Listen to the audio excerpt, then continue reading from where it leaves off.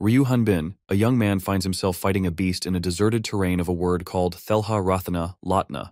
He has no recollection of how he got there. The only thing he is conscious about is his survival. In a confrontation with a beast dog, he uses a rock thinking it would kill the beast. However, the beast again stands on its ground and continues to dominate the one-sided fight. When he is about to be pushed off the cliff, the system displays the information on the hell dog, revealing it as the lowest level monster in Thelha Latna. It possesses strength similar to an unequipped adult human male. The system also indicates that the player may level up by slaying the hell dog or the powerful monsters in general. He is confused, wondering when everything started going downhill. He even questions if he's trapped in a fantasy video game. Before we proceed further, let's have a throwback. Hanbin used to wake up every day at noon. He had just been discharged from his mandatory military service 3 months ago and felt that he had enough reasons to lay back and relax a bit. He had believed that after he finished his military service, he would be able to fit right into the society. However, the last 3 months for him were nothing but a black haze. Nothing changed about him, even in the 2 years he served in the military. On an ordinary day, while lazing around like usual, he suddenly gets summoned into a void. He hears the voice of more than one entity echoing across the void. While he is questioning his existence, the voices are chit-chatting about the chosen ones, implying that the few people standing before them are the chosen ones among the 7 billion humans. Abruptly, one voice calls for transmitting the guidelines to all the players, but the second voice is against that idea, remarking that the idea appears to be too artificial. He wonders what the voices are talking about, and if not God, who are they a person? The first voice responds to the second voice, commenting that it serves enough motivation and assistance in judging their situation, since that's something already tested with the previously chosen ones. The second voice then initiates the guidelines transmission. However, the second voice claims to have made a mistake in transmitting the guidelines to Hanbin, and they apparently don't care, because the error occurred around a single chosen one. After this, the chosen one number 398 was dimensionally transported to the world of Thelha Latna. After some time, Hanbin is shown to be ruthlessly striking the dead hell dog. He has gained 13 experience killing a level 1 monster. Still, he is shaken to the core, remembering that he was discharged 3 months ago. He wonders what would happen to him and his parents. He is just upset that he never got to date a girl. The chosen one could have been anyone. Countless people evade military service. Why they weren't chosen? He receives an alert from the system, notifying him that he has a less than 5% chance of surviving in the Thelha Latna with his current stats. The system gives him an alternate option, which is to end his life.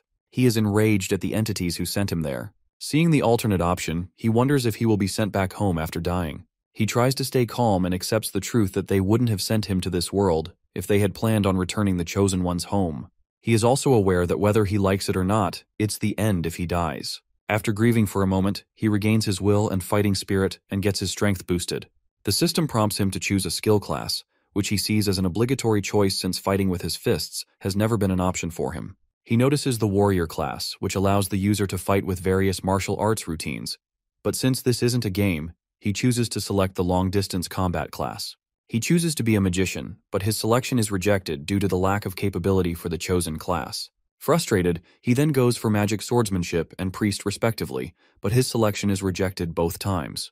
Despite not wanting to choose warrior class, he ultimately ends up selecting it. He tries to stay optimistic and aims to find a way to fight from a distance, as he chooses a spear from the weapon selection window. However, due to some errors, the system malfunctions and selects the longsword as his beginner's weapon. Out of pure annoyance, he thinks of not acting according to what those entities want, but what he wants more is not to die. This is how his unending hellish life of leveling up began. He tries to swing the blade but isn't able to swing it because he's too weak, and also the blade is longsword. It's been 7 days since he came to Thelha Latna. Since his arrival, he has asked the guideline countless times how can he return home, but each time it has remained silent, and he doesn't know if it is because the system is bugged. In any case, he is fighting to survive. The monsters he fights are always hell dogs. If there's one thing he has learned since coming to this world, is that the hell dogs also level up. He is noticing that these monsters have become wary of him. Despite trying to stay alive, he is getting dragged by the enemies. These monsters are getting used to fighting him, just as he is getting used to fighting them. He tries to launch an unpredictable attack, but the hell dog he is fighting reads him like a book and dodges his attack. The hell dog then attempts to jump at him, but he strikes it mid-air, fully neutralizing it. He gained 22 experience as a reward, which adds up to his overall experience, 282. He killed the hell dog using the skill stab, which he got after becoming level 2. Hanbin finds the guidelines pretty helpful, as when he browses through it, His knowledge expands, and he learns more about this world, such as the benefits of hell dog's meat and blood, which contains fats and essential amino acids and contains moisture, carbohydrates, fibers, and essential minerals, respectively. But unlike their violent nature, their teeth and claws quickly become dull and cannot be used soon after. Ultimately, he concludes that this world is artificially created, and there must be a reason why he was brought here. He remembers that there were 7 billion candidates, and wonders where the other chosen ones were sent. Just as he is thinking about the other chosen ones, the guideline informs him that he can leave the current area, the Rock Mountains, once he reaches level 5 and meets up with the other chosen ones. The Rock Mountains is the start zone, where the death rate is lower, and gaining experience is quite efficient. Low-level monsters roam in the area, and the monsters appearing in the safe zones are stat-matched. The guidelines command him to meet up with the other chosen ones, and once he reaches level 20, he will be able to complete the Thelha Latna map and travel to the Latna continent. All the information the system disclosed was too much for his brain to process. He recalls everything the guidelines revealed. After this, he asks the guidelines about what he has to do there, but the system fails to respond due to an error. He had already realized that the monsters also leveled up, though what he was concerned more about was if he could go back home. He knows for sure that he can't trust his guidelines and needs to leave the Rock Mountains to learn about this world. After that, he went around looking for hell dogs and also started hunting. Since the hell dogs get stronger as he does, it doesn't get easier for him to defeat them. After he gained another 22 experience, his total experience accumulated enough that he reached the required experience and leveled up.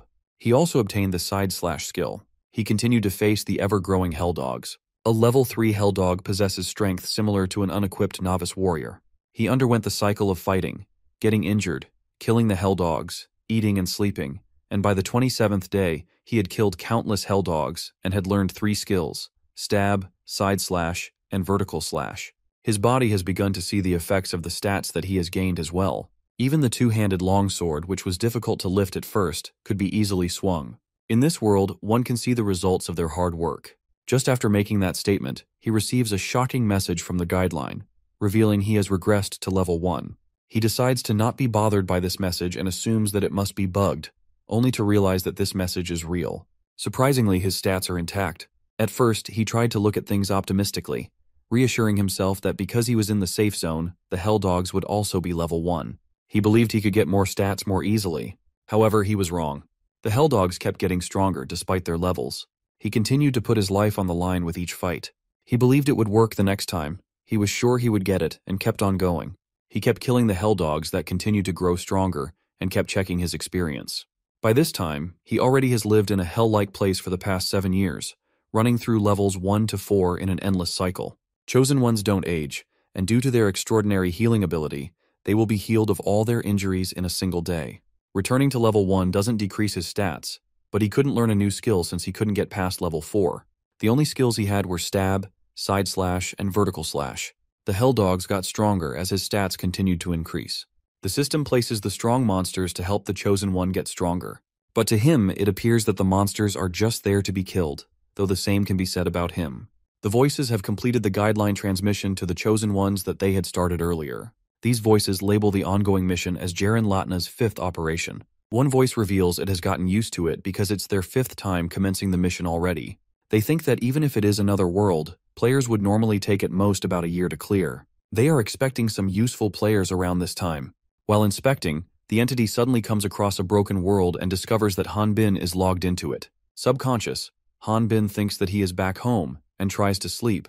But when half asleep, Han Bin is about to select the alternate option in the guideline, end his life. He jolts awake and realizes that it has been about 10 years since he started killing hell dogs. He fell from a cliff and survived, which signals that the fall damage doesn't inflict any damage on him. Even after years of training, he's still at level 1. Or rather, he keeps regressing the moment he is about to hit level 5.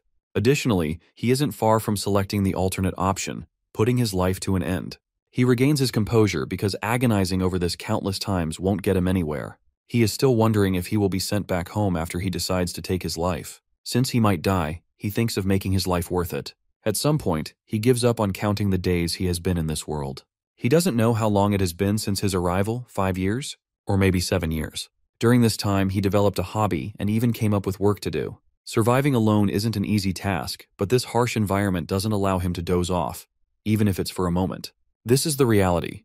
He can't change his situation and devotes himself to doing things that he can. He built a house with debris and boulders and lived every day with devotion. Simply, he no longer lives with rage. When a colossal helldog destroyed his house that took him 3 years to build, he engaged in an intense battle with it to get revenge. These giant helldogs are loud and don't even taste good, but by constantly hunting them, he has learned the best strategy to defeat them. Once it starts, these helldogs begin with a huge attack, and it's impossible to dodge their breath skill since the area of attack is large. So he just braces his body and blocks it with his strength. Surprised to see its enemy unfazed, the helldog would then rapidly cast thunderbolts, light, and fire magic. Since getting hit by these is painful, he would block them by carving up huge walls of earth and then using the final cut.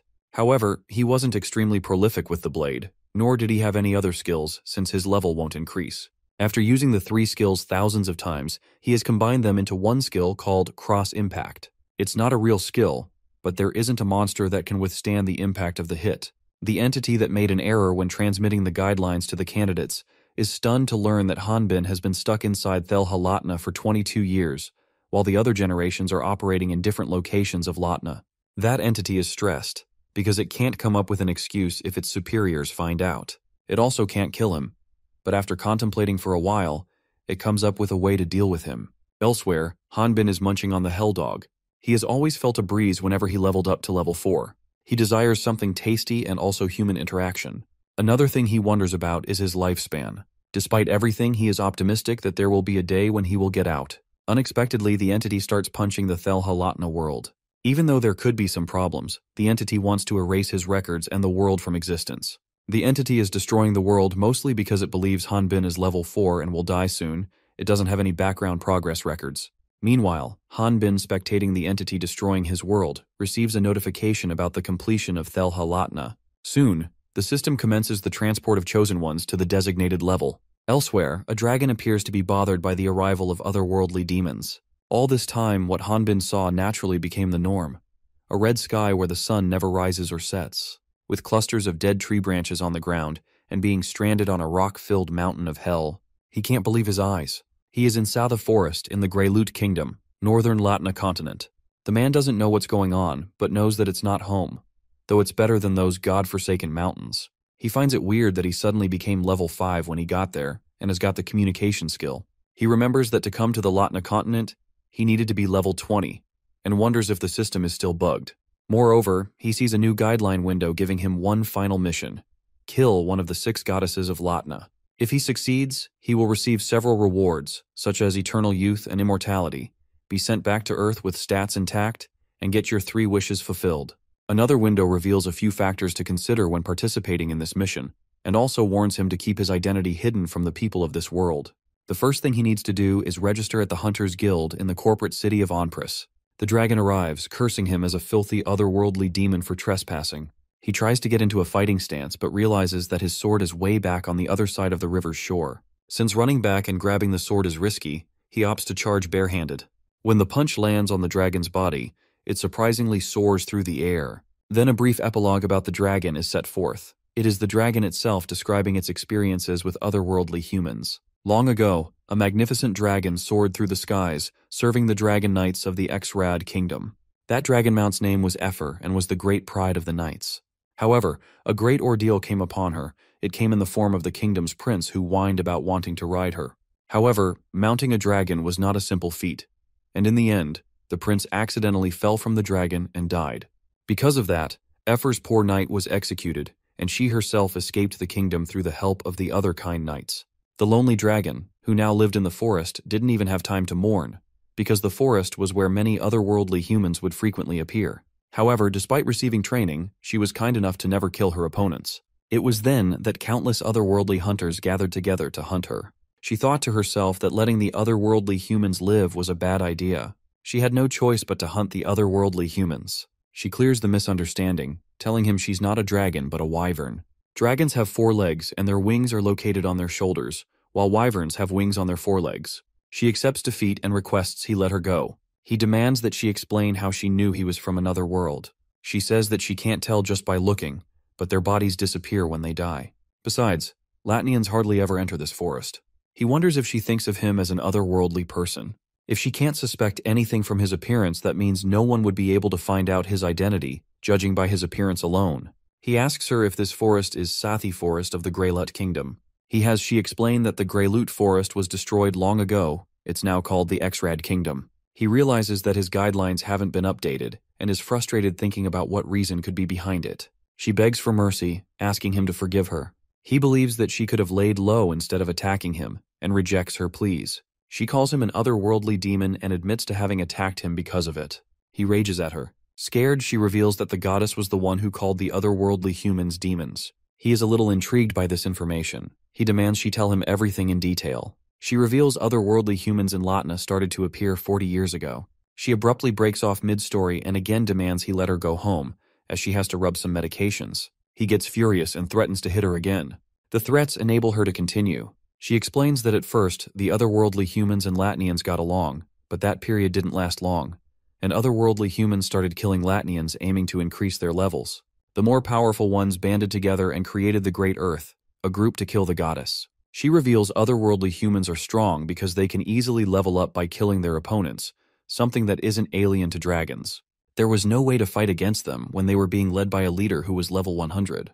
So before they came, the continent's 4 heroes massacred the otherworldly humans in an instant. These heroes were Barolt the Sword King, Zenobia the Archmage, Garhon the Terrible, and Halion the Transcendentalist of life and death. After that, the 6 goddesses blessed the continent.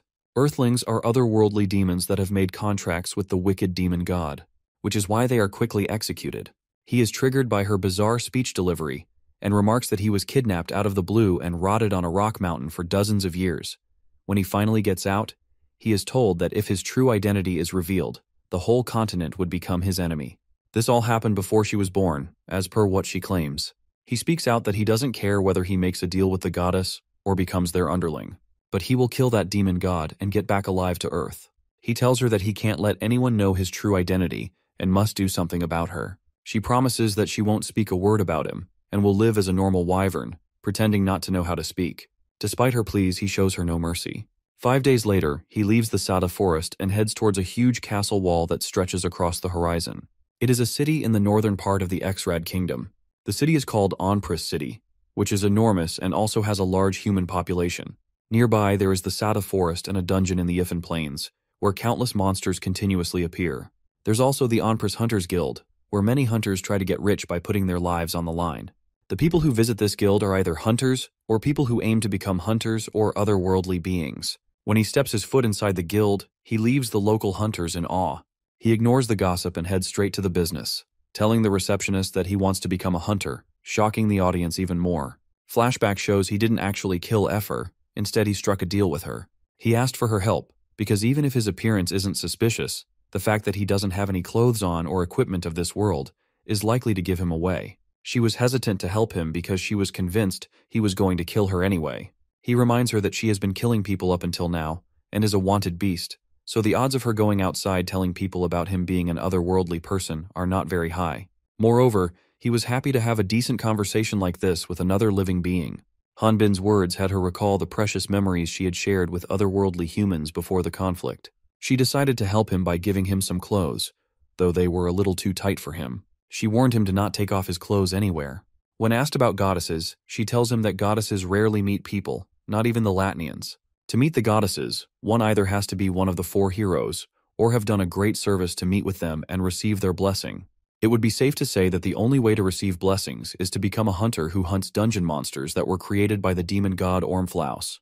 Through hand gestures, he tried to point at the guideline and told her that the guideline also mentioned he needed to be a hunter to contact the goddess. Efer wasn't able to see the guideline, which made him realize that he was the only one who could see guidelines. He explained that guidelines are a guidance system for otherworldly humans like him. Additionally, included the fact that his guideline system is broken, leaving her confused. At the present, he recalls the wyvern explaining that a hunter has a more free lifestyle, and it isn't that suspicious for them to have a high level. This is why he needs to be extra careful, since many others like him would have gone through this same method. She taught him to not act like a foreigner. He is overwhelmed by nervousness and anxiety. He can't seem to relax his body.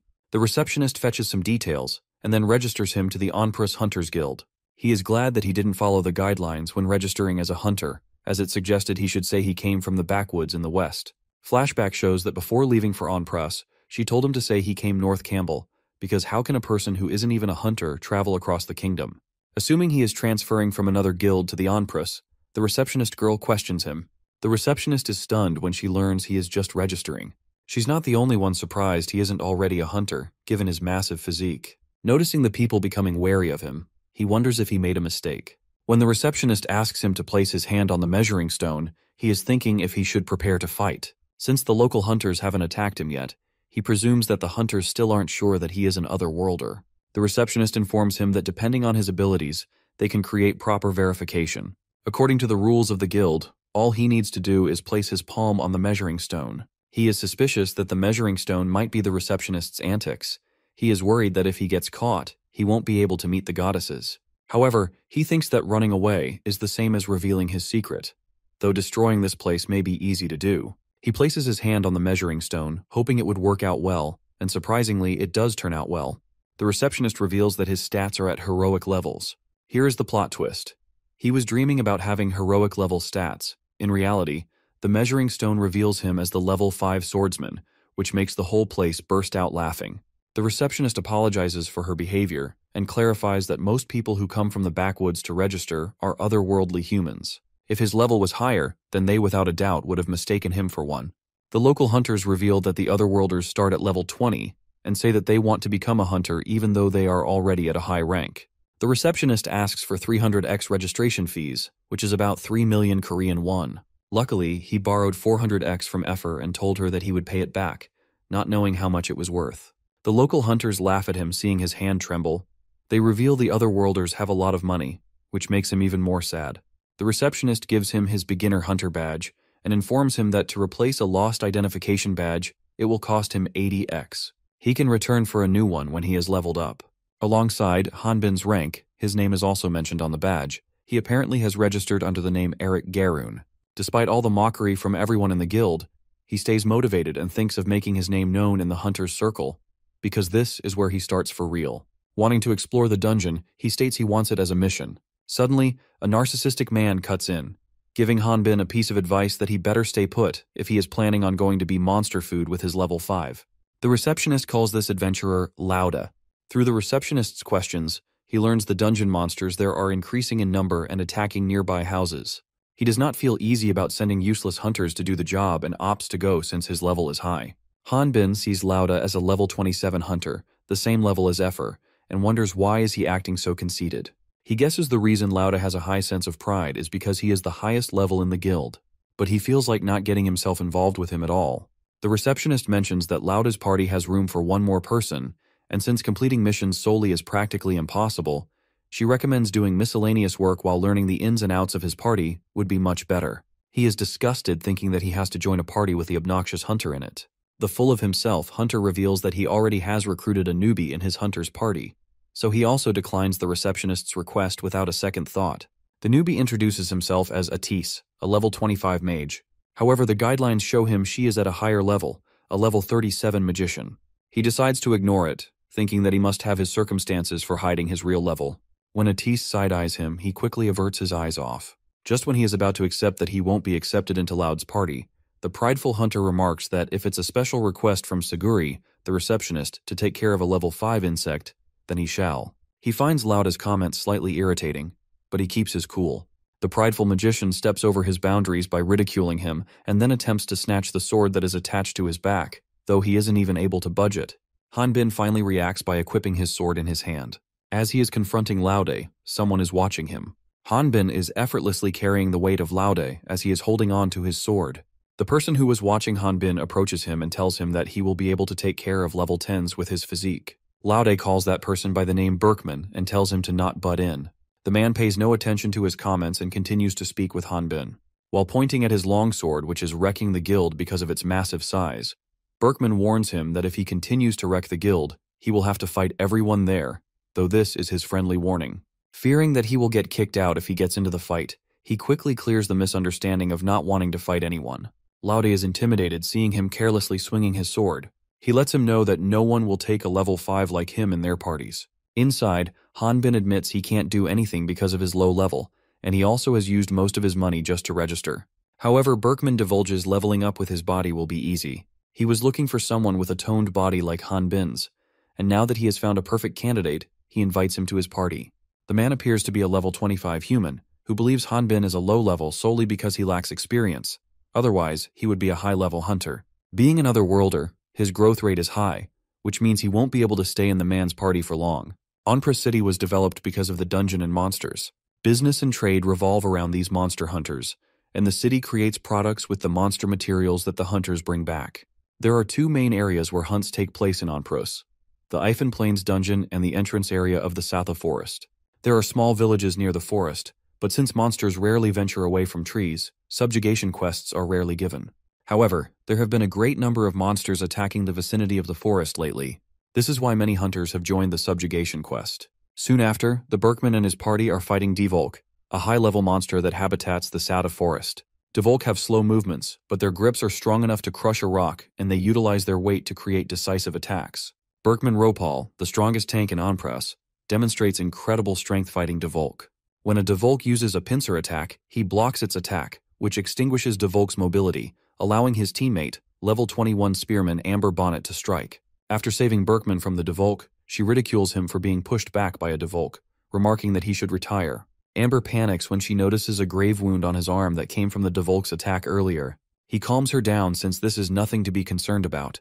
He acting all cool makes her blush. As they are sharing a tender moment, his younger sister and party's healer, Erwin, arrives and heals him. Suddenly, a Devolk comes behind her, but before it can harm her, Hubert Krutaus, a supporter operating from the rear, saves her with a special attack called Fire Hammer. Berkman's party is the #1 party when it comes to a well-balanced, coordinated team. They don't solely focus on offense and can be labeled as the most reliable party in Onpress. Unfortunately, Han Bin has been lowered to the role of porter. While everyone is fighting, he is just spectating. He has been left out of the main fight since his level is low, but Berkman's party is generous enough to split the profits equally with him. When he is peacefully waiting for the main fight to conclude, Lord Devolk, level 25 monster, appears and spots him. However, he gets rid of Lord Devolk in an instant with a stone bullet. He gets a little upset when the system doesn't give him any experience because the monster's level is too low. He thinks of asking the party to let him hunt stronger monsters next time. He is informed that the party has finished hunting and it's time for gathering. After this, he watches Berkman and his party extracting organs from Devolk that can be sold for a hefty price. Erwin collects a magic stone worth 15x from one of the Devolk and proudly shows it to her older brother. Han Bin is fascinated by the sight of watching his party gathering magic stones. He thinks that he could have vomited for sure if he had seen this scene before getting transported to this world. But now that he has carved up so many hell dogs, it's nothing new for him. He organizes the extracted goods at lightning-fast speed, shocking Berkman's entire party. When asked how is he so good at organizing stuff, he explains that he has been doing this for 20 years, revealing himself as a 24-year-old. The strongest tank and others are shocked to learn that Han Bin has been doing labor ever since he was a 4-year-old. Perplexed, they question him about his parents, and learn that he was kidnapped 20 years ago and doesn't remember what they look like. Berkman calls him a part of his family now. The party then consoles him, making him realize that these people are nice. He reveals that he is thankful to Berkman for allowing such a low-level hunter like him to join his party. The tank drops a bombshell by claiming that level doesn't actually matter, even though he's been stuck at level 25 for the past 5 years. He is confused by his statement because Berkman already is a level 25 hunter. Erwin speaks about how there aren't any high-level monsters on the surface, and the dungeon is the place where one would find high-level monsters. Amber adds that they don't need to hunt stronger monsters, since they will never go to places like dungeons. Completely stunned, Han Bin heads off to sword practice, while Erwin is left feeling miserable, haunted by the realization that everyone believed he was an otherworlder. Hubert goes after him because he is worried about sending him alone. Berkman approves of that idea, as one doesn't know when a monster could appear nearby. Hubert tries to look for him in the forest but doesn't find him. Meanwhile, he is wandering around desperately looking for monsters that could give him experience, as every monster he passes by is low level. He recalls being enlightened that there aren't many strong monsters in Say the Forest by the Wyvern. Now that he has explored the Say the Forest, he is convinced. To him, it makes sense that monsters with similar levels as Effer didn't give him enough experience. As he plans on leaving, he hears a strange howling sound, which doesn't sound like a regular monster. He rushes toward that direction, hoping if he gets to hunt the monster, then he has a chance of leveling up. After making a flamboyant entry, he prepares for the fight, but finds an unknown person with orange hair stripped naked in the forest. Han Bin soon realizes that this person is Atis, the mage from Lauda's party. He wonders why is he naked in the Sada forest. He then marvels at the fact that he hasn't found the monster that was making those sounds yet, even though the sound came from this direction. He apologizes and then attempts to leave, but is stopped by Atis, who calls him suspicious because this isn't the place where level 5 like him should be. Hanbin reveals how he heard a loud sound while passing through and thought that would be a big monster. He attempts to evade by bringing his party but is stopped again, as Atis demands he answers truthfully. He inquires Hanbin if he saw the monster, and then threatens him with his magic to tell the details. Hanbin gets slightly bit serious and grabs his magic wand. Furious, he questions Atis on why is he doing this, and what's his and Lauda's deal. He also thinks the prideful hunter's party member is looking down on him. Atis admits that being harsh with his words wasn't his intention. He got carried a bit away by his emotions. Just when things are about to settle down, Lauda appears and starts talking smack about Hanbin. He reveals being furious at him because he initially humiliated Saguri, and now has planned on laying his hand on the party's female member. Atis presumes that Lauda is misunderstanding something. He also thinks that it might be a good idea to stay away from him. He respects him because the prideful hunter is a pretty strong swordsman, and the pose he is demonstrating shows that he's getting ready to execute a technique. Both of them indicate through their actions that they don't care how embarrassing or strong attacks Lauda demonstrates. Being ignored makes him extremely angry, and the anger fuels his desire to demonstrate incredible strength. Lauda uses Thunder Lightning Sword, hoping this attack will kill the Hanbin. However, since Hanbin doesn't want to make this tiny matter a big thing, he bows down to apologize and unknowingly gets hit on his back, which creates a big explosion. Later, Erwin treats the hunter, while Berkman reassures Hanbin that what happened wasn't his fault. Hanbin knows it's not a pain he can be forgiven for. The tank suggests they should wait for the results. After treating the injured Lauda, Erwin reveals that his life isn't in danger anymore because Hanbin brought him to her quickly, but there seems to be another problem. All the men that stood there fell silent. The blame may have fallen on Lauda himself, but the pain and suffering he was going through was something that no one could comfort him from. Due to this accident, Lauda received a major hit on his privates. That morning, Atis took him back to Onpris City. After he learned the truth about Atis's gender, he had a hard time facing him again. The monster who made that sound couldn't be found, and Hanbin also forgot about it after spending 3 months at Berkman's party. At present, the Berkman's party has set a camp in front of Satha Forest. The tank himself and his party members are shocked to learn that Lauda went inside a dungeon all alone. Amber also feels that going alone inside the dungeon at Lauda's level is the same as committing suicide. However, Hanbin thought the prideful hunter's level was pretty high. She discloses that Berkman has been used to fighting indigenous monsters. Those monsters were hunted for them to survive, so it helped him naturally raise his level. Hanbin remembers that Efer and the Lord Devolk are unique monsters. He wonders how different are these dungeon monsters compared to normal ones. Amber reveals that those monsters are not originally from this world. She explains they are created by the dungeons that were set up by the evil god Ormflaus, and it's common to see monsters over level 30, or even higher levels. Hanbin believes that if they certainly are level 30 or above, then it might help him to level up. He decides to go to the dungeon, even if he has to go in secret. Berkman reveals that monsters aren't the only problem. Many other worlders also go hunting there secretly. Hanbin remembers that screening for dungeon entry is rigorous, so he thinks of forgetting about going there. He has Berkman reveal that Lauda may be hoping to find a healing artifact. The tank further explains that the sources that are placed within those dungeons are artifacts. They come in various shapes and all have different abilities. According to rumors, one of those artifacts can heal any type of wound, and Lauda is most likely looking for that artifact. Hanbin perceives dungeons and artifacts like a pot of gold at the end of a rainbow. He thinks that it's his only option. Berkman turns off the lights, as there have been many monsters creeping out of Sath Forest as of late. He hopes it isn't a bad omen. When he falls asleep, Hanbin sneaks out and proceeds inside the dense Sada forest. He finds the forest very spooky, calling it a suitable place for a huge monster to appear. He also thinks of saying hello to Efer as she lives nearby, but ends up bumping into a unique monster. The monster he has bumped into is a level 31 Tatiro that can nullify attacks from a sword with its body, which is entirely encased in a carapace, though it's weak to magic. Tatiros usually dwell in the dungeons. He knows that these monsters are a bad match for him to face. Unexpectedly, another Tatiro monster surrounds him, and they start enunciating human language. Comprehensible, but not clear. He seems to be having unwavering confidence about this fight, which terrifies Tatiros. The monsters claim knives don't hurt them and they eat knife holders. He approaches the monster, questioning why it's mentioning the other Tatiros when its kins have already withdrawn from the fight. He quickly catches up to the running Tatiro. The running Tatiro tries to use a portal underneath a tree. This portal connects to Ifan Plain Dungeon, but he plucks out the tree like it's a small plant from the soil. Hanbin wonders if the dungeon monsters that escaped from this portal caused the native monsters to be pushed out. He is a little discombobulated as he has never heard of something like this appearing in the dungeons. He presses the Tatiro to reveal who created this portal, but even the Tatiro doesn't know anything. He threatens to destroy the portal, forcing Tatiro to speak up. Tatiro mentions that no one should go inside the portal as it's a direct order from that person's order. He wonders who that person might be, and then tasks Tatiro to watch over the portal. That way that person won't find out. Since he can't get caught secretly exploring the dungeon, he has decided to go inside. Once he jumps in, Tatiro starts pushing dirt over the portal to cover it.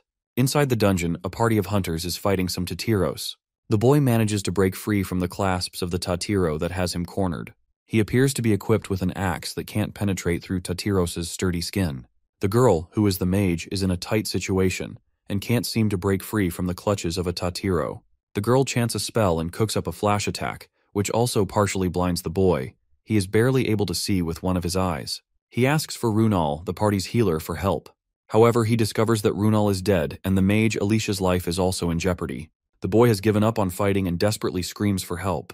He receives help from Lauda, who beheads Tatiro with lightning speed, much to the boy's surprise, who tried attacking Tatiro's head earlier but missed because Tatiro impressively protected its head with bladed arms. Moreover, the space to pierce the neck is extremely small. However, he noticed that Lauda impressively made the enemy lower its arms and then cut off its head. This technique can only be done by a dual-wielding magic swordsman.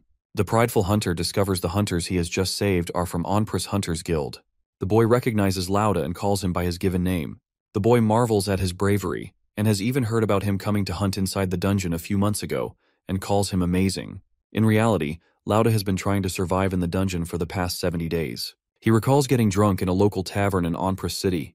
He woke up in the dungeon and didn't know how he got there. He doesn't remember coming inside the dungeon and couldn't leave since he hadn't seen another person up until now.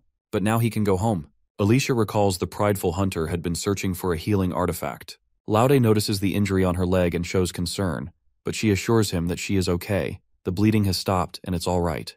He pulls out a healing potion which is extremely rare to get and casually hands it to Alicia. Alicia briefly wonders if he's trying to flirt with her, but he quickly shuts it down, firmly stating he'd never do something like that.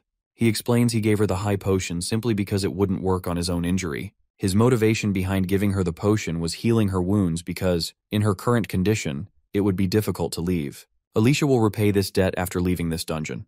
Lauda instructs everyone that they should be heading back. Alicia wonders if they're turning back after making it this far just because of her. She introduces herself as a hunter so he won't look down on her, while he is more focused on getting out of the dungeon. In actuality, he is suffering from irritable bowel syndrome. He can't hold on much longer. Abruptly, the entire dungeon starts to shake, surprising the hunters. The boy assumes it was an earthquake. However, Alicia explains that dungeons are a part of a different dimension, so earthquakes don't happen here. Laude orders the hunters to use the side path quickly. He braces for a battle, even while being unaware of the enemy lurking behind the unexpected tremors. He doesn't want to show weakness in front of a woman, even if he dies.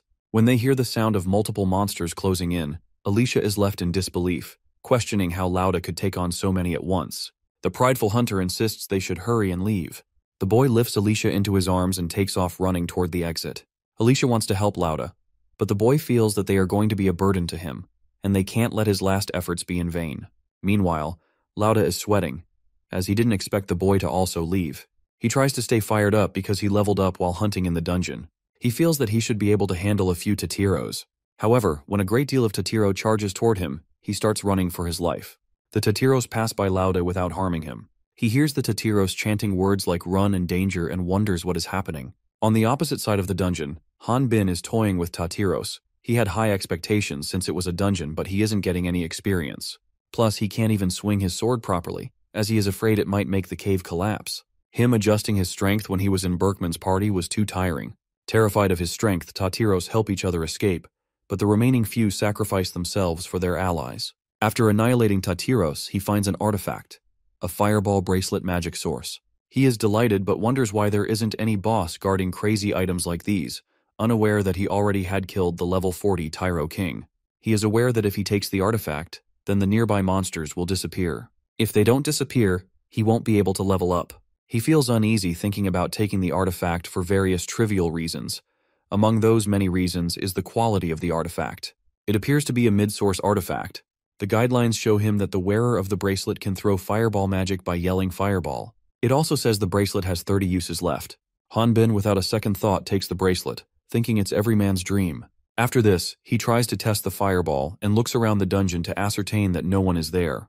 How do monsters keep respawning in the dungeon? The answer to that was discovered by hunters who previously explored them. Shockingly, dungeon monsters don't breed. Instead, they are manufactured in a special zone, and that special zone is the place where the magic rests. Hanbin has no idea why magic sources are in the shape of items, but hunters call these items artifacts as they are condensed with magical powers. His attempt to use the fireball attack fails. The system tells him that the user must be level 31 to use it. Unlike regular tools, artifacts have a level requirement to use. However, if that player can get that far, then they should not have any problems using it.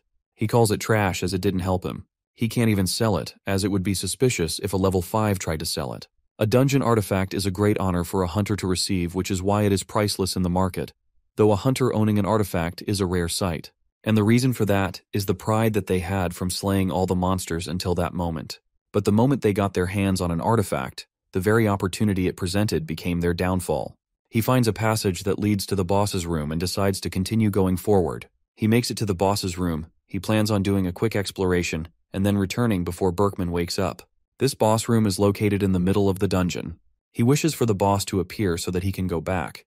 However, he finds the boss's room empty. He wonders where all the monsters went, leaving behind the most important magic source there for the taking. He tries calling out the monsters by shouting that he is going to take the magic source, hoping he will hear a response. He continues to intentionally provoke the monsters in the room by loudly declaring that he's taking the artifact. Suddenly he finds his arms roped by tentacles. He faces up only to find the dungeon boss, the level 45 tentacle beholder.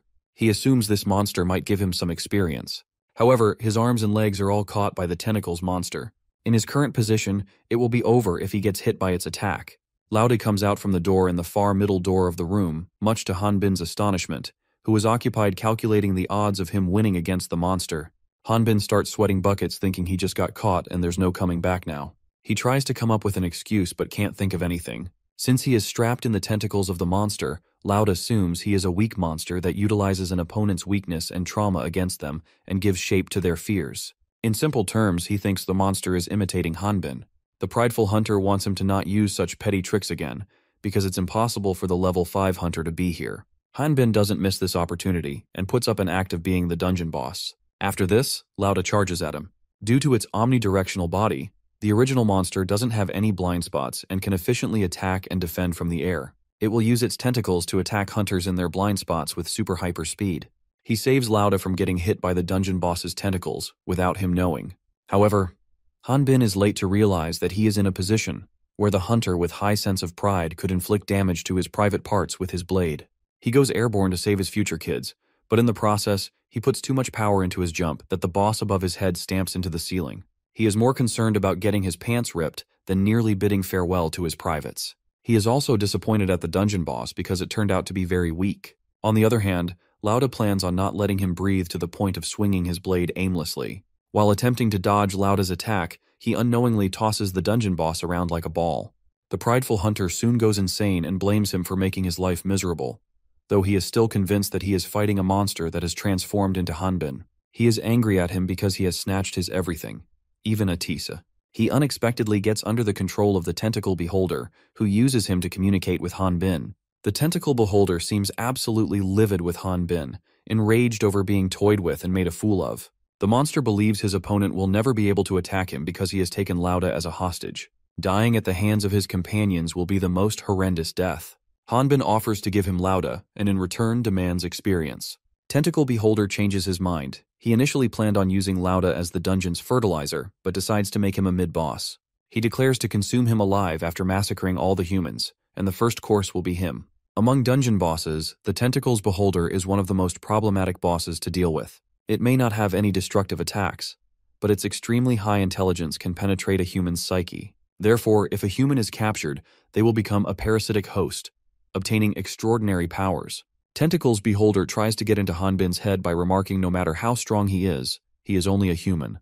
And even if he pretends that it doesn't matter, he will never be able to cut down his companion. The monster suddenly starts to lose control of Laude. It wonders if the manipulation is incomplete and notices him lowering his sword. Tentacles Beholder soon realizes that it has been defeated by someone who is claiming to be level 45 and is exasperated.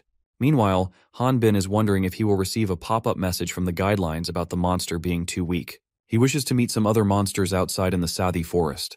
The monster feels that his opponent isn't a human, and opening a portal is useless if someone of his caliber is around.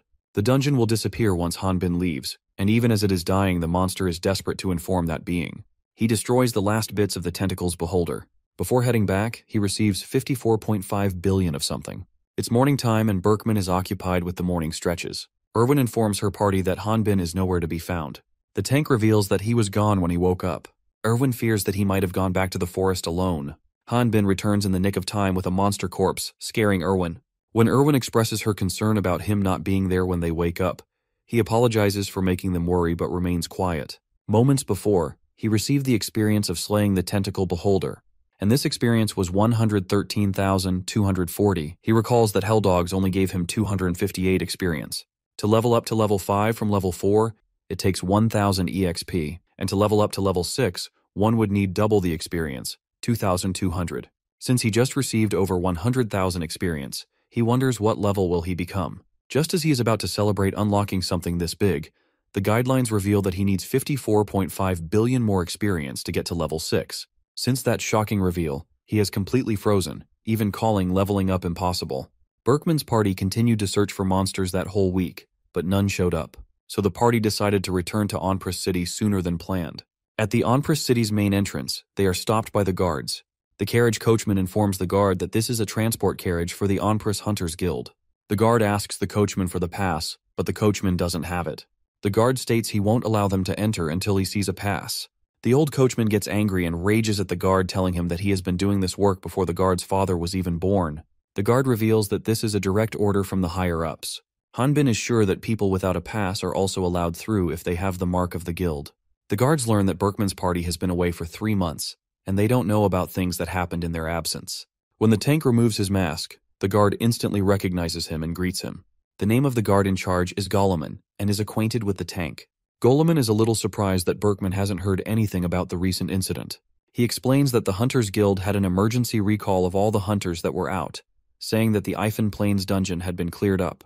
Although Goleman allows them to enter the city, Hanbin is feeling uncomfortable with the atmosphere inside the city. He didn't take the magic source, Dragon's core of the Eifin Plains dungeon, and since the dungeon is closed, he wonders if someone else took the source and cleared the dungeon. No one knows who and what led this dire situation to happen. Hubert reveals that clearing a dungeon is a great honor for hunters, but it's only the other worlders who choose to keep it under wraps. That said, Amber blames Heresy Inquisitors.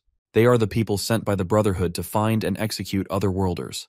Before killing, the Inquisitors will drag and torture other people indiscriminately, especially any hunter over the level 20. Hanbin finds it unbelievable because both Berkman and Amber are over level 20. Hubert admits he is right, which is why most hunters have already left this place. Hanbin realizes that other worlders aren't welcome anywhere.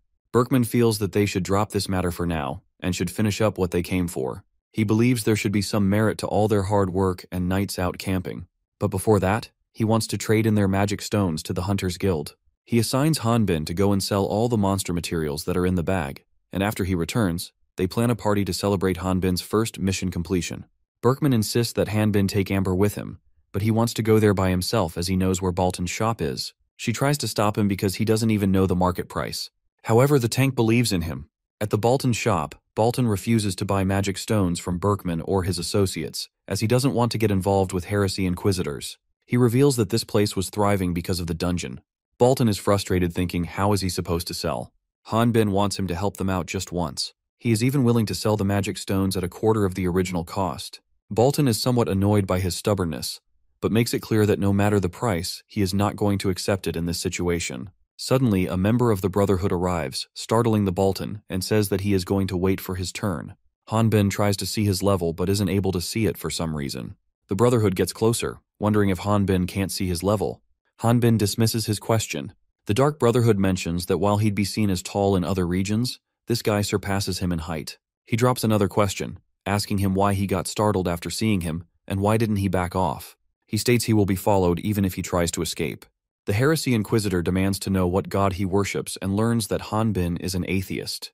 Lastly, the Dark Brotherhood is curious if he has any favorite fairy tales, and he lies, claiming he's an orphan who never heard any. The Heresy Inquisitor then summarizes everything he has been told and calls his story strange. He starts to refer to him as an otherworlder instead of using any pronouns. Han Bin is irritated by the Dark Brotherhood's unlikable personality and explains he got the wrong person. The enemy doesn't believe Hum words and checks his level, only to find out that he was telling the truth all along. He is baffled.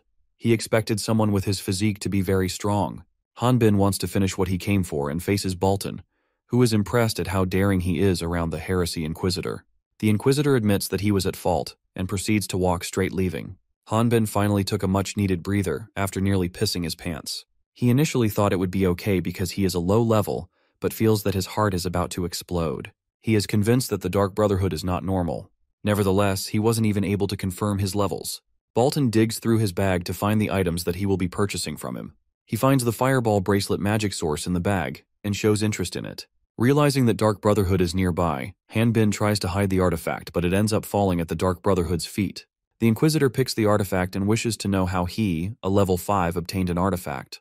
He thought he was finally in the clear, but a bigger problem had been birthed this time. He pretends to not know anything, and surprisingly, the Dark Brotherhood isn't suspicious of him, as he, just like the others, thinks a level 5 couldn't have gone into a dungeon. The Inquisitor then hands the artifact to him. Before he leaves, he decides to tell him something useful. He narrates a story that took place 15 years ago. In a small village, there lived a married couple. The hunter was a veteran. He may not have been the leader of his party, but attracted a lot of people. One day, his party was given a quest.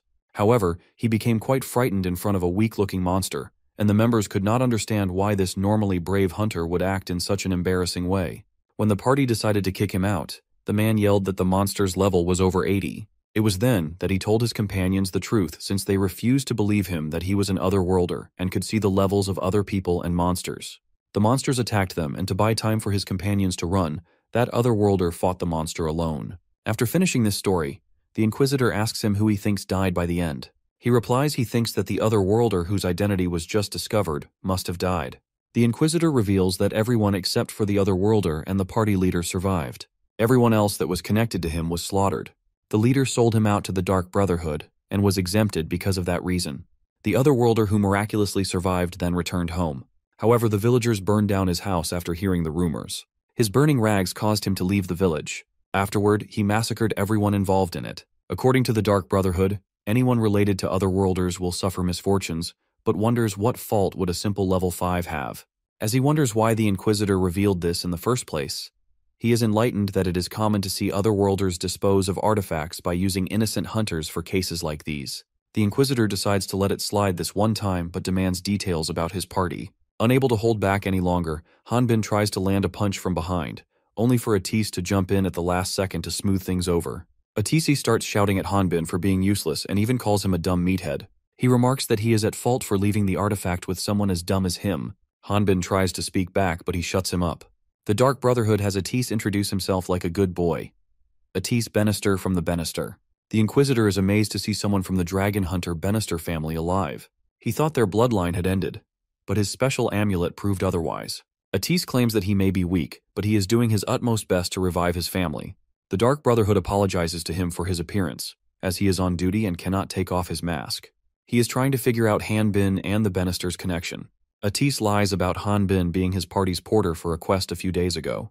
Additionally, it hasn't been long since Han Bin came to Onpris, so he is unfamiliar with this place. Han Bin is startled and wonders if Atis is lying just to help him out. Meanwhile, the mage continues to waffle to save him. Following the artifact incident, he claims to have sent Han Bin to bring the artifact for further investigation, which brings them to where they are now. Han Bin gets the gist of what's happening, and since Atis is helping him out, he chooses to play along. He apologizes to the Heresy Inquisitor, and both he and Atis start walking, with the mage adding that there's still some research to be done. He pays the Inquisitor respect by bidding him a proper farewell with the Heresy Inquisitor's catchphrase, "May the blessings of the darkness be with you." Atis wasn't happy with his friend acted earlier. Han Bin is surprised that he hasn't asked him a single question, not even back when they first met in the forest. He wonders what Atis would have done if he turned out to be a strange person. Just before they are gone, the Dark Brotherhood baits them both by asking what kind of ability the artifact has. Expectedly, they both enunciate a different ability and realize that they have messed up big time. The enemy closes the distance between them promptly and orders them to follow his lead. We go back to the first day after Han Bin joined Berkman's party. He is fighting different species of monsters varying in levels, but are overall weaker. He is not satisfied fighting only puny monsters after struggling to get past Rock Mountain. He is taking out his frustration on the monsters and feels that even the hell dogs are better than them. He is desperate to level up and appears to be going insane. Abruptly, he hears Berkman calling him, and when he snaps back to reality, he finds himself in the company of his old friend. The tank reassures him that this may be his first time joining a party, but there's nothing to worry about. He offers Hanbin a special dish prepared by Amber as a welcome gift, though he can't guarantee the taste, which makes her angry. She advises him that once he steps out onto the field, he should think of it as a war. Even though Berkman has accepted him, she hasn't. She also states that they don't need a brat that will complain about the food. He wonders if the tank's party members messed with his food, but is confident that it wouldn't be worse than Hell Dog's meat. Upon reflection, he realizes that it has been a few decades since he had something other than the Hell Dog. Hanging out with his new party was a feeling of not being alone. Back to the present, the Dark Brotherhood is prepared to take Hanbin and Atis with him. Hanbin assumes he is using wind magic, but Atis refuses to believe that because the Inquisitor isn't exerting any mana. He believes it's healing winds, something that only high-leveled spiritualists can pull off, implying their opponent is a formidable priest. Hanbin isn't confident about fighting a priest under the current circumstances. He can win if he starts fighting seriously, but then his identity will be revealed. Their limbs may get cut off fighting the Dark Brotherhood, but it won't be lethal as long as they stay inside his healing winds barrier. He prefers if they both quietly follow him. Hanbin believes that there is no choice but to surrender. He approaches the Dark Brother and asks if they will leave everyone else if they find out who cleared the dungeon. The Dark Brotherhood accepts the conditions because they are busy people and withdraws the healing winds. Hanbin confesses that he was the one who cleared the dungeon. Before the situation escalates, Lauda interrupts. He has returned with the 2 hunters he saved. The survivors, Alicia and the hunter boy, appear to be complimenting him for clearing the dungeon alone, unaware that it was Hanbin who cleared it. Laud himself believes that he must have beaten the boss and cleared the dungeon by grabbing the dungeon source. But after the dungeon disappeared, he almost died of hunger in the Ethan Plains. That was when the surviving hunters from that dungeon found him on their way back to Onpris. They all are thankful to each other. As the prideful hunter is daydreaming, the troops of Heresy Inquisitors capture him and decide to lock him up. Hanbin and Atise are surprised at how he was the one to clear the dungeon. Hanbin thought he would turn into a complete monster. A member of the Heresy Inquisitors apologizes to them for the Dark Brotherhood's behavior. When Atise inquires about what would happen to Lauda, the Inquisitor keeps the location undisclosed, but mentions his friend will be imprisoned and investigated thoroughly. They will verify his testimony, and if there are no problems, he will be released. While Hanbin prefers Laude to rot in the cell, the mage is glad that the prideful hunter will be free soon, though he doesn't genuinely hate him because things turned out okay thanks to his intervention. The Dark Brother decides to compensate for not letting him sell his magic stone and writes a check in the name of Bannister, assuming Hanbin is a country bumpkin who doesn't have a bank. Before handing him the check, he asks for Hanbin's signature. Hanbin recalls his mother's advice to not sign something carelessly. When he shows signs of nervousness, the Dark Brotherhood assures him that they don't use underhanded tricks, though no promises can be made about the Order of Light. He hands him something to look at once the signing is done, and then leaves. He goes blank for a moment and turns to Atise for a favor. At the Onpris Hunters Guild, the receptionist Siguri apologizes to Berkman because his party didn't get the notice. Moreover, the Guildmaster of Onpris has run away, and Siguri appears to be taking the blame for his share too. Being a kind man, the tank reassures her that it's not her fault that the Guildmaster ran away, and understands that everyone must have been busy. He finds it amazing that she is still protecting this place. Meanwhile, Amber, who has just returned after selling all her magic stones, brings up that the guild's entire fund only has 5 coins left. She explains that the guildmaster ran off with all the money and knew that Berkman's party wouldn't sit still, which is why he never bothered notifying them. She's devastated, but he, in contrast, is savoring the beer he received from the guild. She shouts at him for drinking at a time like this. She thinks their future as hunters is finished since the guild is destroyed, and is worried about how they'll make money moving forward. He brings up how 20 years ago he stubbornly proclaimed to protect the village, back when Onpris didn't even have a guild or dungeon. She recalls the moment and mentions having saved him more than 100 times. Entering his romantic mode, he insists that it doesn't matter if there's a guild or not, because since the day he met her, his heart has never changed. She mentions that this is the reason she's still single, but upon realizing her words, she starts stuttering and tries to think of a way to explain herself. In the heat of the moment, he makes a romantic move, but Hubert interrupts and nearly gets injured by Amber's coin attack. She seems angry for some reason and suggests they continue their talk after the party. Quite scared, Berkman agrees to follow her lead. While they relish their moment of peace and free will, someone approaches through the guild's main entrance. Atis appears from the door carrying Hanbin's bag. He asks for help before collapsing. Later, when he wakes up, he gives Hanbin his flowers for carrying such a heavy bag. Berkman is surprised to see him carrying Hanbin's bag, wondering where the actual man rushed off to. Irwin reveals that the material inside is not there. Even Atis doesn't know where he is. The only thing he knows is he is doing this as a favor to him. Amber checks out the bag and finds some money inside it. The money appears to be in 10 bags of 1000X. Berkman has many questions, but even if he sold everything, the money Eric's friend has delivered exceeds the market price. Atise gives the tank Hanbin's hunter badge, signifying that he has retired. The tank wants him to speak if he knows the reason for his exit. However, he only gave Atis this information but had an expression of fear on his face. Flashback shows the Dark Brotherhood showed him the official badge of Great Earth, who were believed to have been wiped out by 4 heroes 20 years ago. Hanbin pretends to not know what it is. The Inquisitor is sure that a level 5 like him wouldn't know anything about it. But in case, a level 5 like him, though it would be an impossibility, becomes an otherworlder and recognizes them, then he would want him to remember that story he narrated. At present, Hanbin is frustrated and thinks that he doesn't have a single good thing going on. He looks around and finds some thugs staring at him. Back at the Hunters Guild of Onpra City, everyone is startled by his sudden exit. Hubert is angry at Hum because he didn't come to talk to them. He thinks they should have at least tried to convince him to stay, but Berkman quickly shuts him down. He reminds him that their work requires them to put their lives on the line. Therefore, they shouldn't pressure someone to risk the same. Berkman asks Atis to let Hanbin know he's more than welcome to take over as their bag boy whenever he wants. He agrees to pass on this message. Inside, he thinks that he doesn't know what Hanbin's reasons are, but he feels a little jealous seeing some people care about him. Meanwhile, Hanbin finds himself tied to a chair. He opens his eyes to some thugs and wonders where he is. One thug comments that he's never seen him before and figures he must be a hunter. The thug says that he has heard Hanbin has broken the arms and legs of his men. Moreover, he slept in their territory and ruined their stuff. The culprit apologizes for the damage done to his men, but points out that it was their arms and legs that broke when they hit him, not the other way around. And since he didn't have anywhere to sleep, he just slept in an abandoned house that he found. The other thugs are surprised over how can a person's body be as strong as a wall. They are convinced Hanbin is using some kind of magic. He reveals he doesn't use magic, encouraging thugs to even test magic on him.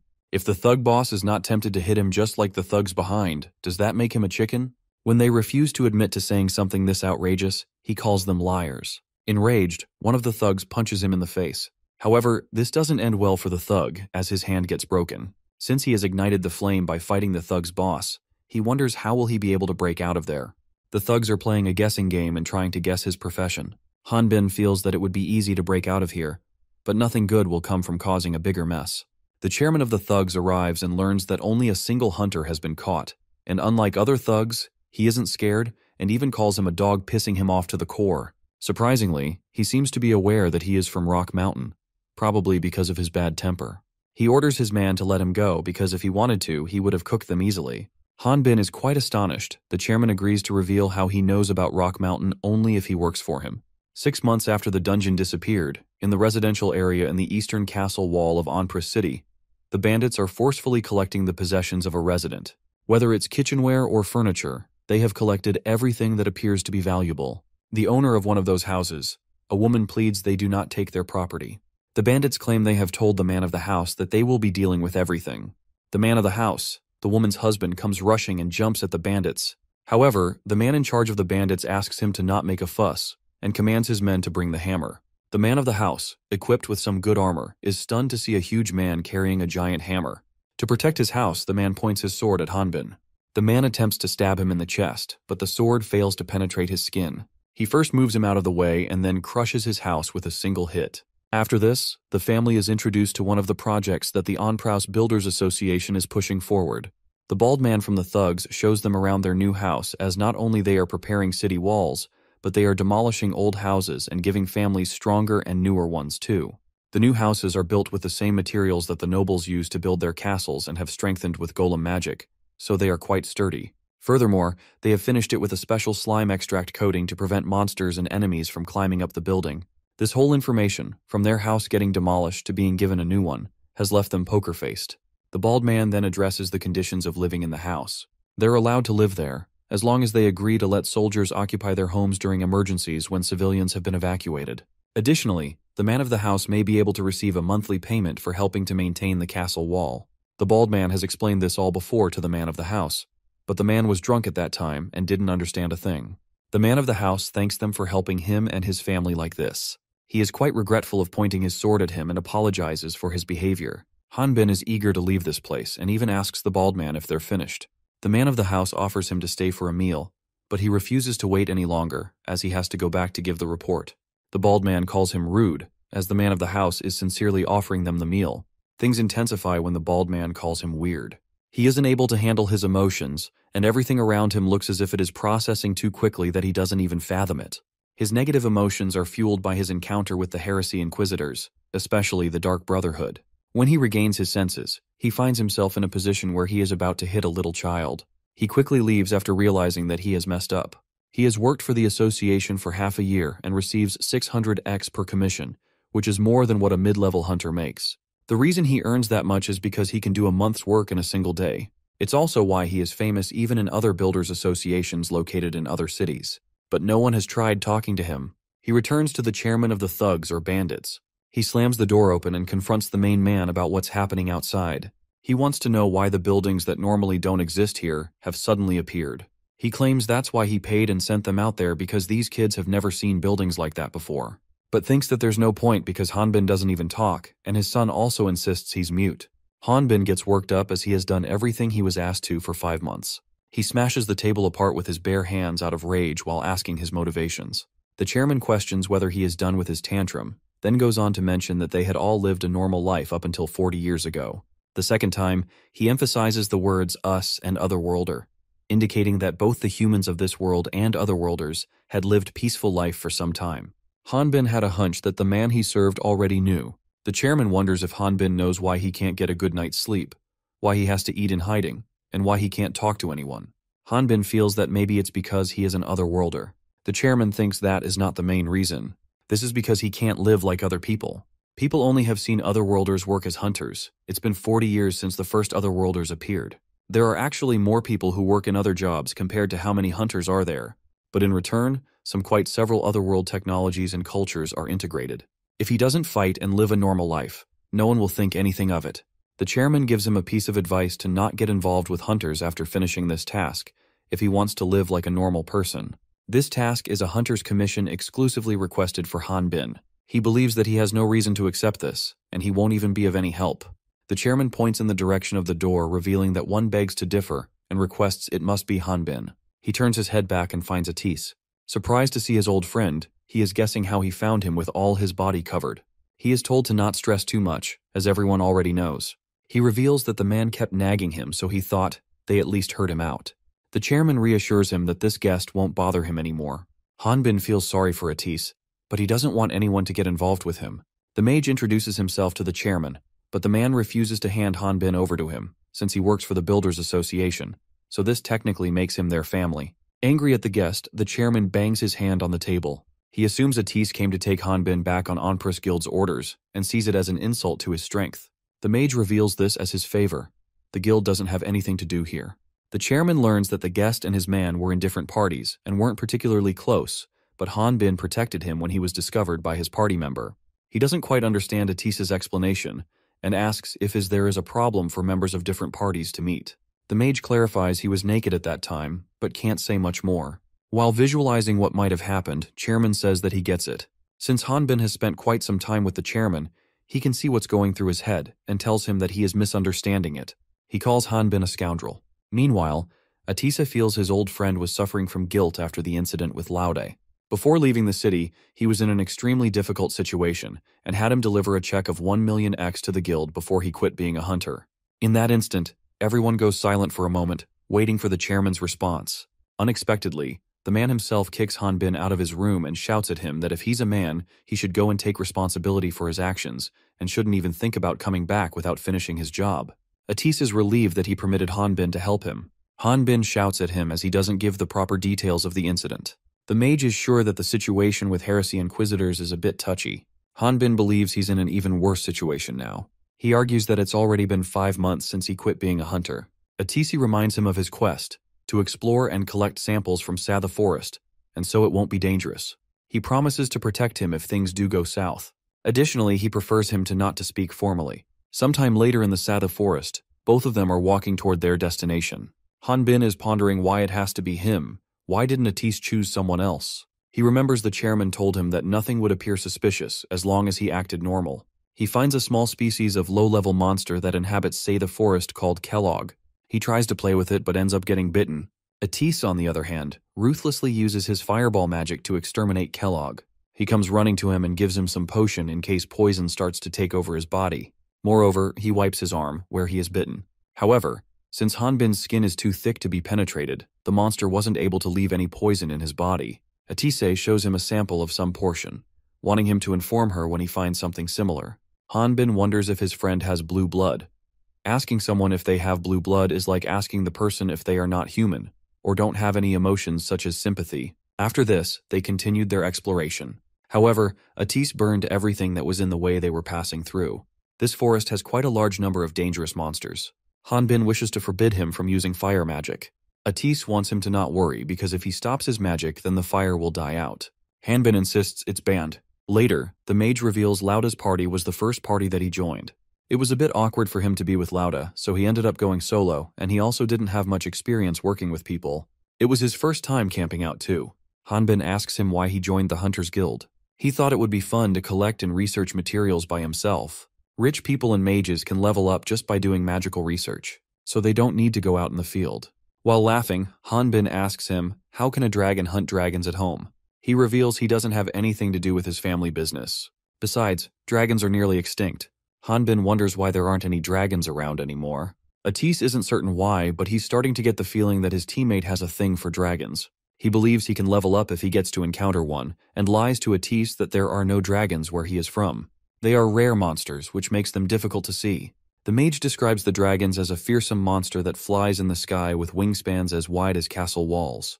They can burn up earth with their limitless mana. But the real reason why one must fear them is that their levels increase with each enemy they defeat, like an otherworlder. They are an intelligent species of monsters that can verbally communicate with others. Dragons may be secretly surviving by hiding out and living solitary lives.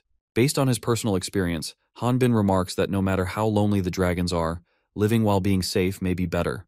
He brings Ephor into the conversation, saying that he knows a wyvern that also speaks, but chooses to live in secrecy. Atise starts laughing hysterically, thinking Hanbin is joking. He asks him if he has thought about being a hunter again. Hanbin wonders how is he going to show his face to the party's leader and tank, as it would be shameful. The mage reveals he is making his own party and wants Hanbin to join him, who wonders why him because he could run away again. Atis admits he doesn't know the exact reason Hanbin left Berkman's party, but reassures him that he shouldn't worry about him finding out his secrets. He appears to be uncomfortable by Atis's comments and points out that the mage also has secrets, leaving him puzzled.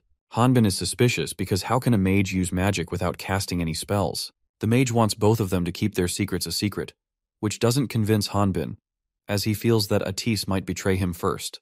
The tension in the atmosphere increases when both prepare to fight. The Sword King attempts to take out his sword, while the mage has already charged his wand and is about to launch an attack. Atise shoots a mana bullet that skims past Hanbin's face and hits a beast standing behind him. Hanbin, who believed he would get hit by the mana bullet, is stunned. The mage explains that he shot a mana bullet down the beast's throat and ignited his lungs. It will likely die of suffocation. Hanbin is enlightened that the monster could have alerted others if it had made a noise. He is convinced that Atis is on another level compared to the mage from Berkman's party.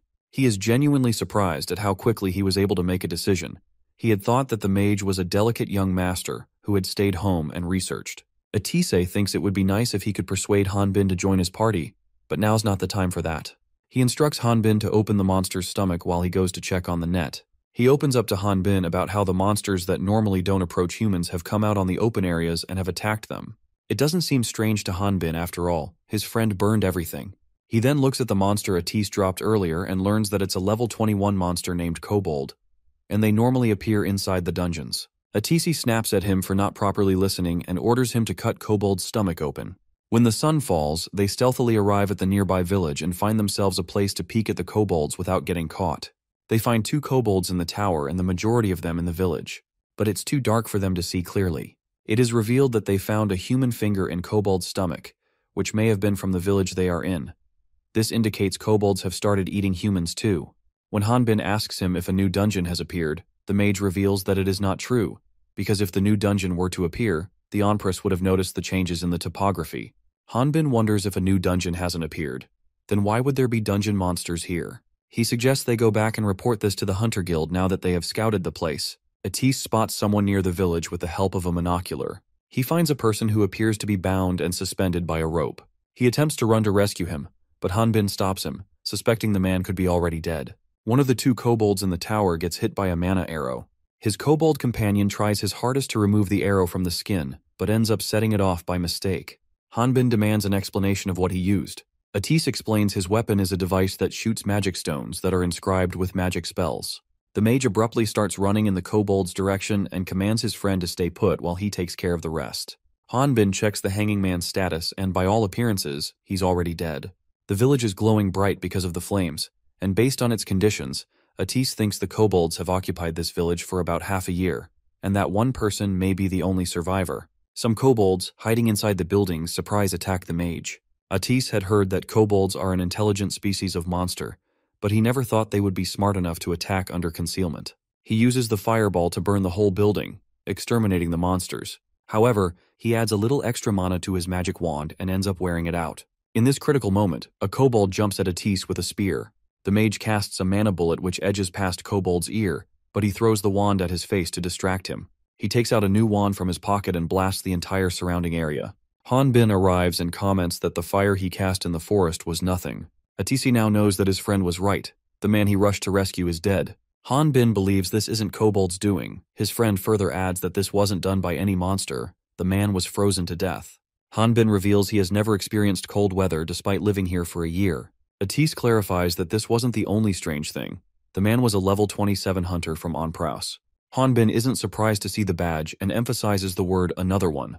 The mage doesn't quite fathom Hanbin emphasizing another and asks him what he means by that. He explains there were a lot of badges scattered amongst the wreckage just outside the village. All these villagers wouldn't have been hunters and there aren't that many Satha Forest quests either. Plus, if this many hunters disappeared at once, the guild would have known about it, which means they must have disappeared slowly over time. If this place was some place where the hunters would gather and have them disappear, these clues lead them to think the dungeon is the place behind the death of the hunters. Atise believes the Ifan Plains dungeon Laude cleared about 6 months ago perfectly fits the timeline.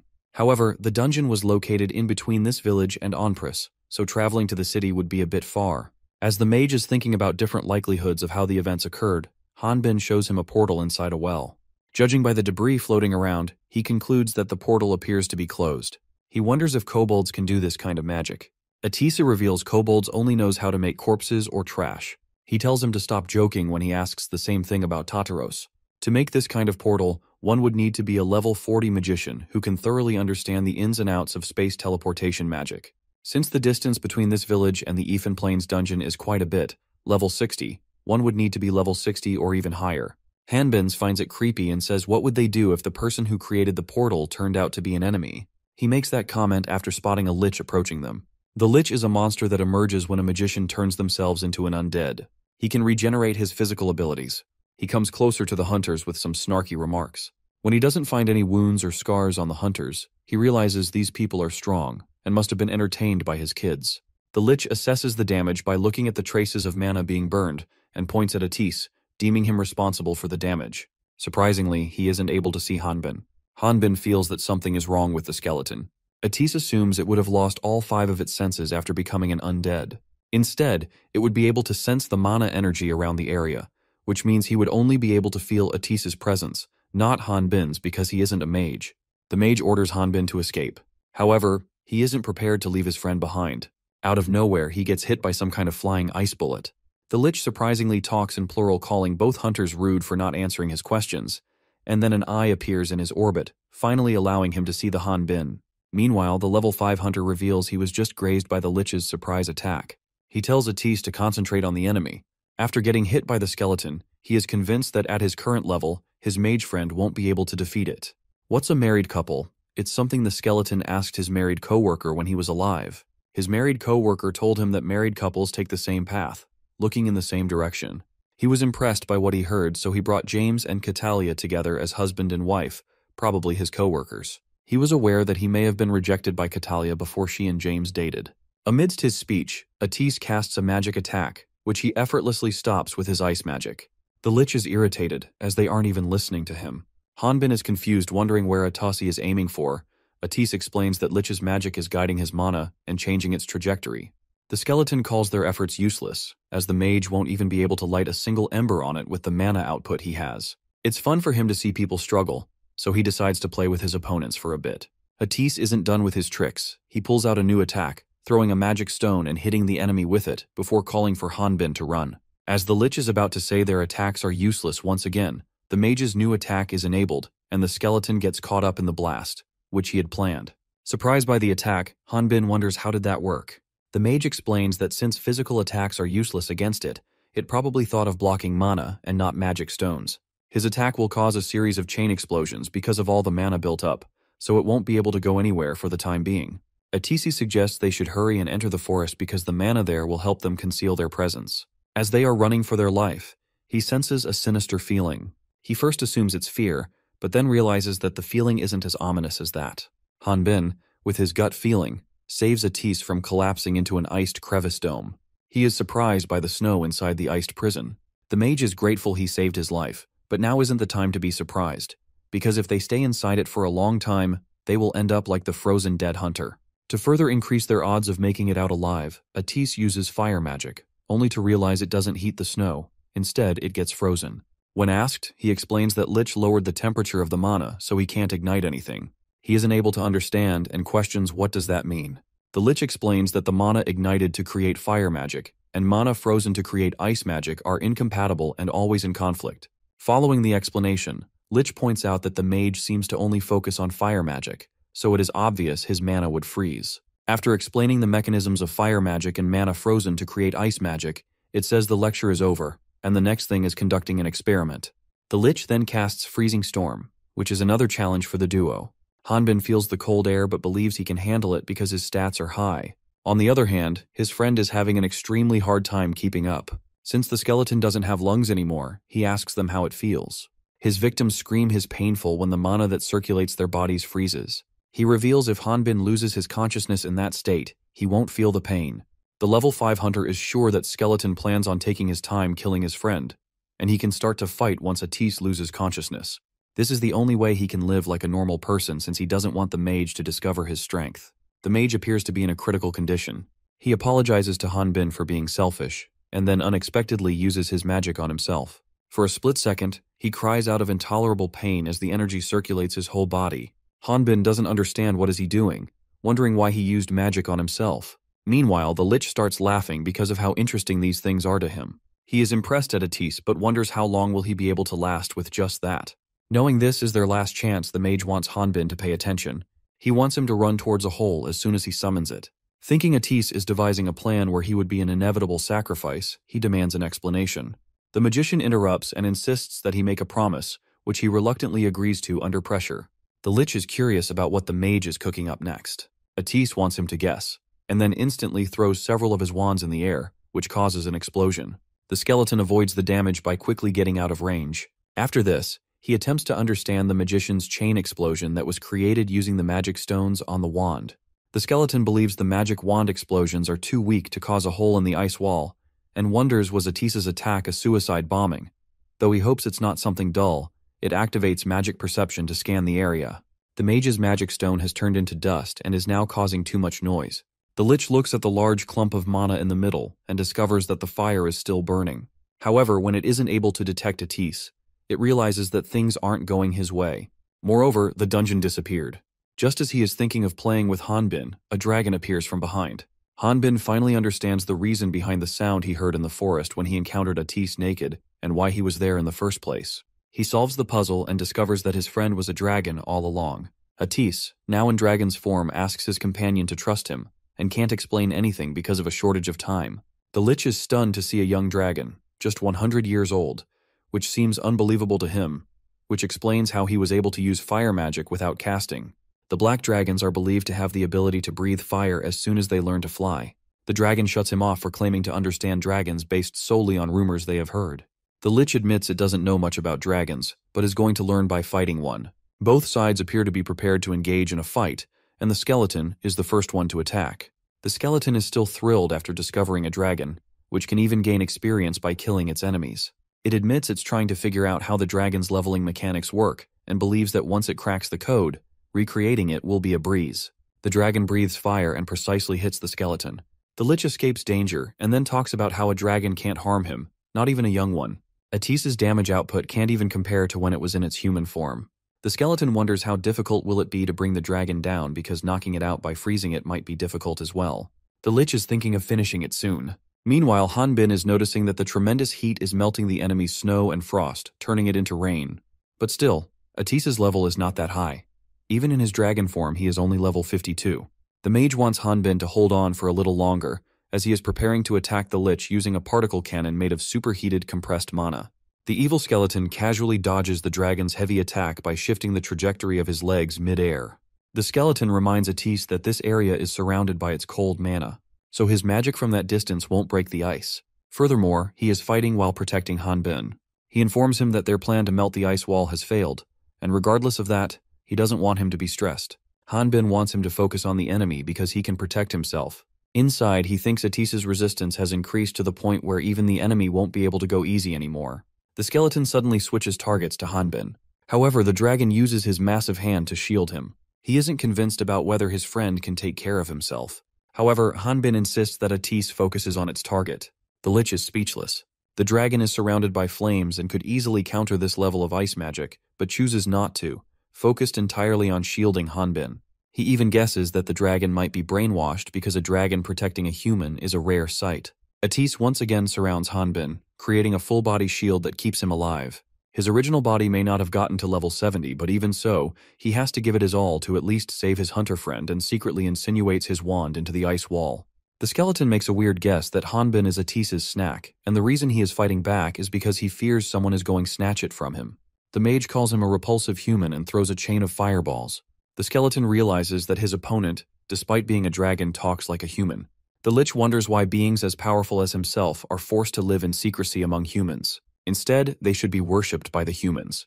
Atis throws a punch at Lich, something the skeleton itself had expected the least. However, Lich regains its footing and impales ice crystals into the dragon's thighs. The skeleton casually floats into the air, looking relaxed, and comments that it's a pity, if only the dragon's levels were a bit higher. Atis asks Hanbin if he's afraid of him. After all, he is a dragon. While having a smirk on his face, the Sword King says that he once saw a monster much larger than him. His friend would be cute compared to them. Atis giggles and reminds him that he claimed there were no dragons in his hometown. He shows interest in his story, but can't hear more about it since their time is up. He demands an answer on whether Hanbin will keep the promise that he made to him. Before Hanbin can speak a word, the ice wall explodes from the inside. Atis commands him to run before the ice wall is reconstructed. Hanbin isn't ready to abandon his friend, but the mage says that he has to stop the lich and reminds him that they made a promise that he would leave. He is convinced that Atis will fight to the death if he doesn't escape. He decides to leave and quickly returns with a plan. The lich is astonished by the dragon's good act. He speaks up about how the magic he prepared would go to waste if Hanbin left. At that moment, wide-ranged ice magic begins showering over him from the sky. He makes it even worse by using Blade Squall, which triggers the movement in ice magic, and they start descending. Hanbin wonders where it all went wrong. Was it when he thought he could block it? When he hid the fact that the man in the well was dead? When he didn't stop him, knowing the lich's level? Was it all because he wanted a normal level 5 life? Atis once again shields him with his massive body and takes all the hits. Hanbin wanted to live like a normal person but got caught up in this mess. The lich sums up what he has seen with just a single word: ridiculous. He is baffled to see a dragon dying for a mere human. Hanbin checks on his to see if he's okay. Atis doesn't want him to worry, because dragons have strong bodies. Despite that, he isn't sure how long his friend will last. All the ice that pierced his body has melted and is causing a huge amount of blood loss. He wonders if will his friend still be alive after he finishes fighting the lich. He can't heal Atis's massive body with the number of potions they have, and revealing his identity isn't an option for him to fancy. Atis feels that it would have been better if he was stronger, even though he promised to protect him. Hanbin is devastated to learn that his friend did this all because of a promise. The lich apprehends that the dragon has taken a liking to humans. He wants to know Atis's perspective on whether he thinks it is righteous for the strong to protect the weak, and whether is it honorable. The skeleton thinks it's an illusion made by the weak majority. It's something they use to make the strong minority protect them. He summons a colossal sword, easily several times bigger than Atis, and gets ready to obliterate both his opponents. He figures he can't risk leaving Hanbin alive, since there's no guarantee he wouldn't spill the beans if he survives. Abruptly, he offers Atis a deal. If he kills his companion, then he will be accepted as a comrade. Atis reflects that, in the eyes of humans, beings like him and the Lich are seen as nothing more than monsters. But instead of giving up living like a human, and becoming something like it, even if that means dying today, he still rather live like a human. After hearing Atis's verdict, the Lich launches the giant snow-carved sword at the hunters. While having a smile on his face, Hanbin acknowledges that his friend indeed lives a hard life, and feels the promise wasn't that big of a deal. Living like a human isn't easy, for sure, as is keeping promises. Suddenly he starts sprinting toward the sword, and by concentrating his raw strength on his feet, he jumps into the air. Atis isn't able to process what Hanbin is doing, who then reveals that he felt he should live like a human too. The Lich is sure that Hanbin will die first regardless of the magic he is using. In that moment, Hanbin changes everything. He uses one of his only 3 skills, Side Slash, which not only eradicates the enemy but also shatters the crevice dome. He adds too much force into his swing that the shattered pieces and debris end up on the mountains on the farther side of the forest. Atis found Hanbin's strength jaw-dropping. The ice walls that barely cracked with explosions completely crumbled with one swing of his sword. Not only that, the Lich also took the most damage. The last time he checked his level with some measuring stone, Hanbin was a low-level hunter. Hanbin brushes off the past, calling it a long story, but still asks Atis not to be angry with him. Meanwhile, the mage felt that he used some magic that could trick the measuring stone. As they are having a banter, the skeleton revives its body and enables the Gehenna's entanglement, an ability that allows it to summon tentacles and manipulate them to capture its opponents. The Lich never intended to use this skill, but now is forced to. These tentacles get stronger by absorbing the energies of their victims, and they will never let go of them until they die, even if the victim is the master who summoned them. The skeleton thinks it's a shame that he now has to be satisfied with their corpses. Hanbin is shocked that the Lich is standing on its feet again, even though he did his best to destroy his entire body. Atis explains that their enemy's entire body is composed of mana, so it can't be destroyed with physical attacks. The skeleton threatens them to reveal how Hanbin disguised himself as a level 5. Hanbin proves his opponent wrong by powering up so hard that even his shirt gets destroyed due to the overwhelming energy surge. The skeleton couldn't believe what it was witnessing. Hanbin, in a stance where he is about to swing his longsword, wants to know how the skeleton knows their levels, even though neither he nor Atis mentioned it. The Lich recalls not being sad when he learned that he had died the first time, because his life was already hell anyway. He was more careful with his second life since he couldn't afford to die once more. It took him meticulous planning to steal the scroll of the undead. He conquered them both, death and fear, or at least this is what he expected. Atis thinks that no matter how many times he sees it, his friend is incredibly powerful. He finds his feat of destroying Gehenna's tentacles just by striking the ground unbelievable. Hanbin is sure he had shattered Lich's bones, but it appears that it had already stitched itself up. After stitching itself, the skeleton turns to Hanbin and seriously questions his identity. Hanbin also wanted to ask him the same thing, because up until now, not even one person he met guessed his level perfectly. He thinks the Lich either is a gifted fortune teller or an otherworlder. The skeleton attempts to escape right after Hanbin reveals what he is thinking. It tries to guess maybe Hanbin came to hunt him knowing that he was an otherworlder. The skeleton admits underestimating him, thinking he was nothing more than a country bumpkin. Hanbin appears before it, even though it is flying at hypersonic speed, and hits it with his longsword, using it like a baseball bat. Just after making contact with the ground, the monster once again starts running for its life. Hanbin expresses frustration about how many good people like him are suffering because of evil people like the Lich. The evil skeleton summons Ice Puppet, Frost Knight, intending to retaliate. However, the Sword King goes past its defense and smashes its face with his long sword. Meanwhile, Atis, spectating their fight from the distance, thinks his friend's power level doesn't compare to a normal human, though he feels that something is off. He speculates that Hanbin is most likely an aura user because a sword of that capability can't be equipped by a normal human. Back to Hanbin and the Lich's battle, the Sword King wonders just how much his enemy can regenerate. The skeleton thinks his opponent isn't using aura because he is planning to turn him over to the Inquisitor for the bounty money. He offers him triple the reward money to let him leave. Hanbin proceeds to throw a stone shotgun before questioning what is it babbling about. The stone shotgun puts countless holes in the Lich's body. Hanbin finds the enemy's regenerative abilities annoying. Atis from a distance shouts that Hanbin should use his aura and explains that the skeleton's body is composed of mana, so if he severs its mana connection with his aura, then he can neutralize it. Hanbin asserts that he knows he is supposed to use energy skills like mana, aura, prana, or force, and these skills can be used up as the swordsmen are leveling up. However, the thing is he can't use any of them because he is level 5. The mage explains that aura is often described as the life energy from an image in one's mind. A moment passes before Atis and the Lich fully process what the man just said. Their faces go utterly blank as the realization sinks in. The enemy doesn't wait any moment after learning that the Sword King can't use magic and throws magic crystals at him. When Hanbin dismisses his attacks as useless, he disagrees, saying that they are still decisive compared to his auraless and ineffective attacks, and they would work just fine on someone like Atis taking Hanbin by surprise. He looks back and confirms that the Lich's attacks are indeed going to hit his friend, and takes a leap back to protect him. The dragon reveals that the enemy plans to increase the distance between them. Now that Hanbin has taken a step back, the skeleton produces some ice slabs and puts them together to create a weapon. The evil skeleton believes Hanbin can't use aura because of his normal human body. Even if he can block liquids from magic, he doesn't have any protection from the mana itself. The Lich reveals it is going to super compress the mana energy and will vaporize him. In the critical moment, the Sword King digs up the frozen ground with just sheer strength and creates a shield. However, the mana level is too great that even it won't shield them for very long. Atis once again wants him to leave because if he can't use aura, there's no way to kill the Lich. Hanbin points out that the skeleton looks dirtier than they saw at first. He decides to take a closer look and in an instant pierces through everything the skeleton had set on the path to cover itself. Hanbin grabs the skeleton from its cervical vertebrae. While smiling like a maniac, he remarks not seeing those cracks before. He is now sure that these cracks indicate that the skeleton can't regenerate if it is ground up into the dust. The Lich attacks him from underneath using a special ski. The skeleton reveals killing countless high-level people and monsters, and feels that he shouldn't be underestimated. He doesn't want to die from someone who couldn't even use aura. Before the skeleton can finish his sentence, he falls flat on the ground and notices that his legs are missing. Hanbin comes out from the smoke and dust holding the Lich's legs and starts aggressively rubbing Lich's leg with his longsword. The opponent cries out loud, asking for mercy, but he continues to rub it against his sword.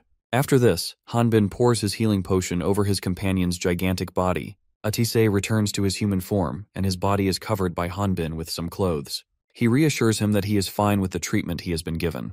Hanbin wonders why is he always naked when he transforms.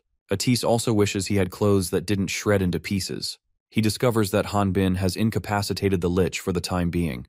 He drove his sword through the skeleton's ribcage, and its arms and legs crumbled into dust. Since the skeleton's actual bones are composed of mana, it wouldn't be able to use magic. Stopping the undead's movement is the best he could do. When the magician spots that the Lich is still alive, Hanbin admits that its core frame was much tougher than he anticipated, which is why he had to resort to more extreme measures. Atis chuckles and tells him to not talk in circles. Also, it's not easy capturing an enemy while killing it. The same applies to Hanbin. If that enemy was a dragon like his friend, then he could have never been able to kill it, suggesting that he already knew Hanbin's identity. Hanbin wonders if his friend already knows the Lich's identity, while Atis wants to find out something from the skeleton. The skeleton feels the magician is looking down on him while being in his human form. Atis grabs the skeleton from its femur bone and sends mana backlash, which makes it scream. Seeing the enemy screaming in pain, he has just discovered that skeletons could also feel pain. Atise reveals the mana backlash of the amount he just used may feel a bit uncomfortable for normal people. But for a Lich, whose body is composed of mana, the pain would be excruciating. Atis demands Lich answer him truthfully if he doesn't want to die suffering from such pain. The question is, who are the comrades that it mentioned before, and why was it going around killing innocent hunters? Suddenly, aqua-colored smoke started coming out from the skeleton's mouth. A moment later, the skeleton expelled the Great Earth symbol, a round coin-shaped badge. In its last breath, the Lich remarks a young dragon like Atis wouldn't understand how the world works. A 500-year dragon would have already figured it out by now since they have already joined them, a mysterious organization. The magician is perplexed by Lich's use of the plural pronoun. Hanbin enunciates the Great Earth while checking out the symbol. The skeleton self-destructs by releasing all the mana stored in his teeth. Elsewhere, Ephor is packing her stuff, planning to leave her old home. She has packed 2 comfy blankets, a brush, a nail file, and more, and is thinking, has she forgotten something? It was pretty difficult for her to decide what important items she needed. With the stuff she has loaded in her bag, she has finished packing and is ready to move. However, her bag is overfilled and she isn't able to carry it, leaving her with no choice but to leave some of her stuff behind. She gets emotional while hugging her bag, signifying that she doesn't want to leave any of her belongings behind. The strange things that happened around the place where Ephor lives have forced her to leave her home and find a new shelter. These strange things include the unexpected appearance of a forest fire, which made the embers burn up her garden. When she turned off her light to sleep, a huge chunk of ice crashed down from the sky. This doesn't end here. There was such a great earthquake that it seemed the continent itself would split apart. And because of that, she couldn't sleep. Her scales became so haggard. Effer speculates that everything that happened must be the goddess's punishment, because she helped the meathead otherworlder. While she's recalling her encounters with Han Bin, she takes notice of someone standing at the entrance of the cave. But when she takes a look at the cave's entrance, she doesn't find anyone. She decides to hurry and leave because her gut is telling her that something bad is about to happen. Abruptly, a man appears before the Effer and is astonished to see a talking wyvern. She is startled, wondering when the man appeared there. She thinks he caught her speaking to herself. The man reveals he was looking for someone and heard her voice on the way, which is why he dropped by. She informs him that no one lives around that place. The man admits to having a hard time looking for them because of that reason. She then declares herself useless, because she hasn't seen another human in over a year, and she can't be of any help. The man insists she must have seen that friend, who is a skeleton. Atis never expected the skeleton to have magic stones as its teeth. From the get-go, he feared that the lich would be self-destructing, and knew that he wouldn't be able to stop it even with his mana if that did happen. He tells Han Bin to run while fading away due to insufficient mana. Elsewhere, a woman named Leslie hears the explosion and turns to a man named Richard, a member of the Great Earth, wondering if a bomb was dropped in a nearby area.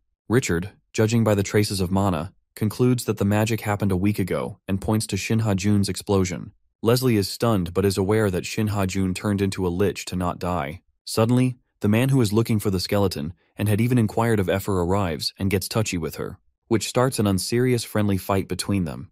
She calls the man by the name Alejandro, who is also known as the Chosen One, reminding him that she had warned him to keep his hands off her. The Chosen One remarks that if she uses her magic on him, she will be getting her hands sliced to bits. Before the quarrel turns into a full-blown fight, Richard intervenes and stops them. He shows Alejandro the place where Shin Ha-jun died in battle. He knows that the lich initiated an explosion that exceeded its healing abilities, and as expected, not a trace of the enemy was found. He brings this up as a reason for Alejandro to maintain a shred of respect. The Chosen One thinks it's weird that the skeleton self-destructed. Leslie also agrees because it's unbelievable that there is someone who could push a level 72 opponent to self-destruct. Alejandro clarifies that he's not questioning that, but rather why the skeleton exploded in that spot, which isn't too far from them. He mentions that on his way to meet them, he saw an area that more likely appeared to be the actual battlefield, about 2 kilometers away. Richard guesses that Ha-jun might have been dragged away from the battlefield as he was self-destructing, but he ponders why he doesn't feel any other energy besides Ha-jun's. He is thinking how in the world Ha-jun's opponents could have managed that.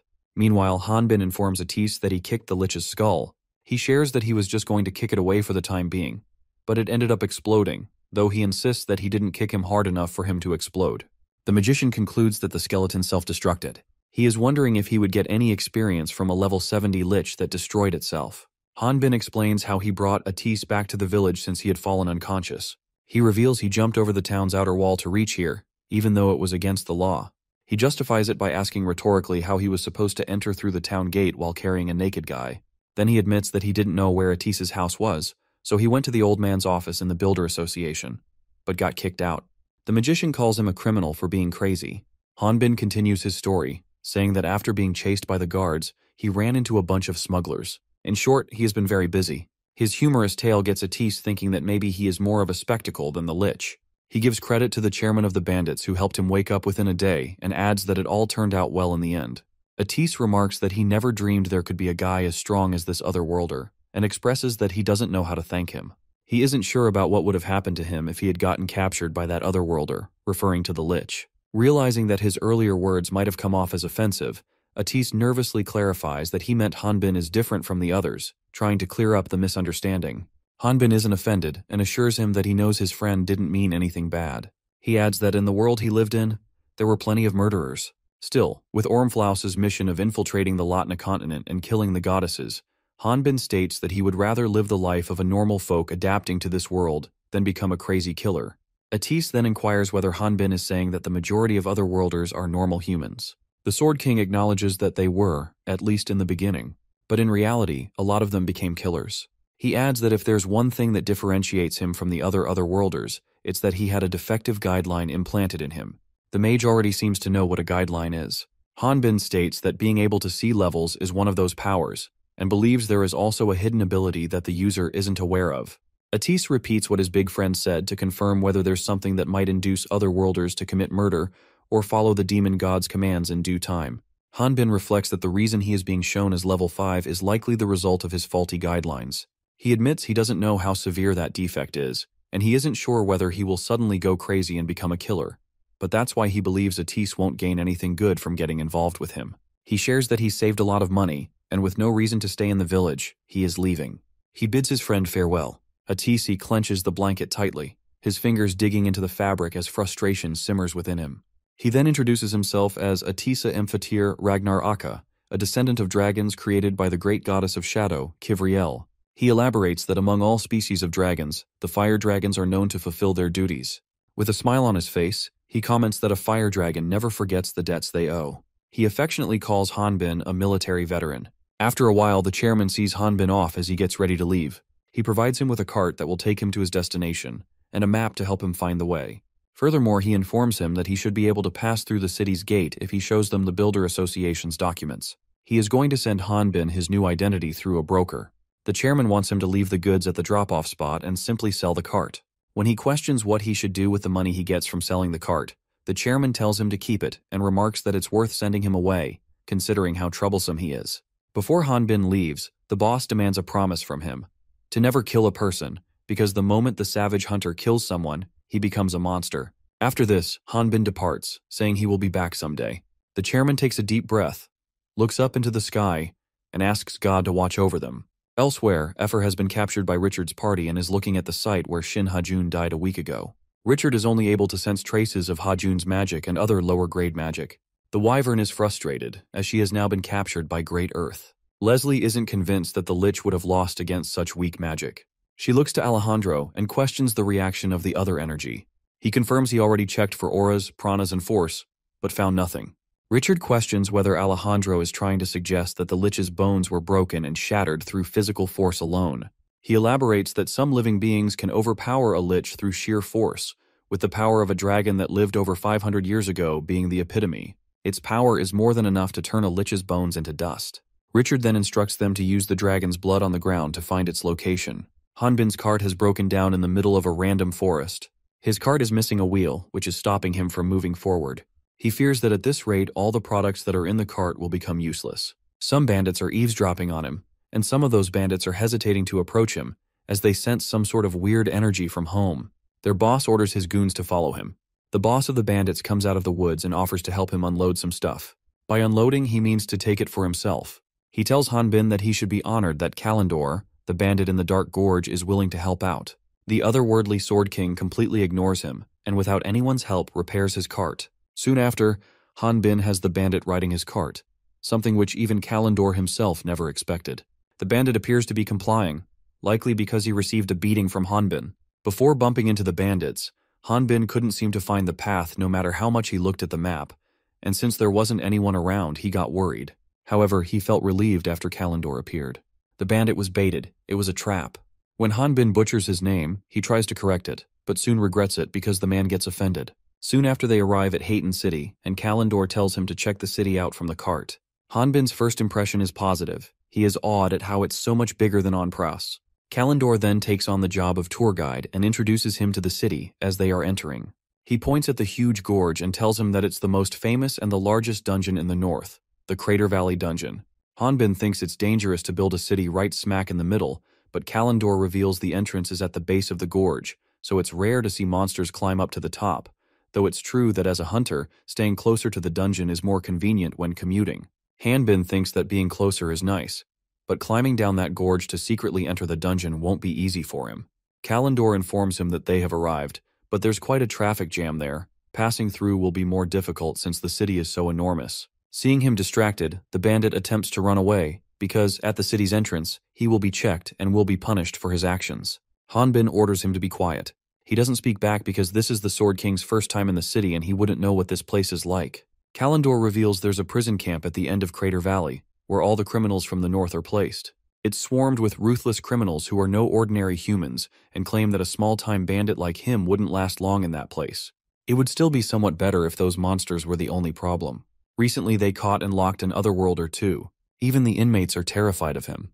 Hanbin repeats the word Otherworlder in disbelief. Kalendor says that the demon will tear him apart.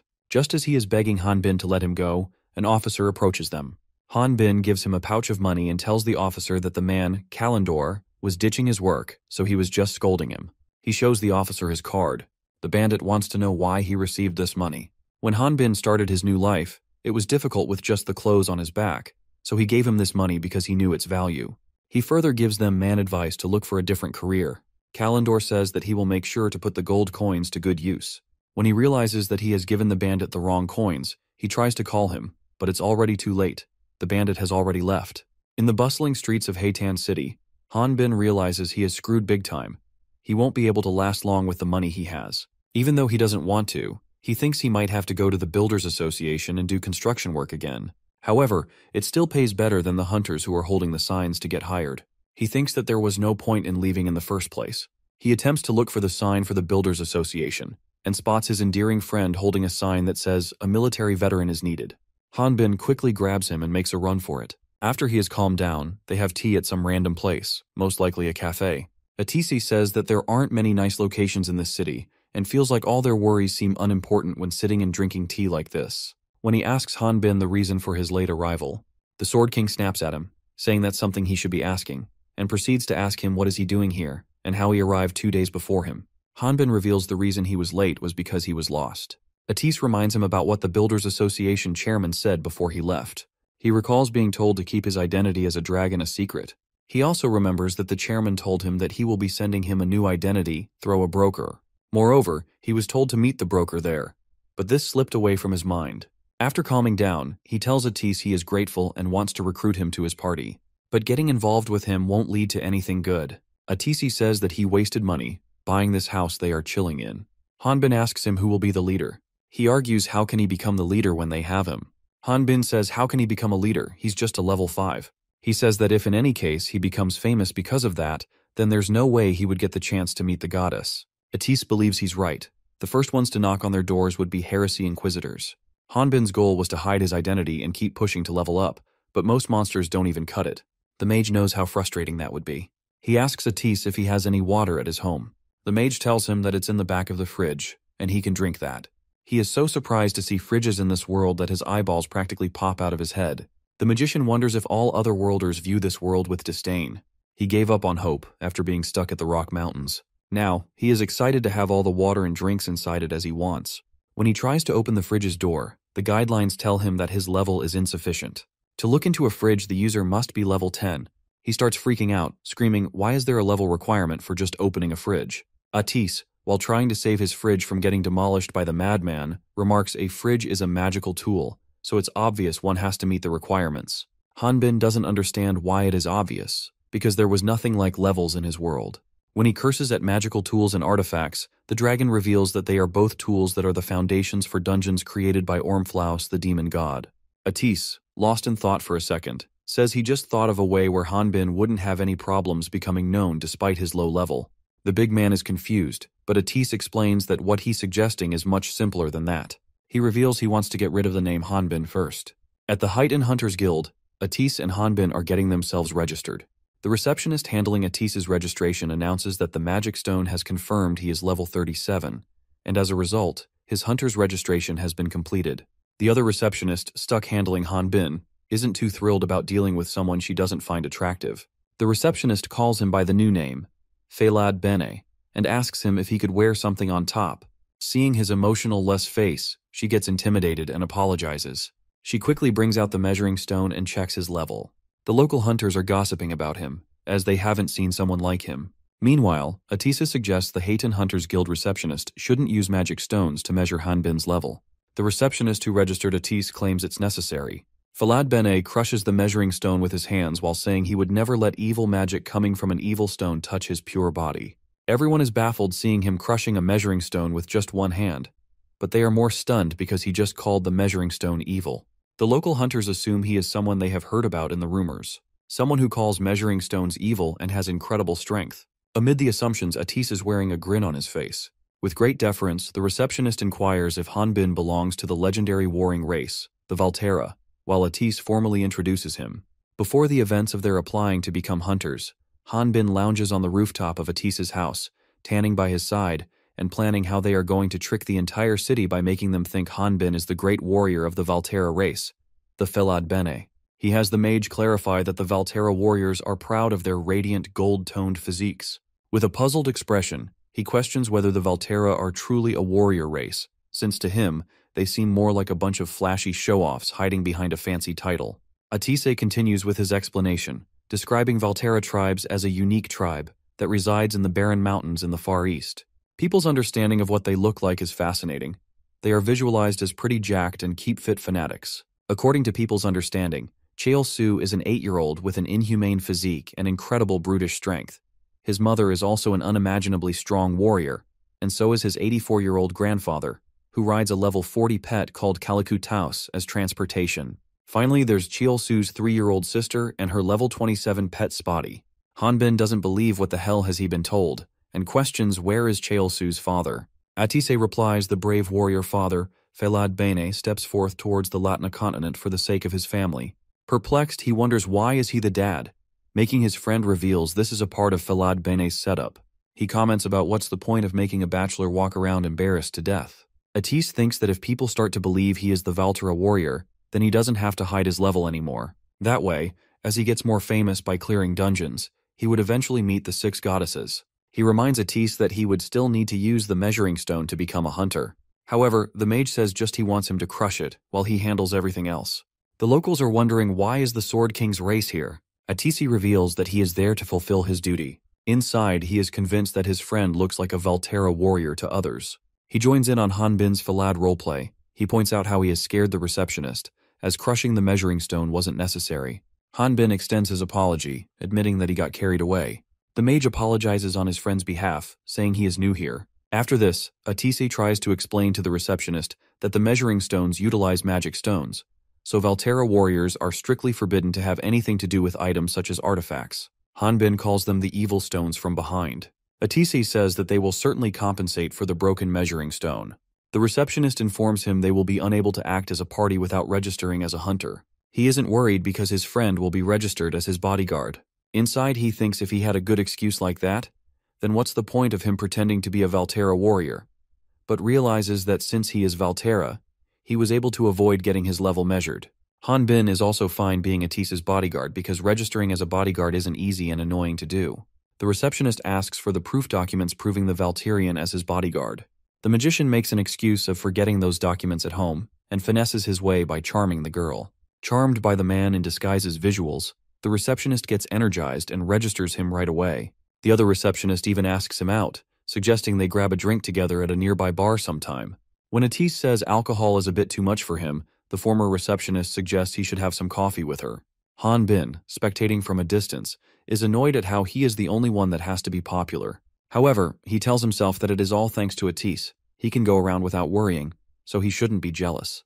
Moreover, he thinks he should have known his body wouldn't attract any girls. Suddenly, a bunch of dudes surround him, inviting him to join their parties temporarily. Some hunters are feeling his muscles, and others are inviting him to their parties, offering up to 70% of their total profit. Overwhelmed, he shouts stop. Somewhere close the Hayton city, Richard's party is staying at a pit-like place that is giving eerie vibes. The acting party leader and Alejandro are talking about dungeon drifters. Richard tells Alejandro that he has caught a good number of Latinians. The Chosen One isn't happy with how his fellow Great Earth member phrased it. He replies he only brought in wandering drifters. Alejandro thinks that from the perspective of a territory ruler, hunters who gather around the crater dungeon are more profitable than normal citizens. Plus, they only accepted selected Latinians as citizens, because no one follows orders as easily as poor scavengers do. Leslie concludes that Alejandro hasn't done anything based on his reasonings. She reminds him that the place they are at was given to them as proof of their alliance with the greater dungeons. He explains that it's because of his efforts that they were able to gather this many people. Richard mentions every dragon over the age of 500 years has joined them, and if there's a traitor among them, then they would need to think carefully about what their goal is. Alejandro feels relieved that Atise ran here in the Hayton city. He won't be able to live anywhere else in his human form, except in dungeon cities. Leslie feels that it's a shame the dragon's blood has dried up, and they can't use location spells anymore. With a smug grin, she thinks Alejandro will have to start putting in the work to find Atise. Irritated by her remarks, he makes it clear that their not finding the dragon isn't his fault. To Richard, it appears that the Chosen called them just to act like a king in front of them, and Alejandro doesn't deny it. He moves the curtain and shows them a performance stage, where he summons an ex-hunter who got caught for killing hunters in the dungeon. This crazy ex-hunter killed about 25 hunters, and he took them away before his execution. Alejandro is going to grant him liberty if he kills his opponent. Leslie isn't impressed by her comrade's feat of capturing a worn-out level 37. The Chosen One tells her to take another look. This time, she notices a patch on his neck, which indicates he has artificial guidelines implanted.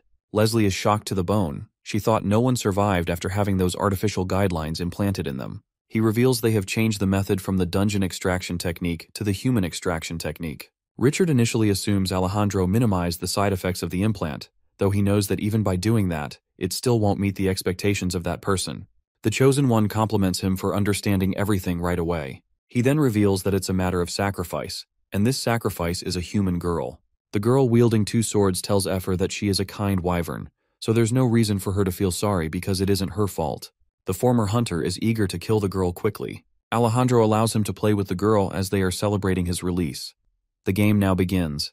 The former reveals he was anxious at first, but the more he used the guideline, the more he began to like it. He believes the girl, his opponent, should be able to see that his level is higher than hers, and wants her to beg for her life. She knows that doing something like that would be useless, and isn't scared to fight. Meanwhile, Effer is scared but is self-aware that being a scaredy cat like this won't make her situation better. After all, she was the Ace Knight Wyvern that protected the kingdom. To rescue the girl, she decides to look for an opening when other worlders aren't paying attention, and then escape from here. She takes off the grazing muzzle and cautiously peeks out of the room. She finds the girl using sublime movement. It appears like she's dancing in the air. The former hunter isn't impressed at all. He wants to intensify their fight even more. She replies that if that's the case, then he shouldn't have taken some time with his appearance. The former hunter is bewildered, as the girl cuts his hair with her sword, and he couldn't even notice. Leslie wonders if the girl also has an artificial guideline. Alejandro remarks that it doesn't make sense that she's at such a high level at her age without even having an artificial guideline. She feels that even a level 5 difference won't matter much if she's of that caliber. She wonders why Alejandro wanted to show off that guy, who only looks good enough to use as an experience. He asks her to take a closer look. The former hunter's rage reaches a new level that he completely ignores Alejandro's order to stop. Leslie is astonished to learn Alejandro used the human extraction technique, which has turned the mad hunter into a Tatiro. He reveals human extraction technique involved creating half human and half monster. This nullified the side effects of the implant. This chimera transforms when they try to use their skills. The only way to get rid of the implant's side effects is by utilizing the human extraction technique. The former hunter, turned into the half Tatiro, attempts to attack the girl, but the girl uses her special lightning ability and sends him unconscious. She informs the judges that she has stopped the test due to the opponent losing consciousness. Alejandro reveals they won't be able to use him and instructs the girl to take care of it before it runs wild again. The half Tatiro regains consciousness and announces that he is fine, only to get slayed once again. Effer was spectating from the get-go and witnessed the girl who was being kind to her kill the former hunter. Even though the former hunter looked like a monster, he was still a Latinian. Moreover, the girl followed Alejandro's order without a second thought. Richard remembers Alejandro mentioned that the girl was blind and presumes that the magic swordsman skills and sword skills must have been executed using the guideline. The Chosen One reveals the girl's senses are extremely heightened. Richard wonders if that means the artificial guideline is a success, and he's curious why Alejandro hasn't reported it to that being yet. The Chosen One reveals that when a person with an artificial guideline implanted in them kills an opponent, they can't gain any experience. Leslie concludes that it's a guideline that can't absorb experience, but before she can share her opinion, Richard intervenes and remarks absorbing experience points from defeated opponents to level up isn't only possible for Earthlings, but also dungeon monsters. Alejandro adds, this is why they have tried to experiment on dungeon monsters as well, but as they can see, there are still side effects. Richard claims that ability originates from another source. Alejandro assumes he is referring to the dragon's core. Since they agreed with the greater dragons, they were unable to test it out. But if there's a traitor, then the story changes. Richard throws an artifact toward him and reveals that the madam has given them this unique item for when they exterminate that greater dragon. Leslie reminds them that this item dealt with Lich and wonders if he would be able to handle it with his level. Alejandro calls him generous because being given an artifact is great, but to be given a unique item is a paramount feeling. Richard plans to inform that being that they are close to completing the artificial guideline. He and Leslie leave since they have some work to do. Before leaving, she reveals feeling jealous because Alejandro gets to catch a greater dragon. Plus, if he ends up making the artificial guideline, then his popularity would skyrocket. He, now all alone in the room, is thinking of the potential risks behind what he has been given. If he doesn't find it, then he will be responsible. He admits to becoming a pushover. Alejandro is thinking about how to find a dragon in human form without any location skills. He commands the girl Ellie to tell the wyvern to come out and clean up the corpse. He then also leaves. She opens the door to the small room where Effer was kept, but finds no one inside. Meanwhile, the wyvern is running for her life. She surprisingly had heard everything from Richard, Alejandro, and Leslie. Additionally, she also found out that the girl is also Alejandro's subordinate. She thinks everyone is crazy and is aware that if she stays here any longer, so she attempts to get out of the city as quickly as possible. Just as she's at the door that leads outside, she bumps into the girl from earlier, who stops her. Ellie closes the distance between them and hits her with lightning magic. However, Effer escapes her attacking range just in time. She feels relieved that the airstrip was short, and believes that it would have been over for her if Ellie knew how to fly. Abruptly, the girl with the artificial outline throws a lasso, which attaches to Effer's leg, and then throws herself in the air. Ellie tells her that she cannot go any further. Effer shouts she hates skies that are restrictive, and this is the first time she spoke in front of someone other than Han Bin. After this, the wyvern attains an even higher altitude, and then cuts the leash, sending the opposition side plummeting from the sky. Effer plummeted her knowing she would be able to land safely because she's a magic swordsman.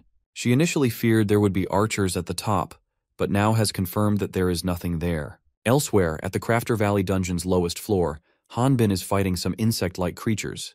He is fighting the monsters to not kill them, but to toy with them. However, he accidentally kills a monster when he forgets to adjust his strength. In a matter of moments, he is surrounded by several more insect-like creatures. He is aware that this isn't the time to take care of them one by one, as they are enormous and in large numbers.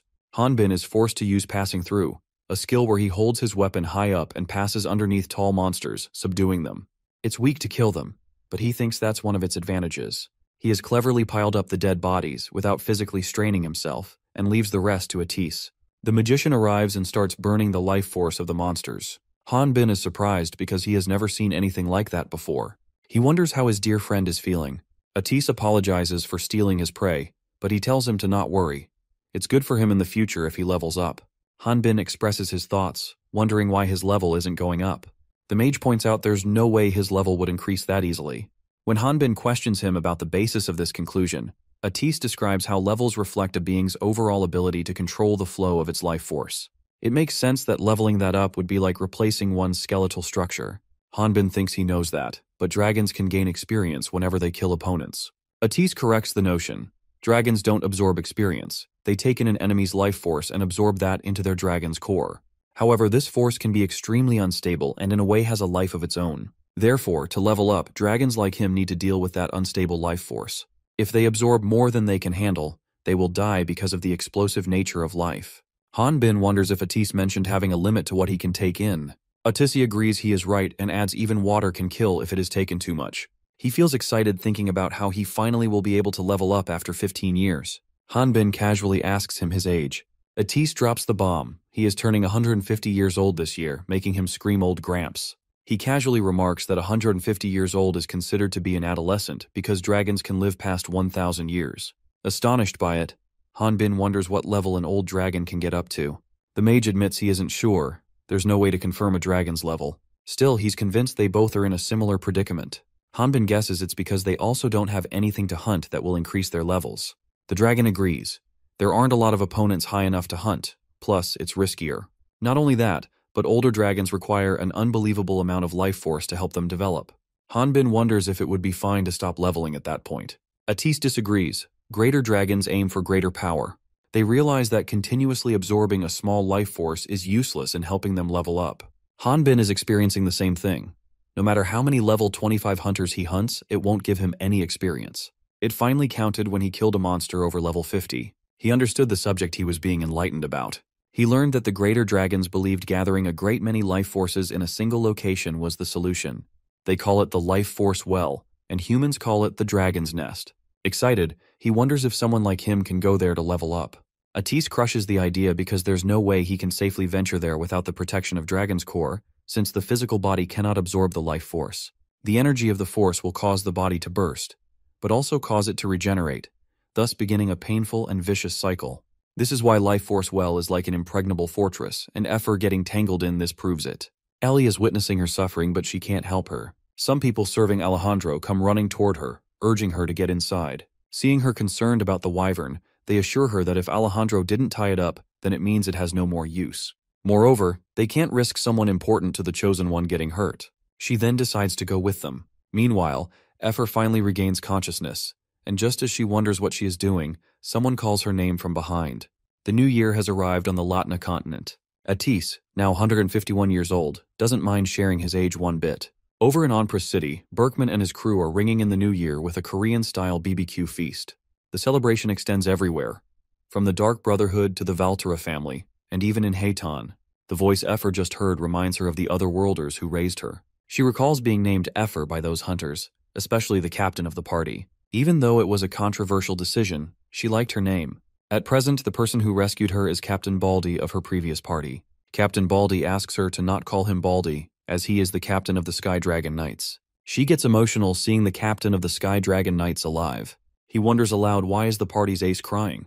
She dismisses his question with a silly answer and then asks him about the location of the other hunters. Captain reveals it's not the members' time to come out yet. The crime of not being able to protect the prince, and the punishment for that crime was executing the entire Sky Dragon Knight squadron, including its captain. She suddenly finds a muzzle strapped over her face. Bewildered, she blurts out to no one in particular that the captain is innocent.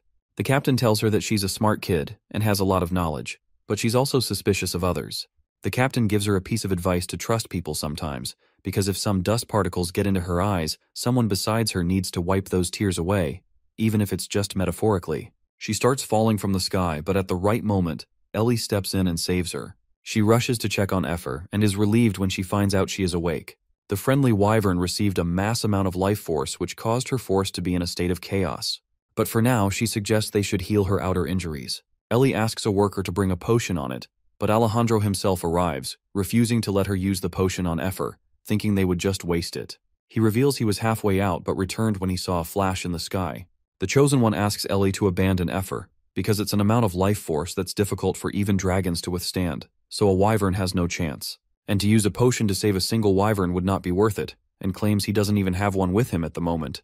He thinks it might be kinder to put Effer out of her misery. Left with no choice, Ellie approaches the wyvern and has her close her eyes. She wants Effer to imagine that she's a dish that's overflowing with water. Next, she asks her to slowly form the water into bubbles of marble, and says that she will no longer be feeling the pain.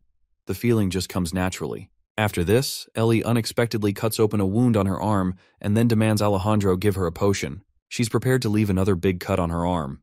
Annoyed by her antics, he says that he would give her a potion, but just this once. She then shows gratitude to him. After some time, she treats Effer using a potion and some bandages. The wyvern believes Ellie is scheming something that's the reason why she saved her. Ellie claims that she indeed has a reason. She asks Effer if has she ever raised plants before. The wyvern replies that she has a small garden. Somehow she concludes she is going to get eaten by her, but she calms her down by saying she doesn't eat her flowers. When Effer questions why is she raising them in the first place, she reveals she is blind and can only see the world through the artificial guidelines since. She reveals not being able to see any colors, but she can see Effer's name. However, it's difficult for her to see inanimate objects, so she has been growing plants. She explains they don't water plants with diseases or ones that are completely withered dry. But in contrast, Effer is alive even after absorbing a great amount of life force. She wonders if it is the reason why she asked for the potion. Ellie clarifies that most people, including those with the guidelines, may believe that the wyvern was just lucky. But she feels the life force circulating inside Effer's body. Ellie suspects Effer has a dragon core, and when she tells this to her, the wyvern disagrees, claiming to be an ordinary wyvern. She suspects it because wyvern is a type of dragon species. Moreover, Effer is a very intelligent wyvern. She instinctively created a dragon core during the process of receiving the life force. At first, this was puzzling her, but she eventually realized that Alejandro had been looking for a dragon core, which further bolstered her assumptions. Ellie explains a dragon's core is the final item needed for the artificial guideline that's been implanted in her to be complete. However, she hid that from Alejandro and has brought Effer here. She wonders if the wyvern thinks of her as a devoted subordinate, even though she has betrayed him. Effer thinks that if Ellie says it like that, then it does seem like she is quite devoted to him. She also thinks she could be pretending. She is lucky that she's alive, so it would be impossible for her to say that she planned for all this. Effer is sure that she won't be able to figure out Ellie's goal if she keeps making guesses. She changes the topic, wondering if Ellie can perceive shapes through her artificial guideline, despite being unable to see with her eyes. She admits but wonders why is the friendly wyvern asking that. Effer imitates Alejandro to make the girl laugh, who she refers to as her older sister. Elsewhere, he has received a list of the hunters that have quickly leveled up in the past month. He tells his attendant that the person they're searching for won't be found on this list. The subordinate shares his thoughts, remarking that he believes the person they are looking for might already be gone from this place. He thinks it is very unlikely, because even if they did, they would have to head to the mid-continent, and traveling there is costly. Additionally, working as a hunter is the only way one can make enough money to save for a trip like that. The subordinate apologizes for bringing a list that is useless in this context. He suggests that if Alejandro is asking for one that stands out but isn't on this list, then a hunter's newspaper is what they should be checking. However, the subordinate believes the people on it, referring to Hanbin and Atisa, are too low level, so these hunters are most likely not who Alejandro is looking for. However, the chosen one has found them, the people he was searching for in this newspaper. Looking at Hanbin and Atisa's photo, he thinks there's no way they would be able to stay hidden looking like that. Inside the crater dungeon, a party of hunters battles giant spiders. Brad and Martin are fighting up close, but the latter struggles to keep up. Brad wonders if his friend needs his help and asks him. Feeling insulted, Martin claims that he would be the first to finish, only for Brad to finish first. He then reminds Brad that ever since they entered the dungeon, he has killed more monsters. Brad refuses to believe that because he believes he has killed 10 more monsters. Seeking healing, they search for their teammates, Elia and Foel, only to find them trapped in a spider web. Brad instructs the girls to not move and says they will save them. Abruptly, the monster launches a distanced attack at him, which edges past him. The hunters are up against the monsters called tarantual knights, usually found in the depths of Crater Dungeon. Martin thinks it would be impossible for them to beat these monsters without buffs. Just before things could worsen, Atis arrives and uses his special skill, freezing, to freeze the monsters, since he still hasn't exposed himself. The hunters are wondering why the room got cold all of a sudden. Brad guesses maybe the monsters did it, but his friend is sure this was not monster magic. Brad notices the monsters have frozen and appear to be dead. Atis cuts in, remarking the monsters aren't dead. They have just lost consciousness. He and Hanbin then reveal themselves to the hunters. Brad and Martin instantly recognize them.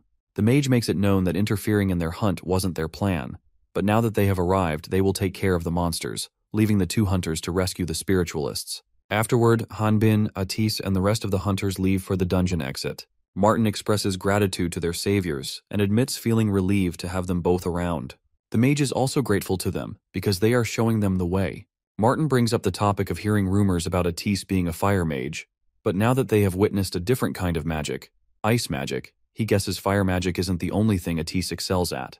Atis comments that after facing a powerful ice mage, he did a lot of research in ice magic. The maidens, Elja and Foel, are fawning over our dragon. They introduce themselves as the party's spiritualists. Martin wonders aloud if Hanbin, or more accurately, Valterra, is thinking of joining any parties, indirectly inviting him to their party. However, the Sword King refuses without any hesitation. Elia doesn't understand why he doesn't want to join them, even though they have extensive knowledge about the dungeons. Seeing Hanbin persistently rejecting, the magician informs them that his friend doesn't like being distracted in his training, which is why they have refused all party invitations. Elja knows the importance of training but believes cooperating as a team is more important. Elja invites Hanbin to drinks, but he respectfully declines. Foel prefers drinking tea while planning out strategies on their days off, and Hanbin dismisses her too. He starts losing focus and says that maybe just once is fine. Atis looks at him with a slightly intense expression, feeling distrustful. A flashback reveals he and Hanbin discussing how to get Hanbin in the spotlight by having him roleplay as Valterra.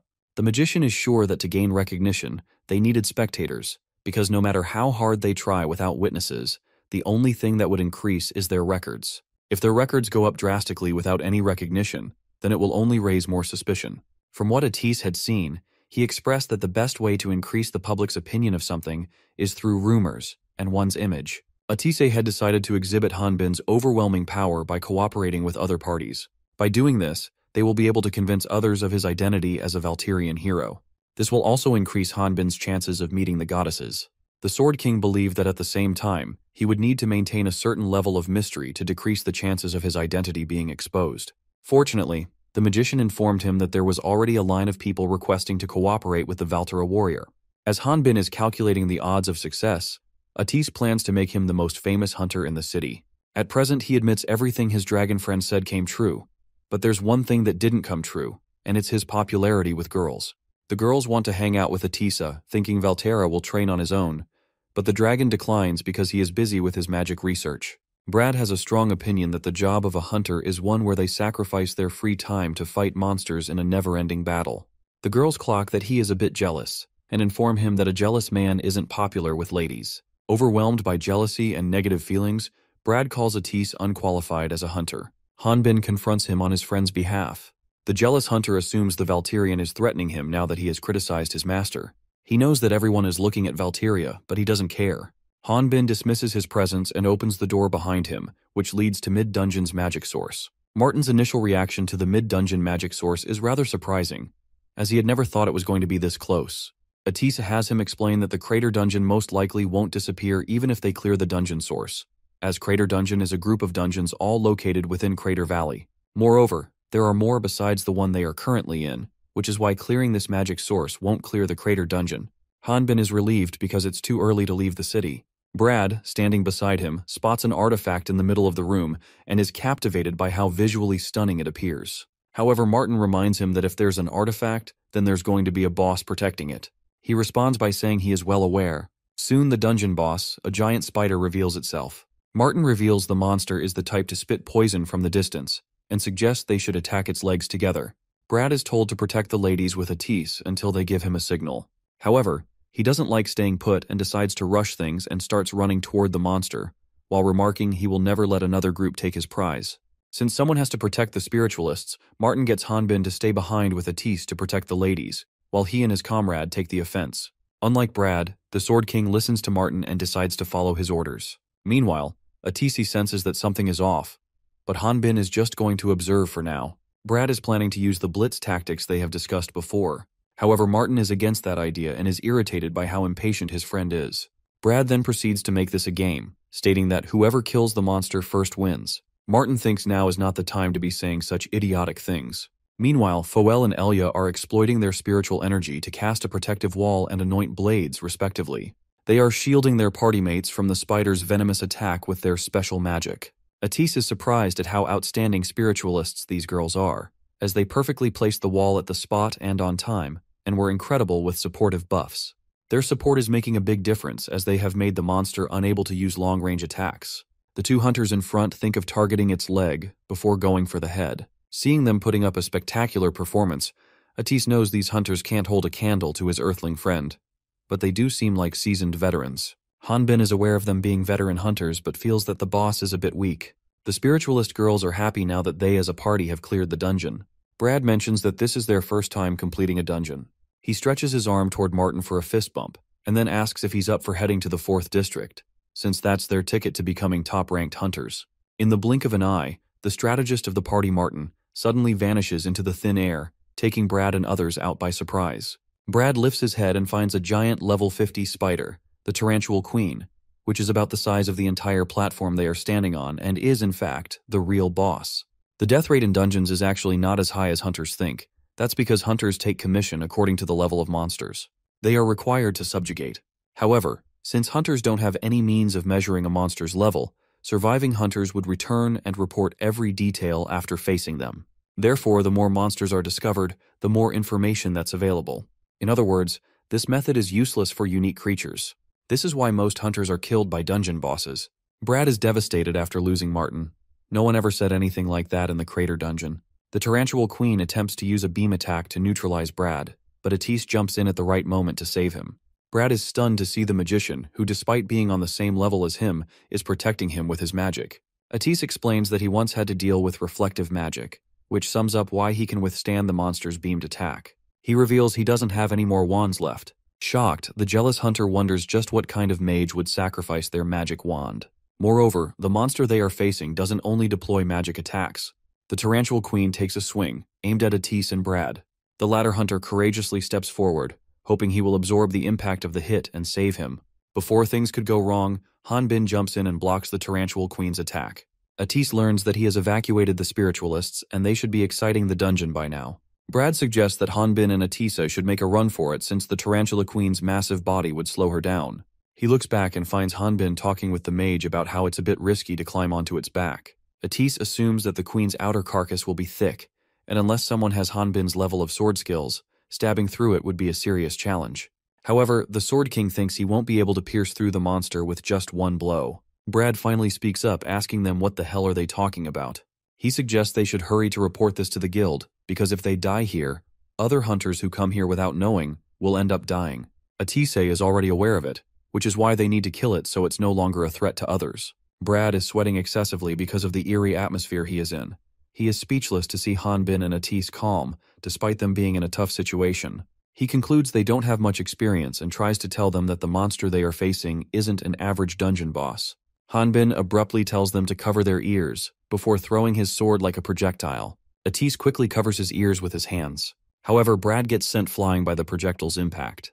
Hanbin's sword impales the Tarantual Queen, much to Brad's surprise, who thought of him and Atis as some inexperienced hunters. He initially assumes Hanbin used a spear to penetrate the monster's thick skin, but soon notices that it is a broadsword, not a spear. As the sword begins to glow, Brad deduces the monster is about to strike and attempts to warn him. However, his jaw drops when he witnesses the monster exploding. The explosion's impact causes Hanbin's longsword and Atis's wand to drop before the jealous hunter. He realizes that they stuck a wand on the sword and triggered an explosion. He is baffled by how creative their way of defeating monsters is. The Valtirian warrior gains 238,110 experience, which adds up to his total of 351,250. Looking at his guideline notification, he thinks he still has a long way to go. Killing hundreds of monsters like Tarantual Queen won't give him much experience. Hanbin declares they are clearing the dungeon. On a suspended lift headed for the exit, the Valtirian is slightly bit annoyed seeing Brad crying. He asks Atis to do something about it. The mage tells him that since the guy is in shock, this is the normal demeanor. Brad admits he's exhausted. He shares that when Martin died, he was completely frozen and unable to react. He also confesses that he envies the Valtirian because the Valtirians are strong from the day he was born. Atise tries to explain to him that even Hanbin had to live in severe conditions. However, Hanbin stops him to give him a pep talk himself. He calls him a spearman and demands he shouldn't talk about the unfairness of the world, because isn't it obvious that one must do their best to survive? And if luck is on your side, you will stay alive and get stronger, which is the same with him. He thinks that it's because of Brad's luck that he was able to meet them and stay alive, and if fortune wasn't on his side, then he would have been dead. Brad vents his frustration at Hanbin, saying he is right. If it wasn't for him, then he would have died. But what about Martin? He asks him if was he trying to say that his friend was unlucky, so he died. The suspended lift reaches the designated destination, where Martin and the spiritualists are waiting for them. Seeing their teammate being disrespectful to their saviors, his teammates start beating him. The Sword King realizes that they forgot to tell Brad that they saved Martin too. Martin explains that Hanbin grabbed him as he was thrown out and cushioned the blow as they crashed against the wall, which is why he was lucky and lived. Brad wonders if is that even possible. Martin replies that whether it is or not doesn't matter. Realizing that he stepped beyond his boundaries, the rude guy apologizes and the entire party say a heartfelt thank you. Hanbin acknowledges their appreciation and then decides to leave. Martin nags his friend for angering their savior, but Brad doesn't know how to deal with this situation now. Atise tells him that they have an offer for him. He discloses that they can't use the artifact they got from the Carter dungeon and are planning to sell it. But since his companion suggested checking with Brad first, he wants to see if they're on board. Atise further says that they will offer it for half price since he will be doing them a favor by buying it from them without having to go through any hassle. When Brad asks the mage why is the Valtirian offering this expensive weapon to him, he reveals that is also because of good fortune. Brad and the rest of the party are excited to finally have one artifact, and they are eager to check what abilities it has. Hanbin, who gave off the impression of being angry at first, has a big smile on his face. He feels that it would be saddening if the hunters died after being saved by them. Besides, Hanbin wouldn't have been able to use it because it has a level restriction. As the Sword King is recollecting what he had just experienced, a coachman and an unknown man appear to be watching him from their cart. The mysterious man hopes they will be willing to cooperate.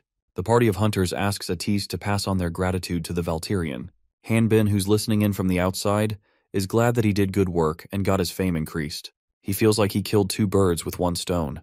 His goal is to become famous enough to catch the attention of the goddesses. Once he earns their trust by helping them out, his contribution level will rise. Eventually, he plans to team up with them and get his revenge on the demon god. Atise is approached by the strange man from the cart. The man gets the mage to hop onto the cart, while Hanbin assumes his companions has already left. The cart suddenly starts moving, and Atise, confused, asks why, since he only hopped on because the man said he wanted to talk. The mysterious man replies that he also didn't think it would be this easy to escort him, making Atise question who is he. The mage is in a tough situation. He has used up all his magic wands, even the backup ones. He got careless because this was a densely populated city. The man calls him wise for not taking out his wand and tells him that he looks like his older sister Adora Bannister, surprising Atise. The man replies that he knows about Adora, even though there isn't much information available about her. She fought the evil greater dragons with the 4 heroes 10 years ago. As a result, this created Upper Draconium, an organization that keeps an eye on the greater dragons. If she was alive today, she also would have received the blessings of the goddesses. Atis demands he stop talking about his sister to grab his attention and get to the point. The man apologizes, explaining that he was simply concerned after hearing rumors that the current head of the Bannister family had been living in seclusion for the past 10 years following his sister's death. However, seeing Atis in person has reassured him. The dragon is confused, wondering what is he talking about. The mysterious man cuts in and remarks they have arrived. He reveals he has selected a location where there hardly are any humans, and states why don't they head inside to talk about the details. Atisi pops out his head and realizes that they have arrived at his house. The mysterious man's face indicates that even though he wasn't expecting the coachman to stop at Atis's house, because he had selected a different location, he pans his face toward the coachman, intending to curse him. However, he finds Hanbin standing beside the unconscious coachman and immediately realizes that he is at a disadvantage.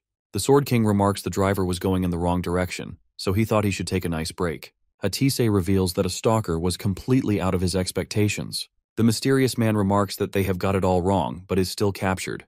The Valterian is trying to figure out a mysterious emblem, the mysterious man's possession. Atise can feel subtle holy energy coming from it, which belongs to Altia, the goddess of light. He concludes that the emblem is the genuine thing. Hanbin and him realize that the man before them is a priest from the Order of Light. The mysterious man introduces himself as Emil Otto, a high priest who worships Altia, the goddess of light, and he is level 45. Atise apologizes and remarks getting kidnapped is something that never crossed his mind. Emil clears up the misunderstanding, saying he wasn't trying to kidnap them and only intended to secretly talk to the magician. He understands why Atise took such measures, but cannot forgive his savage friend for restoring to violence before hearing his explanation. He insists Valterian warriors say something, and in response, Hanbin uses a special skill to pretend that he is a foreigner and speaks in the Valterian language, but still fails to convince Emil. Atise is quite baffled that the Order is looking for him rather than the powerful Valterra. He asks Emil if he came looking for him in secret, and wonders, does that mean this is some kind of confidential mission? Emil praises him for being sharp. Inside, he is thinking that with most of the greater dragons gone now, he is looking down on this young, inexperienced head of the dragon hunter's family. However, he admits that this may be his mistake, seeing as how Atise can take leadership over the savage Valterra. He can't believe the mage is just 17 years old in his human form. Emil makes it clear that he is going to trust Atise and formally asks for his cooperation with the Order of Light. He asks him to be attentive to the information that he will now reveal as they are classified as top secret. Emil informs them that he is currently investigating a man named Alejandro in the refugee villages surrounding Crater Valley. He shows them the suspicious man's picture, but both hunters don't recognize him. Atise wonders if the man in the picture is running a criminal organization and using the refugee villages as his base. Emil claims that it would be a lot simpler if that was true. Emil starts explaining about the refugee villages first. The refugees were originally not citizens of this city, but due to the appearance of Crater Dungeon and the sudden inflow of hunters, they were forced to live outside of the city due to the sharp increase in resident taxes by the ruling lord. A flashback shows a breadwinner returning to his family after making some bread and butter. His family greets him warmly, his wife inquiring about his trip to the city and his daughter eager to know how much he sold.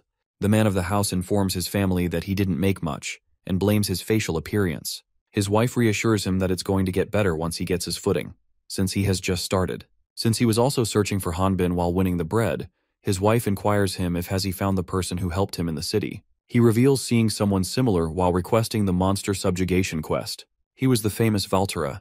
His wife wishes that Valterra warrior would come to their village once. Suddenly Joseph, their acquaintance, comes screaming monster. The man commands his wife to run toward the middle of the village and asks Joseph what's wrong. Joseph attempts to tell them about the toad-like monster, but before he can finish, the monster swallows him. Everyone in the village starts running for their lives. The monster that has attacked them is supposed to be nocturnal. Just as the man is preparing to fight the monster, his wife informs him that their daughter is nowhere to be found. He comments she must be inside somewhere and tells her to hurry up and look for her. Soon, another man wielding an archer, acquainted with Joseph and the family man, comes forward to help. He reveals that Joseph charged into the monster's net after saying he would hunt one. The family man already instructed Joseph to wait, because he was going to report the monster to Guild, but Joseph didn't wait and got annihilated. Based on the monster's size and strength, the archer deduces that no one would accept their quest for a small reward. Moreover, this isn't the first time they have made a request, and is sure there is no backup. Suddenly, the family man's child appears at their house's entrance, shocking the family man, the father. A normal human who isn't a hunter can train all they want but still only be below level 10. These monsters that hunters kill so easily are what normal people fear far more than earthquakes and storms. Elsewhere, Emil claims that the Order cannot interfere with the management of territories, so they must resort to asking hunters for cooperation in helping out those in need. In exchange, they will increase the level of their contribution so that it would increase their chances of meeting the goddesses. Atisi wants to cooperate and can start right away. However, the Sword King intervenes and bluntly rejects Emil's proposal. Hanbin wants Emil to stop making his words sound as if they have a sense of justice. He remarks if what he just said is true, then there would be no reason for him to come and find a dragon hunter. Emil tells the Valtirian that he is correct, and reveals the goal of this mission is the base of Alejandro the Dragon's Nest. Atis gets all worked up, calling it impossible, and wants them destroyed. And even if one still existed, this isn't a matter to be handled by hunters, but by the Order or the Brotherhood themselves. Emil says that their Order wishes to go into a full investigation right away. However, they can't find a single fault with Alejandro, and the actions that he's been seen doing are not criminal in nature. On the contrary, the refugees actually call him a hero. Another flashback shows the family man's little daughter was rescued by Ellie and Effer. Ellie, the magic swordsman, informs family man that they came from the dragon's nest and were sent by Alejandro. The story takes an even further step back in time to reveal an earlier event. Ellie was tasked to assist the refugee town with Effer. Alejandro calls it a small effort on his part for the powerless refugees. He wants the magic swordsman and Hendy, a member of the refugee support team, to hunt the monsters prowling around town, and also leaves the rest to Hendy. Hendy reassures him that he will carry out his duties, and even thanks him for giving him such a big opportunity. However, Ellie is not very happy with Alejandro's decision to send a refugee team to support her and Effer. She wonders what is he planning. He asks Hendy to monitor the wyvern's activity, as she previously attempted to run away. He involves Ellie in the conversation, who says she's been continuously warning her. She believes that if she lets go of Effer, the Chosen will have the support team take responsibility. Alejandro reveals that up until now they have been moving secretly for the sake of justice, but if many refugees wish to migrate here, it could change most things. After the hearing of Dragon's Nest, they will be accepted to come in through evaluation, leaving Ellie confused. She wonders what was the point of minimizing the number of residents there while strictly keeping this place a secret. She once again wonders why he's suddenly so determined to tell the world about the Dragon's Nest. End of the flashback. Ellie is about to be crushed by the monster that has attacked the refugees. Effer repays the favor by side-tackling the monster. However, during the process, she ended up getting the magic swordman covered in filth. Resting near a riverbank, she is drying out Ellie's hair. The magic swordsman wants her to stop because she's projecting too much wind. The wyvern compliments her for having beautiful hair. She replies she is thankful for the sentiment, but there may be many monsters left, suggesting they can't be careless and have to keep their guard up. Following her comment of being wary of the monsters, she wonders if Ellie is planning on completely exterminating the wild monsters, because she believes doing this much will reveal their location to monsters. Effer claims to have lived life like a wild monster. She wonders aloud if are there any times when Effer uses her sword without the guideline. Ellie reveals she often doesn't use the guideline, because she feels that it isn't good to be dependent on it. The wyvern claims to have memorized the movements of her swordsmanship when she was using the guideline because she has witnessed it many times, but she has noticed that the rhythm becomes unstable once in a while, which is why she asked.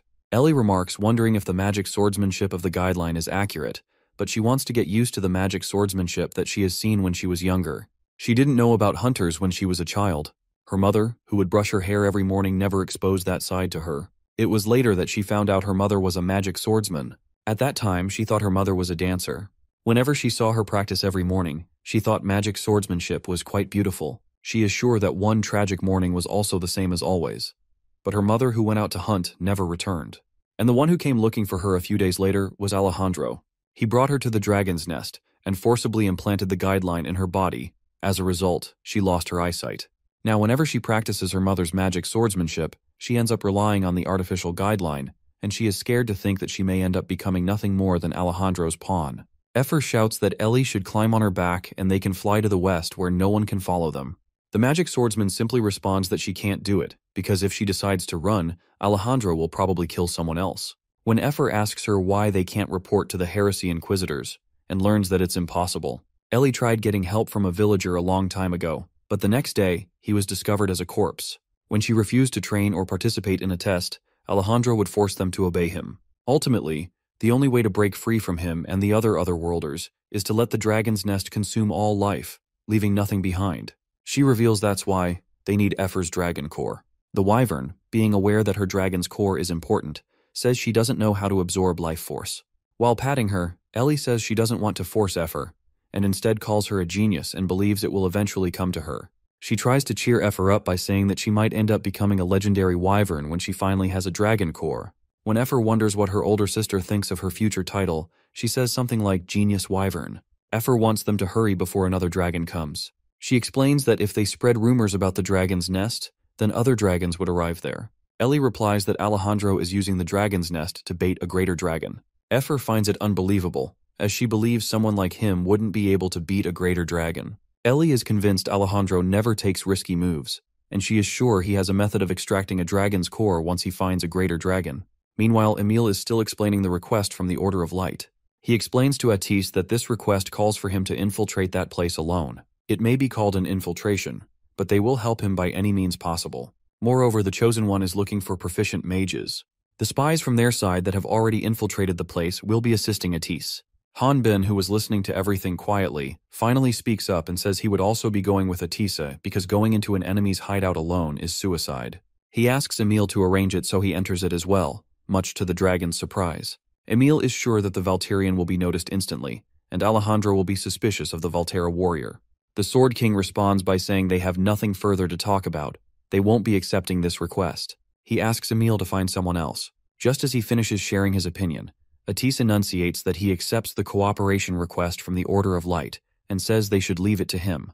Hanbin is surprised to see his friend dismissing his opinion, and before he can say something, Atis reminds him that he's just his personal guard. The person who decides to accept or decline a request is the master. Since Emile is waiting for Atis's response, he is satisfied with his response. He remarks that they would be waiting at the eastern gate and will give him the documents and items he needs when he arrives. After Emile leaves, Hanbin confronts his friend demanding a logical reason for accepting a request without having any background information. He believes that cooperating with others might be good, but he can't be of any help if Atis is required to go alone. He once again suggests Atis reject the Order's offer, or else he would reject it himself. The magician has already accepted it, swearing on the name of the Banister, and can't go back anymore.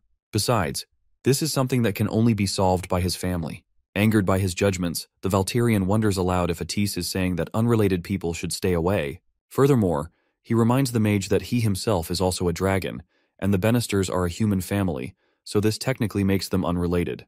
Hanbin offends him, who demands he take back his words. However, he insists that Atis cancel the request, because he doesn't understand what's so important about the Banister name. Atis has a debt to pay to the Banister family, and wonders if Hanbin truly expects him to ignore the fact that a dragon's nest still exists after his foster sister sacrificed her life to destroy them all. Enraged, he feels otherworlders know what honor is. Hanbin thinks honor doesn't mean anything if you are dead. Atise wasn't expecting a very emotion-driven reaction from him. In response, he explains that he has gotten a little stronger after leveling up, and wants him to not worry. He then leaves without bidding his friend any goodbyes. Sometime later, in the cart, Emile gives Atis his new identification papers and a briefcase that carries his disguise. Emile reveals in his identification papers they also have added a document stating that the mage's level is lower than his actual level so that they wouldn't be on their guard around him. He then points at a page that will tell him the state of how his body should be. Atise tells Emile that he knows how to read and commands him to stop so he can concentrate. Emile apologizes and internally thinks that this appears like the mage just had a couple's fight, which gives him chills. After reading the identification document, Atis finds a mistake in the document.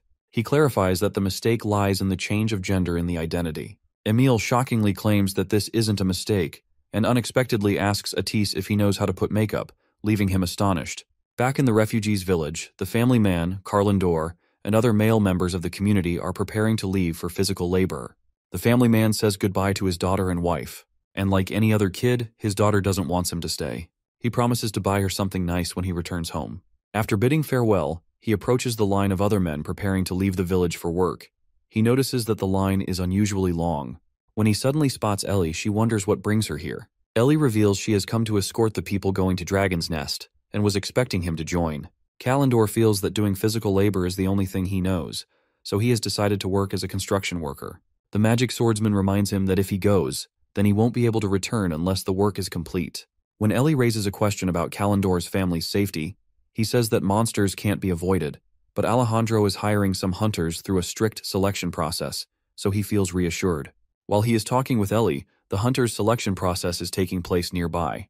The magic swordsman noticed that the level of average participants varies from level 25 to 30, which isn't as high as she expected. Effer enlightens her that going to the dungeon is more beneficial for those of higher levels. Since Ellie can't see anything from the distance, she climbs onto the wyvern's back, and together they watch the fights from the camp rooftop. The announcer calls for contestant number 59, and to everyone's surprise, Atis, disguised as a girl, emerges from the crowd.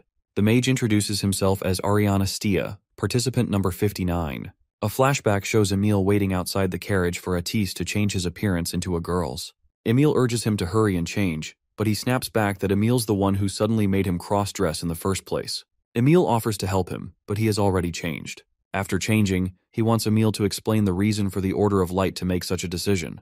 And what about the other 5 religious groups? Emil reveals the other orders.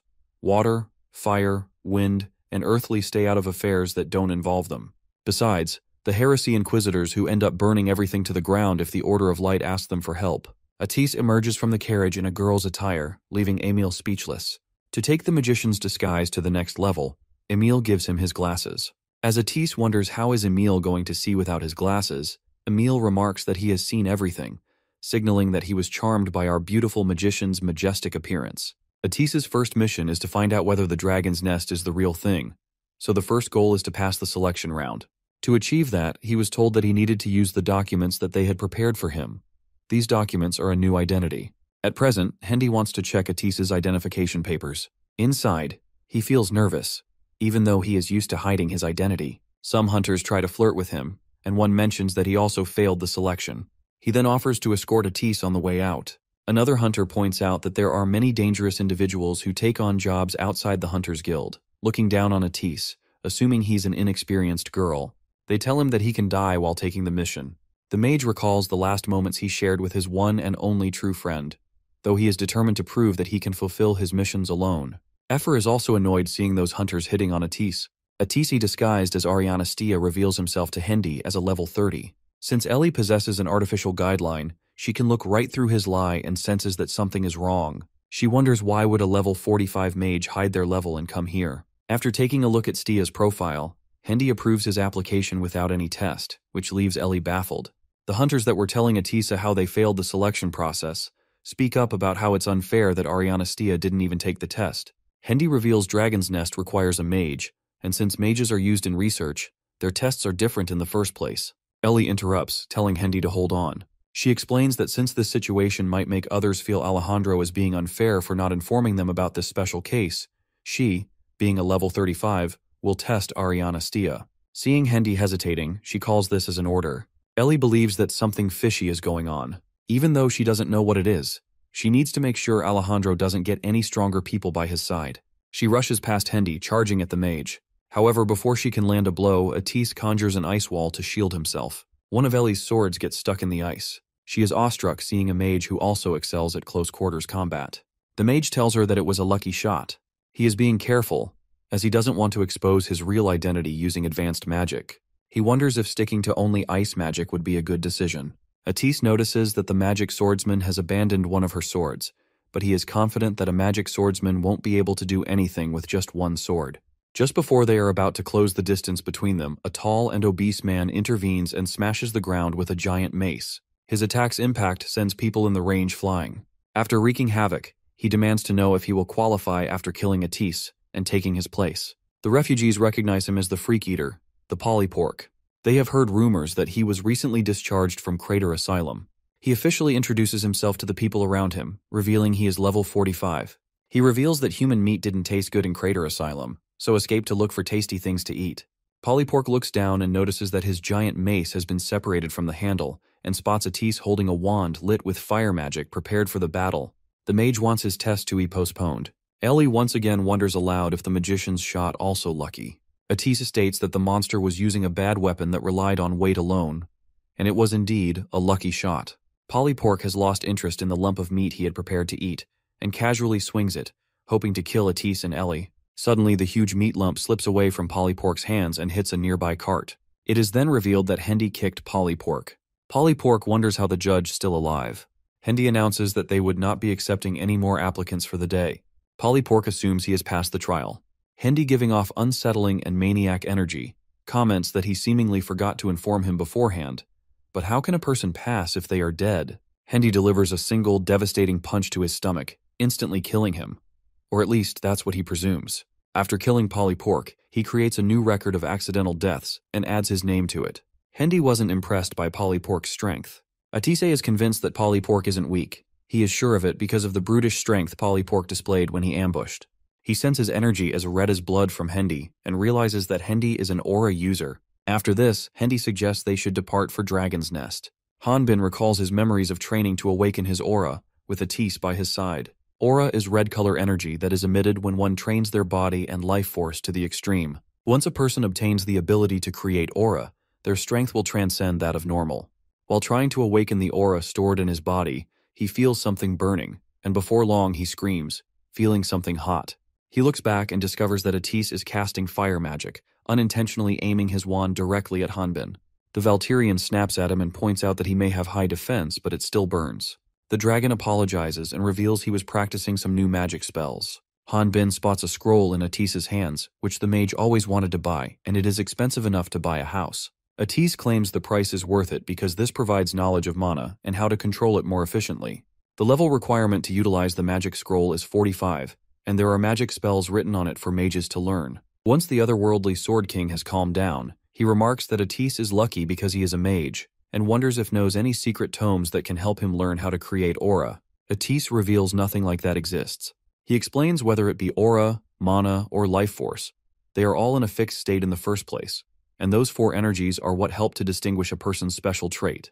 They will then learn skills and become a certain job class according to those traits. Life force is something everyone is born with, and manipulating the four energies may be learned. However, unlike the other energies, aura must be learned through vigorous training, and it's been said that even one who's trained for over 40 years isn't guaranteed to acquire it. Since being able to use aura varies on individual brilliance, people aren't suspicious that Hanbin isn't able to use it despite how strong he is. The Valkyrian wonders if someone will start to suspect him if he doesn't use aura for a long time. Atise nods, claiming this will most likely happen. He adds that high-level dungeons require one of the four energies, so not using aura would seem suspicious. Hanbin feels his friend is saying that there are countless monsters like the Lich lurking in dungeons. The mage is sure that they will most likely encounter problems that would be impossible to solve with physical force alone. The Sword King holds his broken guideline responsible because if it worked properly, it would be easy for him to use aura. He wonders if he will ever be able to learn it without the guideline's help. Atise reassures him that if by any chance they face any enemy that the Valkyrian can't handle, then they will somehow get through it with his magic. He admits that he still has a long way to go, but he will work hard to raise his level. Shaking off the memories, Hanbin refocuses on the situation at hand. He is feeling desperation due to Atise's stubbornness. However, when he looks back, he realizes that the mage lived up until now hiding his identity as a dragon, and is now sure that he will be all right with his disguise. Moreover, he feels that no one else would have a level as high as Atise. Elsewhere, Hendy announces Stia as the last successful applicant. As he is about to welcome him, Atise ignores him and runs past him to check on Polypork. After confirming that Polypork is alive, Atise snaps at Hendy, asking why Polypork deserves death. Atise remarks understanding that Polypork may have caused a scene during the test, but demands an explanation on why is Hendy reporting it as an accident when Polypork is still alive. Hendy wasn't expecting Polypork to be alive. He remarks Polypork's subcutaneous fat is thicker than he had expected, but is confident that Polypork would soon die of natural cause. Atise gets Ellie to help him save Polypork. He instructs her to wide open Polypork's mouth so that he can feed him the potion. He thinks they can't leave Polypork like this, and suggests they should place him in the bag carriage and take him to Dragon's Nest. Hendy watches them with a blank face. Soon, the refugees, hunters, and the rest arrive at the Dragon's Nest. Effer, who is carrying Polypork, comments that she is tired.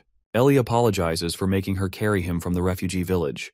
The wyvern reveals she did it as a favor for the person who saved her older sister's life. Meanwhile, Atise's first impression of the Dragon's Nest was far beyond his expectations. He was expecting Dragon's Nest to be a naturally formed place, but that wasn't it at all. The pipes and devices show that it was built by human hands. Not only that, a real dragon's nest would be filled with life force, but he can't feel anything from this artificial dragon's nest. He wonders if they copied the ruins, and considers testing it to see if it works. Seeing Atise behaving oddly, Ellie sneaks up from behind to see what is he doing. Startled, he isn't able to give her a proper reply at first, but then reveals that he noticed there are a lot of pipes. She is thankful to him for saving her life, and then points out that he was just very reckless. He misunderstands her, thinking she is talking about Hendy, and proceeds to gossip about Hendy. Ellie clears up the misunderstanding, and then she has the mage look behind, where they spot Hendy operating as a judge. She reveals Hendy is only working as a judge for now.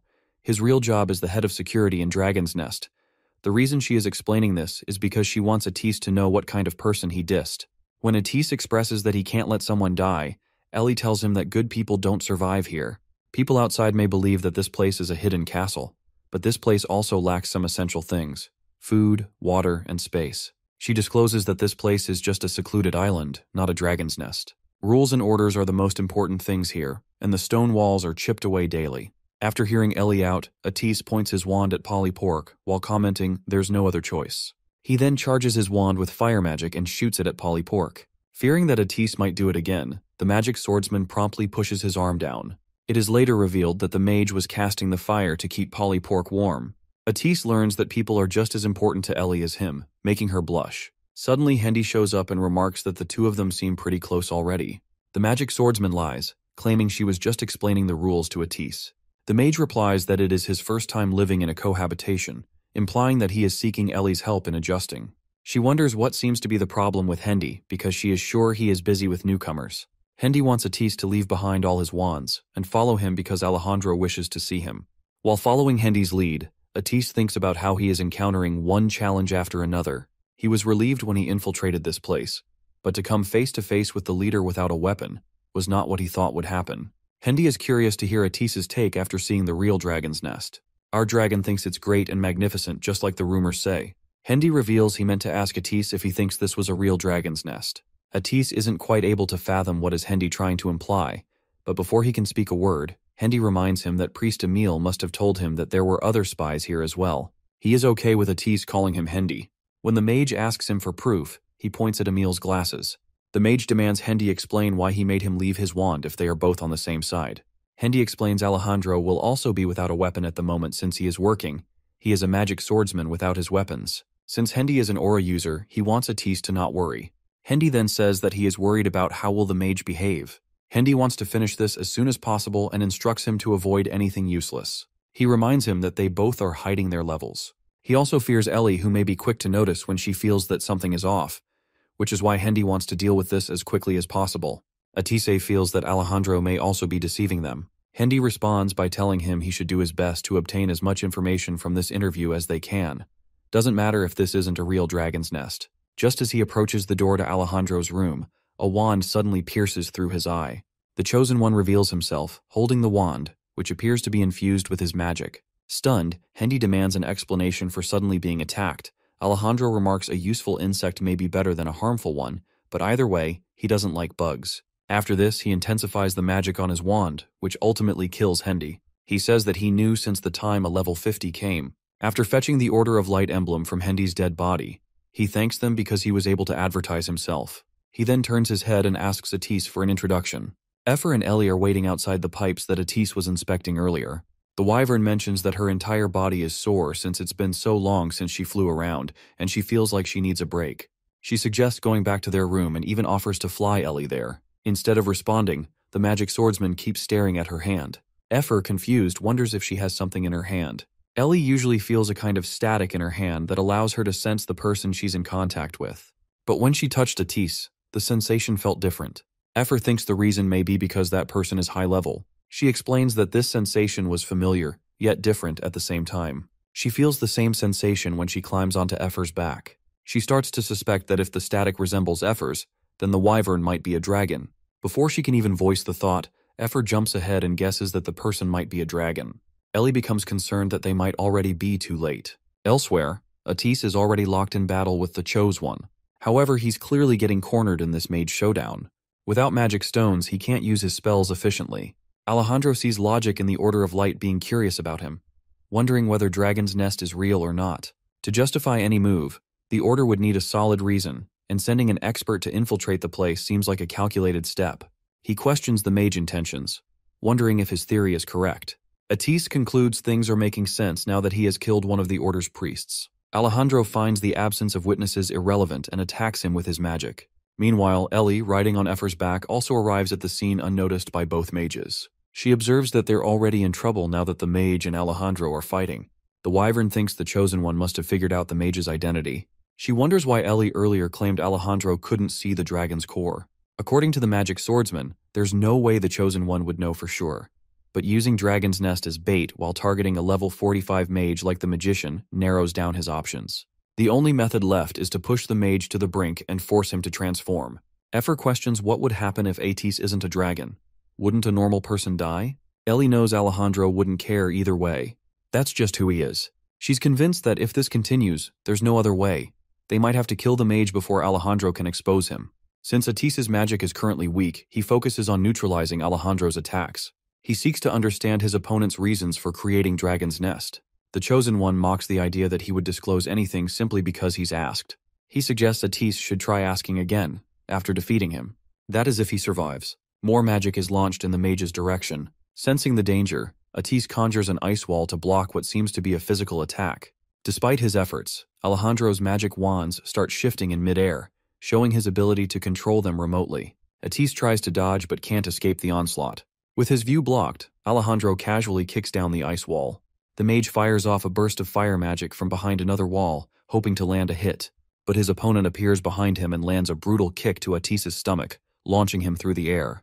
Alejandro questions the mage's humanity, suggesting that even as a fake human, he's far too fragile. Meanwhile, Effer and Ellie flee the battlefield. The magic swordsman, clearly upset, demands to know why they're flying in the opposite direction. She insists they need to head straight to Alejandro. The wyvern questions what they're even supposed to do once they get there. Ellie reasons that the Chosen One will force Atis to transform, and if that happens, she'd rather end the dragon herself.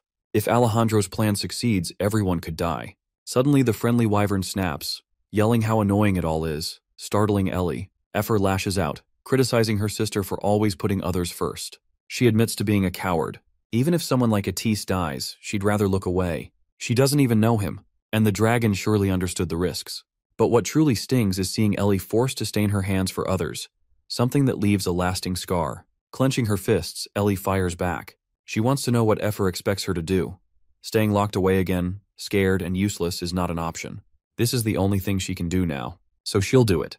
Back at the battlefield, Alejandro now has Atis restrained with magic and chained to a wall. Alejandro has grown impatient. He demands honesty, questioning whether his opponent had any hidden reasons for coming here. Atis, barely conscious, states that this place should not exist, and Alejandro will gain nothing from it. Curious, he asks why. According to the mage, only dragons can control Dragon's Nest because a dragon's core is required to collect life force. Alejandro suspects the mage might be one and shares that suspicion. Atis gives a vague response and notes that the Dragon's Nest is still incomplete. He doesn't know what Alejandro is ultimately after. But whatever it is, it won't come easy. Frustrated, the Chosen One uses his magic to drag him to the edge of a high ledge, threatening to toss him off. He offers him two choices: snap his neck with a little extra pressure, or let go and watch him fall. He keeps pressing for the mage's trump card, calling this his final shot.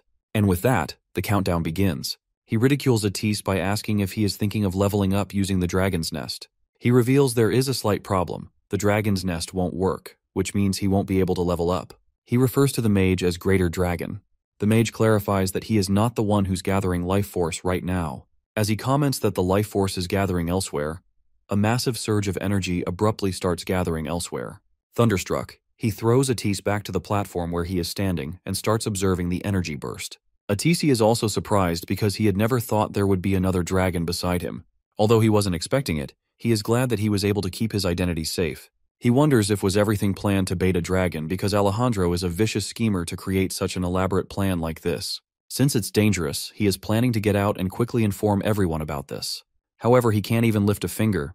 Ellie comes rushing to the Chosen One to report the strange, unprecedented phenomenon, and informs him that there was a dragon that infiltrated the place on the other side of the building. She secretly whispers in Atis's ear that she is glad that he is safe. Alejandro admits that he was wrong for thinking his opponent is a dragon. Ellie suggests they should go and check it out. The Chosen One is certain that even if he goes to investigate, the dragon would be disguised in human form, making it impossible to identify. While wearing a sadistic smile, he says the dragon won't be able to level up with a broken dragon's nest anyway. He reveals he has made it so that all the bridges connecting to the dragon's nest would explode as soon as it begins to operate, and even the dragon won't be able to escape in its human form. Ellie wonders if that's why he isolated the area. He admits he'd capture the girl if she were a dragon, but with the dragon's nest broken, it's not worth the trouble and future repair costs. Alejandro shows him mercy for now because he can obtain something good to experiment on. Atis is perplexed upon hearing the word experiment, so he repeats it hoping to get an answer from him. While wearing the same sadistic smile, he says he is sorry if he gave him some hope that he would be kept alive. He considered the living conditions poor and thought it would be a shame to waste any resources. Out of the blue, Ellie remarks, "What a shame." Alejandro, slightly confused, asks her what is she talking about. She clarifies that she had no idea this dragon's nest was broken. She further explains that she felt a sense of disharmony ever since Atis arrived, so she thought maybe he would be the one to do it, and maybe even help fix this place.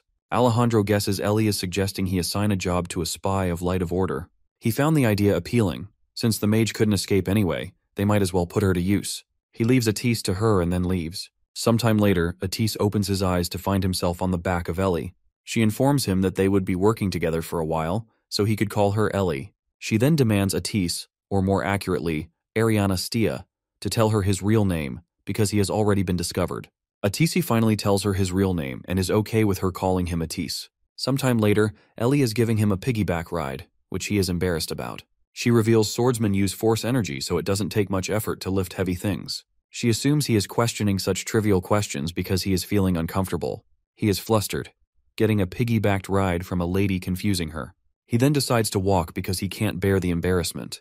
Before she goes to her room, he thanks her for the help earlier. However, she tells him that he shouldn't be thanking her because she was thinking of killing him when she found out he was a dragon. He keeps up the act of not being a dragon and points out that Ellie saw the dragon somewhere else. She tells him to stop trying to feign ignorance. She further adds that he gathered a great amount of life force. She guesses that it wasn't by normal means, which means it was gathered through the dungeons. Before he can even raise a question, Ellie reveals she can feel the subtle flow of life force, and she was able to learn more while carrying him on the way here. He is thinking that he needs to figure out who's in charge before deciding to cooperate with her. She remarks there's no one here, and the walls are thick. His level is 35 and her level is 45, and because a magic swordsman requires a magic tool to use force, she is nothing but a regular human without one. She claims she doesn't have a sword or even a piece of metal, and believes that it would be easy for a wandless mage like him to kill her. But before she can elaborate, he tells her to get a hold of herself. While holding her arms, he inquires her if Alejandro is making her extract information. Dragon's Nest is something evil created by greedy greater dragons. He assumes she is being tricked by the Chosen One. Ellie attempts to explain herself, but he doesn't even pay her any attention. He states that he was hiding his true identity by being in the human form. Instead of keeping his secret and helping him out, they should face Alejandro. Suddenly, Effer charges at Atis, flinging him a few yards away, just because he was shouting at Ellie. He is surprised to see a dragon. She immediately concludes she must be the dragon that operated Dragon's Nest earlier, but soon realizes Effer is a wyvern looking at her wings. Meanwhile, Ellie scolds her for not listening to her, as she had instructed her to hide, but she didn't. The wyvern remarks she rushed out because he was yelling at her older sister. Ellie points out that her threat implied she wouldn't mind if he exposed her identity. Since he shares their goal, they decide to let him in on it. The magic swordsman explains that Effer was responsible for operating Dragon's Nest and pretending to be a dragon in place of him. And thanks to her wyvern friend, Alejandro's suspicions of him have disappeared. The wyvern is proud of herself. Inside, she praises herself for being a genius talking wyvern that possesses a dragon core. He suddenly starts calling Effer by her given name, and then explains that he has heard so much about her from one of his acquaintances. That person was truly grateful to her because she helped him hide his identity. That isn't all. He even heard that she loaned him a whopping sum of 300x. The terrifying memories start flooding back to her. She realizes he is talking about Hanbin. Meanwhile, the Valkyrian is engaged in something very intense that is making him question why things turned out this way. He is plunging something down while enunciating it to go down. It turns out he's flushing the toilet manually since it's the high-grade automatic toilet, and flushing mechanics requires level 12. In the process, some bits of the waste splash into his eye, causing him to scream in horror. It's been 3 days since Atis left for his mission, and since then their house has turned into a place of living hell. Nothing was going his way. The water spout wasn't working because it required someone of at least level 8. He even destroyed the fridge to get some clean water, because to use the fridge one has to be level 8. Hanbin was no different from a primitive man in that place. He couldn't even cook if he wanted to, because cooking burners were also restricted for those below level 8.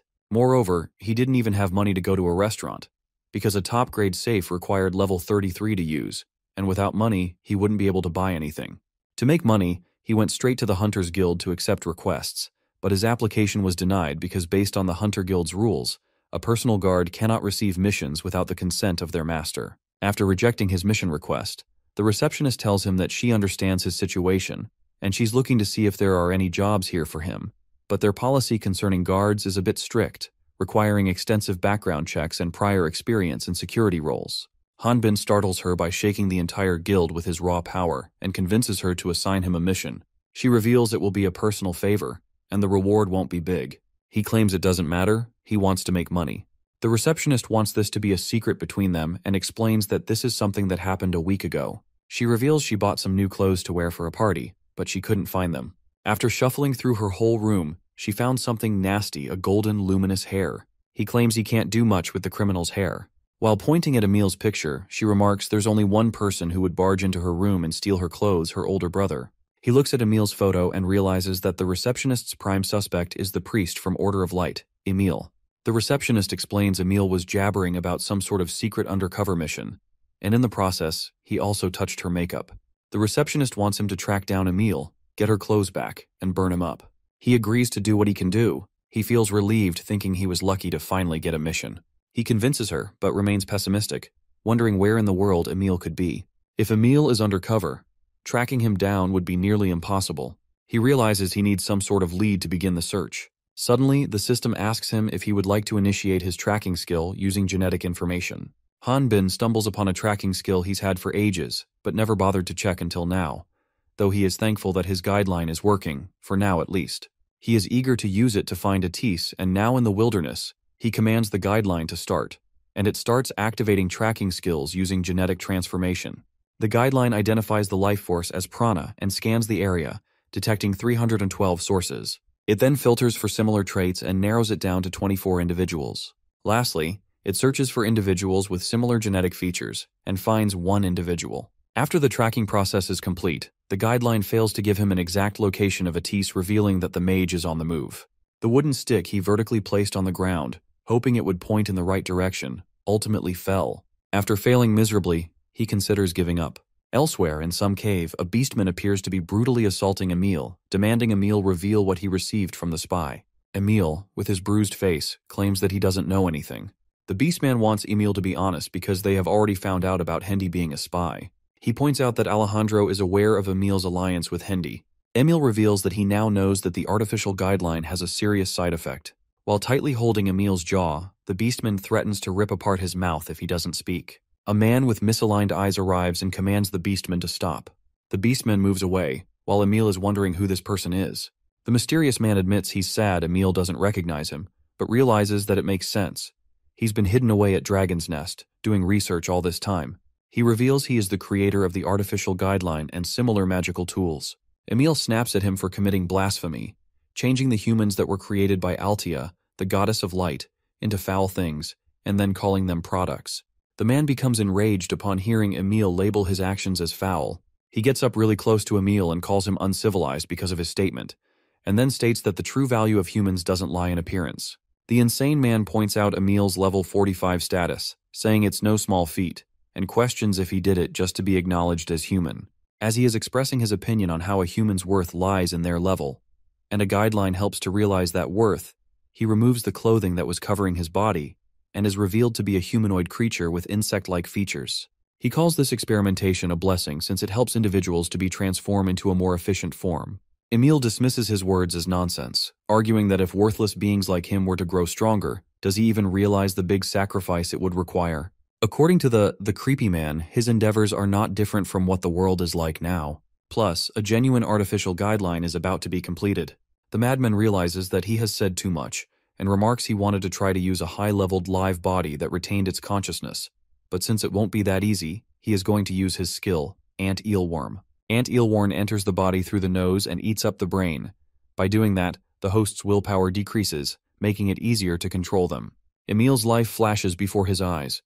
He wonders if this is the end, and wishes he could warn the Order of Light before he dies. Suddenly, a sword drilling the cave through the wall takes the madman out of surprise, as some of the debris hits him, making him unconscious. Emil witnesses Hanbin coming out of the wall and wonders what he is doing here. The other experiments, including the Beastman, are surprised to see a Valtirian warrior. The Sword King informs Emil that he was tasked to bring him back. Emil, on the other hand, believes the Order of Light has sent the Valterian warrior to rescue him.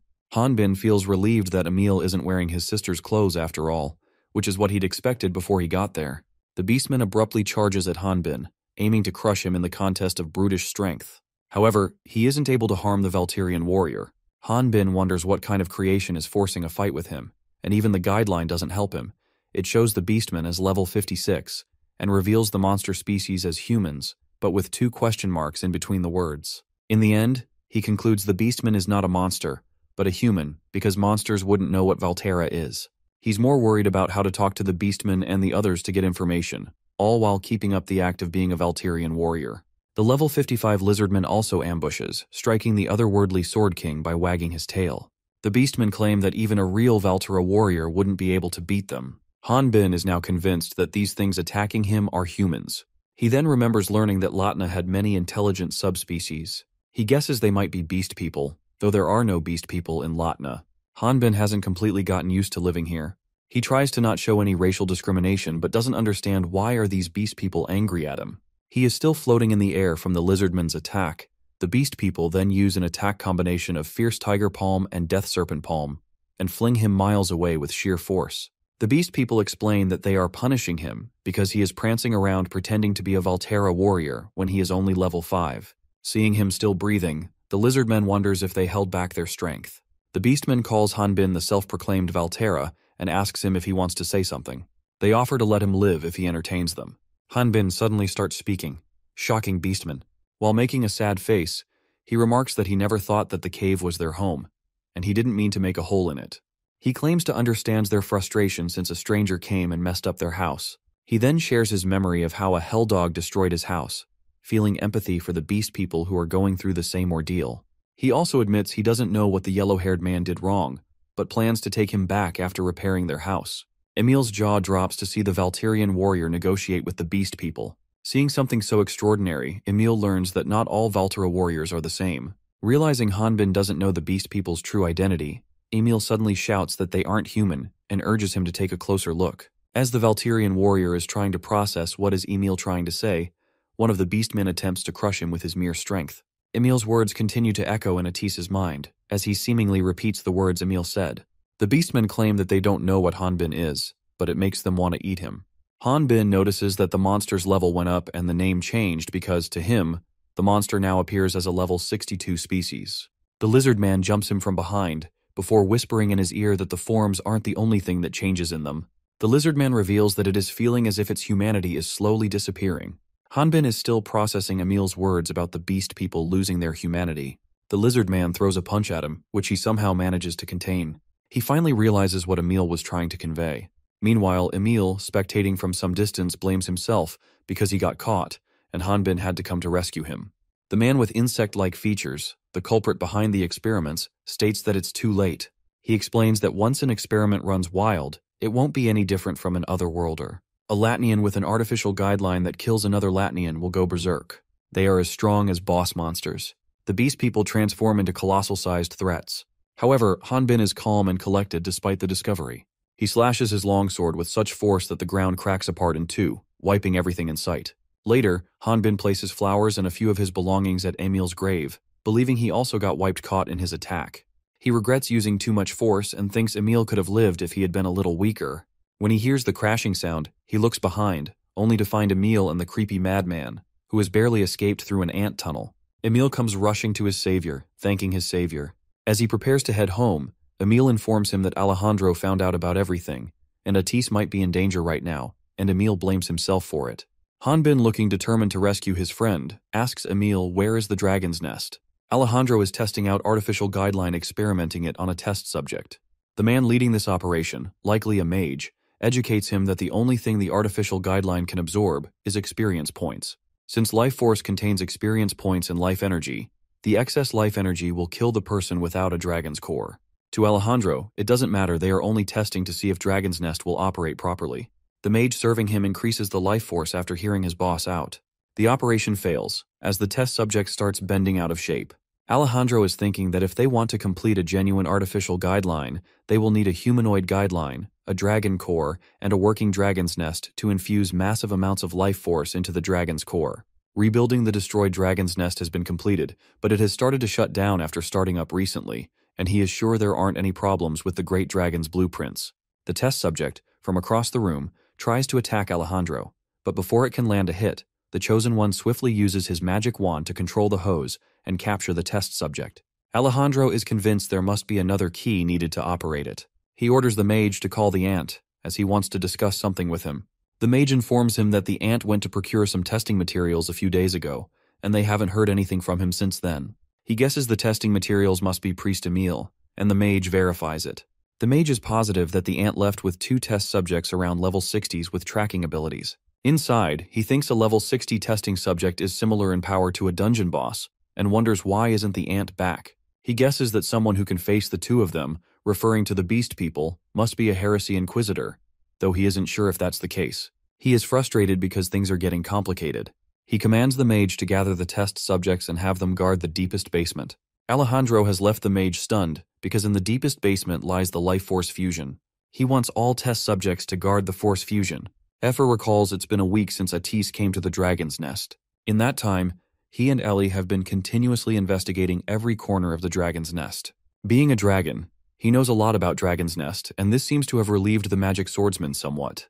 But since Effer is a wyvern with a large body, she hasn't been able to help them out at all. She has come to accept that she can't help them since she isn't even able to enter, which is why she hasn't talked much with Ellie lately. She is feeling lonely because she has been left all alone, though she isn't free all the time, as she is busy trying to complete her dragon core. She is determined to humiliate Atis once she finishes, and thinks that after she has humiliated him, Ellie will look differently at her, and she is completely going to ignore her before then. The magic swordsman surprises her younger sister when she comes out of a vent. Overjoyed to see the person she adores, she expresses that she had a good feeling about today. Perhaps it's because her dragon's core is developing a lot. The wyvern goes quiet when she finds her worried more about him, because he has sustained an injury. Ellie is tired of hearing him compare himself to hunters all the time, making him apologize. Effer is pouting seeing him, a dragon, being cared for by her sister. Ellie informs her that they didn't find anything special today either on their exploration. While wearing a smile, the wyvern ridicules him by reminding him that he claimed something like Dragon's Nest is broken. He admits saying it, but he was wrong because this Dragon's Nest isn't broken. He reveals the reason the Dragon's Nest isn't working is because Effer's dragon core is the key to operating it. He reminds her about the time when she revealed she got hit by blasts of life force when she first tried to escape. That was when her newly created dragon's core became registered as the key for the dragon's nest. But her dragon's core isn't complete, and although she can materialize life force, she still can't absorb it. That's why she wasn't able to absorb the life force here, and also the reason why it looks as if Dragon's Nest is broken. Discovering her actual worth, she comments since she is the most important key to solving all the problems, then that means it's up to her to hurry and complete her dragon core, so that she can be the life force. Ellie suddenly calls for this plan to stop, much to Effer's surprise, who is ready to play the hero. He reveals there's one more way to complete Dragon's Nest. She explains they plan to go down the life force fusion at the heart of Dragon's Nest down in the basement and directly absorb the life force. Ellie plans to go down and look for a fusion with him. Just as Effer is about to plead, the ground suddenly starts shaking. Since Atise, Ellie, and Effer are a few levels above the ground level, they try to look down to assess the gravity of the situation. They find a test subject emerging from the underground testing lab. The level 51 test subject seems to be a distorted chimera, appearing with a chaotic blend of 2 faces, massive creepy eyes, and inhumane strength, scaring everyone working on the Dragon's Nest with its gross appearance. Atise's attempt to inflict damage fails, due to the distance between them fails. Ellie guesses the test subject was trying to escape judging by how he destroyed and came out of the ground. She tells him, who's wondering if there are any hunters waiting below, that any hunters down there would be under level 40. Being level 45, he is closest to the test subject's level. He thinks there is a 6-level difference between them, and attacking from a distance doesn't work at all. He requests Effer take him up in the air, intending to use fire magic to fight the test subject. However, driven by jealousy, the wyvern takes a flight by herself, believing she could take on the test subject without needing any help from him. On the ground level, the test subject has wreaked havoc. When he is about to eat Kalendor, who is apparently stuck under a wooden dolly, Effer attacks it from the air with magic. The test subject spots Effer and calls her bird meat, which makes her angry. Effer thinks that if it's about attacking the test subject from the air, then she doesn't need Atise's fire magic, she could handle it by herself, even if it's a level 51 monster. The test subject throws a rock at her, but she barely manages to dodge it. Just when she clocks that the speed of rocks coming at her is fast, she nearly gets hit by another boulder. She appears to be confident about her flying ability. After evading several of the test subject's attempts to bring her down, she retaliates with a burst of magic. The test subject uses the metal plate on its arm to cover its body from Effer's intense magic and continues to slowly walk forward. Eventually, he grabs Effer by the neck, which even the wyvern herself is surprised about. Alejandro is planning on going outside to investigate the disappearance of the ant and the other test subjects. It appears that he had asked one of his ladies-in-waiting to bring him the dagger artifact, and she has brought it before him. The lady-in-waiting is surprised by the fact that he is thinking of taking the artifact, something he has never done before. He comments that one never knows what might happen. The lady-in-waiting is even more stunned hearing Alejandro say something like that. The Chosen One speaks up about how they have become entangled with either the Heresy Inquisitors or some other annoying group. He plans on taking care of them, so they won't bother him from completing their work. She demands to know what should they do when the dragon appears while he is gone. He doesn't want her to worry, because he has already taken care of that. Breathing heavily, the mage from earlier storms into Alejandro's room to inform him that a test subject has appeared outside. Alejandro casually flings the dagger in the mage's stomach without even looking at him. Once the mage is down, he commands the lady-in-waiting to go down to the basement and check the test subjects. The lady-in-waiting suggests it would be better if he went down to see for himself. He wishes that he had one more body since the situation here requires his attention as well. Meanwhile, Effer breaks free from the test subject's grasp and captures him with her claws. Ellie shouts at her to calm her down. Seeing her flying straight towards the horizon, Atis realizes that she is thinking of using Dragon's Nest. Effer soars higher, striving to alter her fate and hopefully defeat the test subject. When she reaches the Dragon's Nest's upper layer, the test subject explodes inside out, and the atmosphere turns into dust. Worried about Effer, Ellie calls her several times. The wyvern spreads her wings, revealing herself as she sweeps away the dust and smoke with a burst of wind. Overjoyed, she goes to her sister to inform her about her victory. However, out of nowhere, Ellie slaps her in the face and then instructs her to leave. The wyvern is shocked. Getting slapped by her big sister was something she had never expected. She witnesses even more surprises when they are ambushed by the Chosen One. He reveals that they were planning on running away since she begged him to not kill the wyvern. He admits that he had never expected a wyvern that has a dragon core. He wants to know if they were thinking of absorbing the life force within the dragon's nest using Effer's core. Following this question, he reminds Ellie that he mentioned there will be no second chances. Soon after, Atisa also joins the battle. He covers Effer with his fire magic while she attempts to evade the danger. Alejandro effortlessly blocks his attack with his dagger artifacts. He wonders if his opponent has already won Ellie over to his side as well. The magic swordsman attempts to jump him from behind. However, he is still able to see through her attack and blocks it without even moving or turning his body, though he compliments her for her speed. Ellie also shouts at Effer as she wants to see her leave. It would be over if she gets caught. Seeing that there's no other option, initially reluctant Effer finally decides to go with what her friends are saying. Once she is practically out of sight, Atis and Ellie charge at Alejandro, intending to finish him once and for all. However, the Chosen One vanishes into the thin air and teleports before the wyvern. Elsewhere, Hanbin is fighting monsters in a rocky mountain terrain and is accompanied by Emil. They came all the way here because they heard Dragon's Nest was in the Rocky Mountains. The problem is, all the mountains look the same to our Valkyrian warrior. Emil wants him to look carefully, because this place similar to Hanbin's hometown. The Sword King ridicules him, because this is all because of a spy who doesn't even know the location of the enemy. Emil reminds him of his status as a high-ranking priest. If he goes into enemy territory, then who's supposed to make the report? Besides, it couldn't be helped since he is the secret contact on the outside. Hanbin asks the ant if they are on the correct way. The ant has transformed into a complete giant ant, and isn't able to understand human speech anymore. Emil feels that it would be impossible to find the dragon's nest like this. He suggests they should go back to the Order of Light and get some soldiers. Emil starts freaking out when he notices the Valkyrian warrior isn't listening to him and is relaxing, feeding the ant. Hanbin believes that if it's something that reminds the ant of its home, then it might take them there. Emil reminds him that this thing was originally a human. Why the hell would eating grass remind him of his home? Emil assumes it may be true that the ant didn't get any report of Atisa's death, but wants him to think about what the mage could be going through while he is fooling around like this. Although he tried to knock some sense into Hanbin, Emil is aware that this isn't something he should be saying since he isn't responsible for it. After reflecting on his time with Atis, he reveals he isn't mad at Emil. He says that he warned the mage that he could die if he went. He treated him like he was weak, though he wasn't entirely wrong. In the end, he was right. Looking back, he realizes he was making excuses since he would be the one who would be having a hard time if Atis wasn't here. When Emil giggles, Hanbin asks him what's so funny. Emil explains that he thought Valteras were barbarians who loved blood and guts.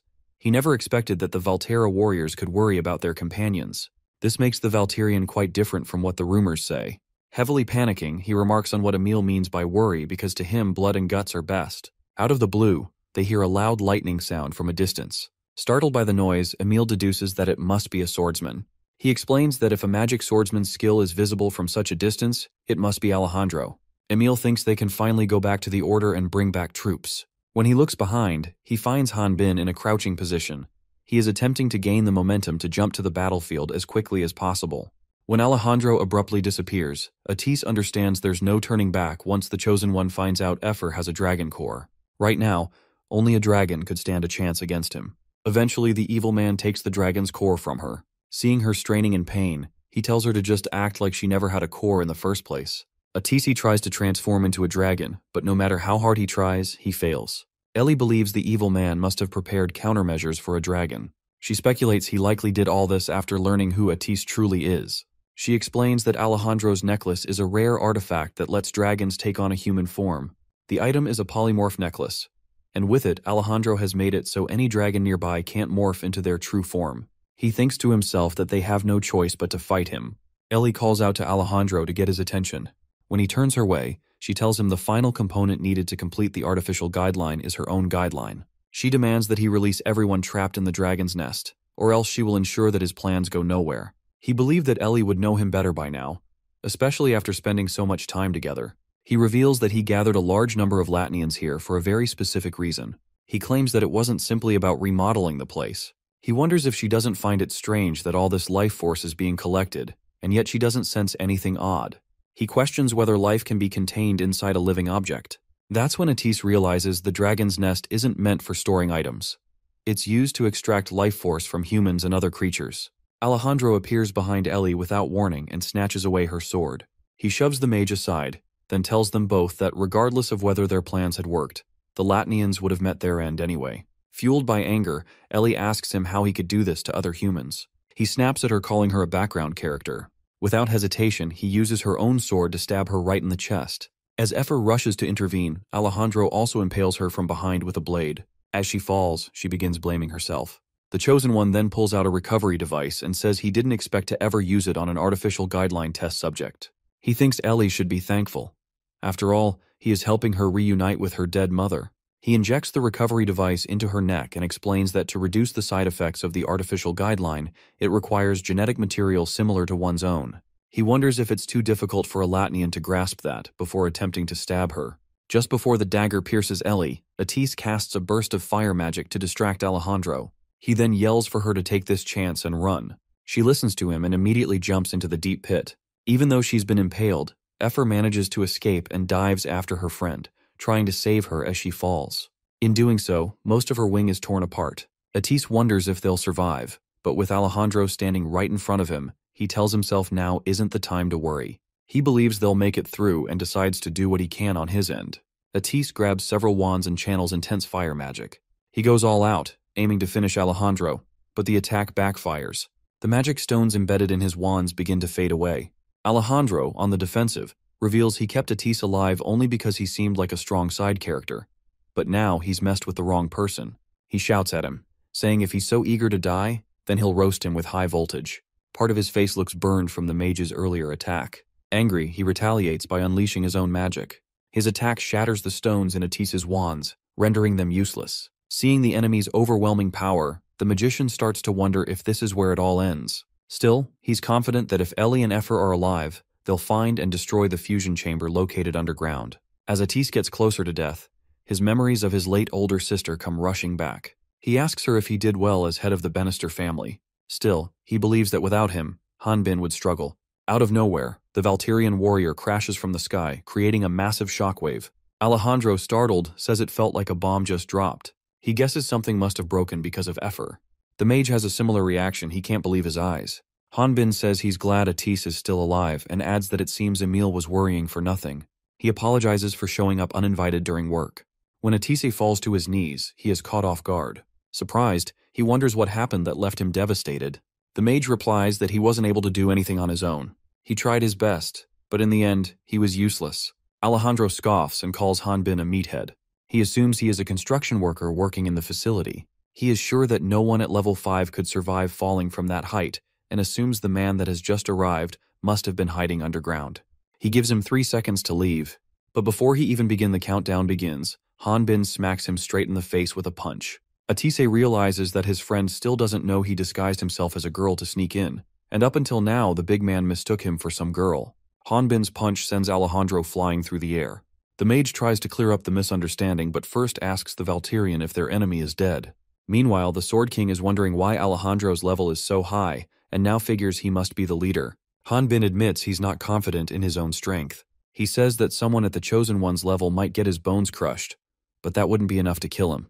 Atise is sure that crushing bones lead to death. He confesses that he would have died if Hanbin hadn't shown up. He remarks he has nothing to say even if the Sword King thinks he's useless. As Hanbin gets ready to give his friend a pep talk, Alejandro channels his magical energy, radiating a blinding aura. Hanbin now realizes that one punch isn't enough. Atise says it gets worse. Alejandro is absorbing life force. The enemy reemerges, glowing with immense power, the life force surging around him. Alejandro's sword that impaled Ellie's chest has stopped her heartbeat. Efer calls her hoping to wake her up, but learns that her heart isn't beating. She starts freaking out, blaming herself for everything. Just as the wyvern begins crying, Ellie surprisingly starts coughing. Meanwhile, Atise is wondering if Alejandro injected the dragon core into himself. Hearing the mage talk about dragon core, Hanbin assumes the enemy has his friend's core and asks him. Atise reassures him to not worry, because the enemy doesn't know that he is a dragon. When asked, he explains to Hanbin that when you hunt one, the amount of life force that remains in the dragon's core is low, so it would be nearly impossible, though if it's at a dragon's nest, it can be done, since there will be plenty of life force left to absorb. Alejandro wonders what he just witnessed. The guy who attacked him doesn't even have any items on. Besides, his guideline showed him Hanbin was a level 5. He is not sure where his opponent's strength comes from and just who is he in general. Hanbin gets into his Valterra persona and formally introduces himself to Alejandro. He states that he will forgive his enemy for his perverted actions, only if he receives a truthful apology. He wants Atise to not butt into this business, and they need to hold out until Priest Emil returns with reinforcements from Order of Light. Annoyed, the mage shouts at him, telling him that the guy before them is part of the Great Earth. Alejandro feels that it doesn't matter if his opponent refuses to reveal his identity, because if he is an outside variable to his plans, he will find out everything about him. When a magic swordsman covers his body with force, the surrounding energy rises from the ground into the air. Alejandro unleashes Path of Lightning, one of his special skills, to fight his opponents. Enemies facing this skill can see the caster leave a trail of sparks behind as they rush toward them, earning it the nickname Footsteps of Lightning. Hanbin attempts to stop him by punching his sword. However, Alejandro appears from behind using his skill Footsteps of Lightning and calls him level 5 fake Valterra and wants to expose his real level. The magician clocks that the enemy isn't fighting at his full strength, seeing how he has increased his speed. It's so fast that his eyes aren't able to follow him. Alejandro's lightning-fast speed makes Hanbin wonder aloud if he's not even trying to conceal the fact that he's an otherworlder. He reveals that even if the Valkyrian was level 50, with this attack his neck would have lopped. He further concludes that since his opponent remains unfazed after discovering he's an otherworlder, it must mean Hanbin is over level 60.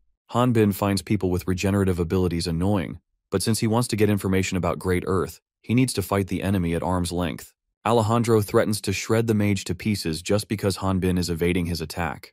He gets ready to unleash the attack he mentioned a moment ago. He explains the movements of his weapons will cause his force to spin, which will cause the attack power of his skill to be increased beyond his control. This attack is Lightning Slash. Hanbin gets a little serious. He unleashes some of his strength and strikes Alejandro with his longsword, while the enemy escapes cleverly. Although the Chosen One blocks it with his dagger artifact, he isn't able to fully withstand the Valkyrian's attack. Alejandro appears to be in a position where it seems as if he is submitting to Hanbin. Clinging to life, he hears the Valkyrian throw his own words back at him, pointing out that maybe dodging his attacks might not be a good idea after all. He can't do anything other than acknowledge Hanbin's incredible strength. The Sword King suddenly hears his best friend's voice, asking him to stop. He looks back and finds out that Atise didn't enunciate anything, instead it is some sort of telepathic skill. Through the telepathic skill, Artis reveals he wants to tell him something. He explains that Alejandro is the one operating Dragon's Nest at the moment, which means he is using the facility to absorb the life force of the people here to heal himself, so if the Valkyrian kills him, It will cause this place to spin out of control, causing the lower-leveled humans to lose their life force and die. Destroying the life force fusion is the only way to prevent it.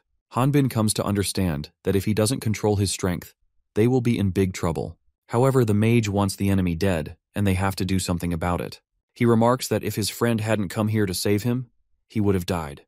But even so, he claims that he would have done everything in his power to kill that man. That's why if Hanbin ends up killing Alejandro, the blame won't fall on him. Atise is sure that even if he goes underground, he can't guarantee that he will succeed in finding the fusion. He blames himself, thinking that it was his stubbornness that got Hanbin into this mess. Hanbin flicks him on the head with his finger. Teary-eyed, he wonders what is Hanbin doing. The Valterian questions why is Atise giving such lengthy explanations. He then reveals his plan to him. First, the mage will go to destroy Force Fusion. Second, he will do his best to not injure the enemy while stopping him from getting in their way until the mage finishes. Atise, concerned about Hanbin, feels that it's still dangerous receiving enemy attacks, even though Hanbin is strong. Since the magician started this, he can't ask his friend to clean up the mess. The Sword King trusts his friend. He enunciates it out loud and then asks him to make it quick so they can go home. The mage finally leaves with a smile of satisfaction, making Hanbin wonder how a dragon could be so delicate. The Valterian wonders why Alejandro isn't attempting to chase after Atisa. The Chosen One claims that it's not as if he hasn't planned for a situation where a weak mob would try to go after it. His plan may have been interrupted somewhat, but something like this is fine since Hanbin won't be able to kill him, and he is confident. The Valterian plans to beat the enemy without killing him. Ellie is mounted on Effer and is guiding her to where the Force Fusion is. As they approach the Force Fusion, the magic swordsman informs her that they're getting closer. The Wyvern is convinced that her sister is pushing herself too much without a guideline. The older sister responds that just because it disappeared doesn't mean her ability has. She reveals that Alejandro may have placed his subordinates around here, but they wouldn't know about her betraying him. Ellie is aware that even if they successfully disrupt his plans, it doesn't guarantee that they will get out of there safely. She apologizes to her for dragging her into this mess. The Wyvern tells Ellie not to feel sorry. She wants to see the sad look on Alejandro's face when they tear this place apart just as much. Besides, she never thought of ending it here like this and is going to do whatever it takes to survive, so she can explore the world. When Ellie points out that Effer has become a wanted person after getting caught and used by the Chosen One, the wanted Wyvern says that she can ask Atise to explain her situation. She then remarks that they are all going on a trip. Suddenly the ground trembles, and the pain in her shoulder wound worsens. Thinking that this is caused by Atise, who must be fighting Alejandro, Ellie tells Effer that they should hurry. She can feel the life force slowly being released from some time ago, though she can't tell if it's truly that, or just the pain from her injury. At some point, the Wyvern stops walking and asks the magic swordsman if they are headed the right way. Ellie can feel a strong life force in the direction they are headed for. The Wyvern notices a mutated human murmuring something. The mutated human is revealed to be the priest Hendy, who has undergone a transformation and has become a test subject. The moment he notices the girls, he jumps. However, Atise arrives on time and uses fire magic to keep the situation under control. Out of his mind, Hendy tells him that he has also interfered with his mission. Atise is shaken at the fact that Hendy, who originally was over level 50, became a test subject. He attempts to tell him that they are not his enemy. They have come to destroy this place. However, Hendy doesn't relent and jumps him again. On the surface, Alejandro is overpowering the Valterian in the fight of close-quarters combat, all because his opponent is trying not to kill him. He is sure that his fighting has a great many openings, but it is his speed and strength that's covering for them. He admits Hanbin would be dangerous for him, that is if he could cut off his head. The Valterian attempts to throw a soft punch at him, though it is blocked. The Chosen One says that he won't let himself get hit by a punch that refuses to kill him. He reveals he already has figured out Hanbin's fighting style, guessing that he has never faced an opponent that wields lightning. He manipulates his lightning and lifts him in the air. He is sure that a refined skill would most likely work against the Sword King rather than a large one. He claims to be an expert at PvP. Using the flash of lightning, Alejandro yeets him into the air because it will be easy to deal with him after he crashes into the ground. He unleashes Solar Lightning Flash and casts it on Hanbin, which the Valterian counters, deflecting the blazing strike with a slash of his sword. Alejandro follows him into the air, intending to strike when he is defenseless. He attacks him with Lightning Spear and remarks game over. Before the unleashed attack intensifies to its full force, he feels that Hanbin should worry about his friend, since the level 68 monster underground would have taken care of him. After a dramatic buildup, Hanbin breaks his Lightning Spear with his hand, leaving him stunned to the point where he guesses the Valterian must be heavily injured and is trying to remain calm.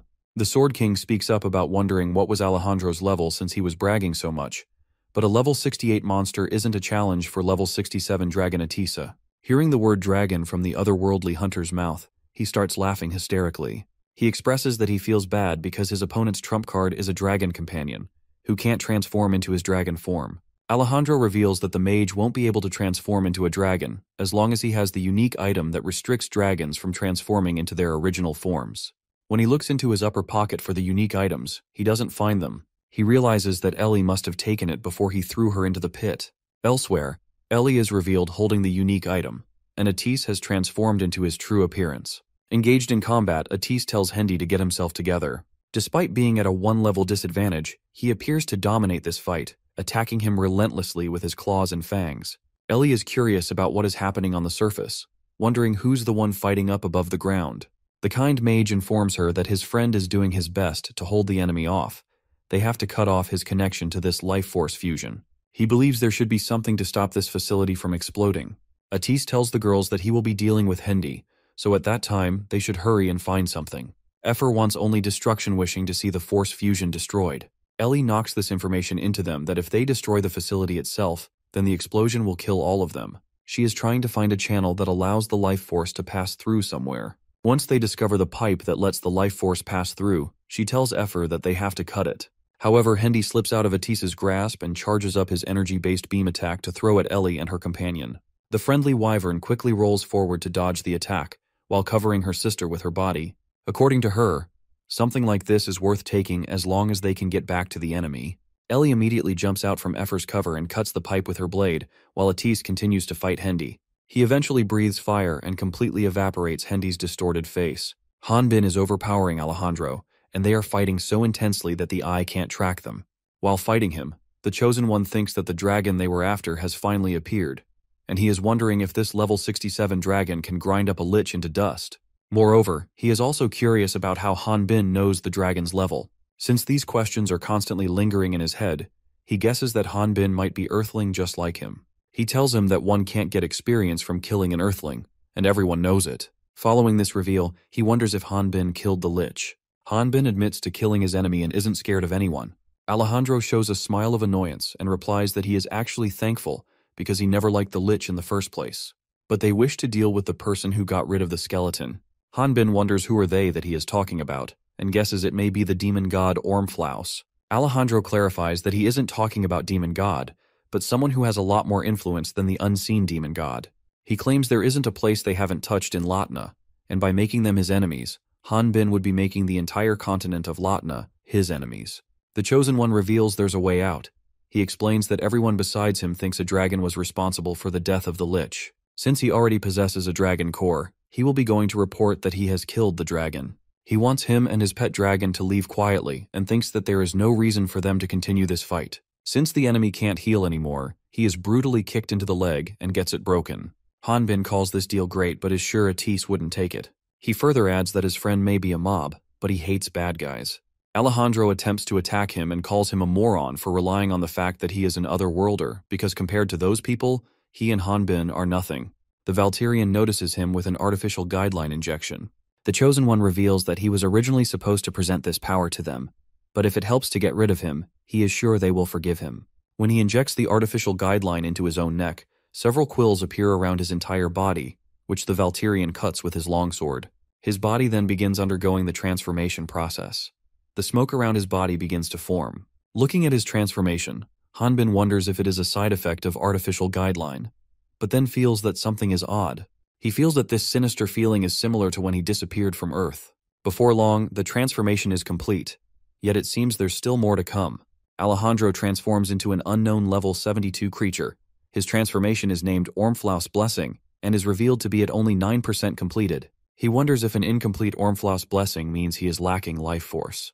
While remarking that he would need to head over to the fusion force to acquire the remaining life force, he leaves a scratch on his cheek in a blink of an eye, leaving him stunned. Back at the fusion force chamber, Atis has defeated Hendy, and the girls also have successfully prevented the catastrophe by stopping the life force. Just as they thought it was over, the lady-in-waiting serving Alejandro arrives. Assuming that the lady-in-waiting doesn't know anything about their betrayal, Ellie tells her to hurry and go to the surface because it's dangerous. The lady-in-waiting calls her out for not being grateful to Alejandro. She comments that Ellie doesn't understand how much he has sacrificed for them. The lady-in-waiting catches her off guard and stabs a knife in her stomach.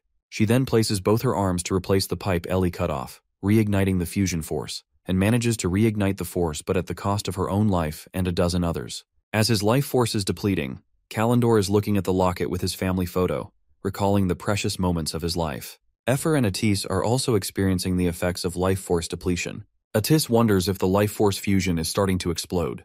He thinks that trying to suppress it will only buy a little bit of time. His body starts glowing because of the fusion force.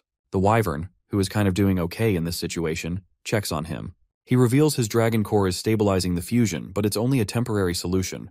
The only way to return the life force to the people is to destroy that huge mass of life force. Physical attacks won't work, but if it's hit with the other remaining offensive attack types, then it should explode, and Ellie's magic swordsmanship is the only way to do that. Efer remarks that not only are her sister's injuries bad, but she lost her consciousness because her life force is leaving her. The situation could escalate if they stay any longer. Meanwhile, Alejandro claims that he now understands why they wanted Ormflaus's blessing, and is sure that Hanbin knows the benefits since he is an earthling with a guideline. He can see enemies' levels, detect what type of species they are, and even gain experience from hunting them down. Besides, those who possess a guideline, these things can measure life force. However, he realized there was an incompatibility with Ormflaus's blessing and the guideline. Not only that, but an endless supply of life force will also constantly help him regenerate his body. And just like a lich, he can't be destroyed with the 4 powers. In simple words, he reveals he is immortal. Inside, Alejandro thinks that he can't tell what's going on around him by reading the life force. He was worried that the remaining life force would be destroyed, but is glad now that Ellie is on the death's door and Efer has no way out. He tells Hanbin that the only thing left for him to do is absorb the remaining life force. He states that the Valkyrian buying time now will only kill Atis, resulting in his win. The mage collapses, believing he can't go any further, but he still hopes the mage can at least get away from this place. She looks at Ellie and thinks that everyone will die if she doesn't do anything. She attempts to stop the fusion force from sucking their life force by directly attacking it. Ellie, with barely some life left, wakes up and tells Atis she has one final request. Efer is frustrated that she can't do anything. She pushes herself beyond her limits and starts coughing up blood. When she comments that she doesn't want to be alone any longer, her tears start dropping. Seeing her crying, Ellie hugs her and tells her that she also doesn't want to be alone. Since the magic swordsman hasn't completely recovered and is still weakened, she falls to her knees, though she continues to express her emotions to the Wyvern. She tells her that she is always alone in this place. The reason she forbade the Wyvern to do dangerous tasks was because she didn't want to lose her. But the Wyvern has always been courageous. In response, Efer points out that she can't fight like her and can't be of any help to her. Ellie tries to console her by saying that she is a genius Wyvern. Atise explains that the unique item the magic swordsman stole from Alejandro can help a dragon imitate another species. He tells Efer that she is a very intelligent Wyvern, and though that item may be geared towards dragons, and there never once has been a Wyvern taking a humanoid form, it may be possible for her to do it. Ellie believes the Wyvern can do it. She apologizes to her, uttering that there's nothing she can do but believe in her. The Wyvern also wants her to trust in her. The older sister uses the unique item on Efer, triggering a transformation. Back to Hanbin's fight. The Valkyrian has left a big cut on the enemy's body. Alejandro wonders how many times he has to tell him that he can't die. He feels he can't be killed. Hanbin is excluding the fact that Alejandro is currently immortal because he can feel pain, and fighting on that basis. He remarks that he is going to keep ripping Alejandro into pieces until he suffers so much that he would want to die. The Chosen One looks back and realizes that there never has been a sane earthling who has lived for a long time. He thinks the Valkyrian is a beast, a hunting expert, but that only means Hanbin is used to attack the pattern of monsters. He decides to wrap his entire body with armor that has the strength of a dinosaur. However, when Hanbin swings his longsword with full force, Alejandro's body explodes. Although the Chosen One lost consciousness the moment his body exploded, the life force gained through Ormflaus's blessing caused his body to regenerate again. Every part was restored in less than half a second, causing Alejandro's consciousness to return once more. However, the pain that coursed through his body as it exploded was still signaled to his brain.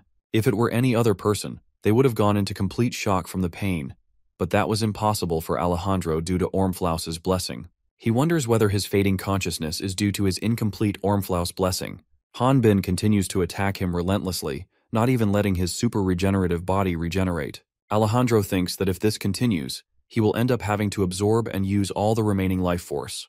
Just as he wonders if the dragon near the fusion is still alive, He senses the wyvern transforming into a human from a distance. Effer ultimately transforms into a normal girl and asks Ellie if she looks weird.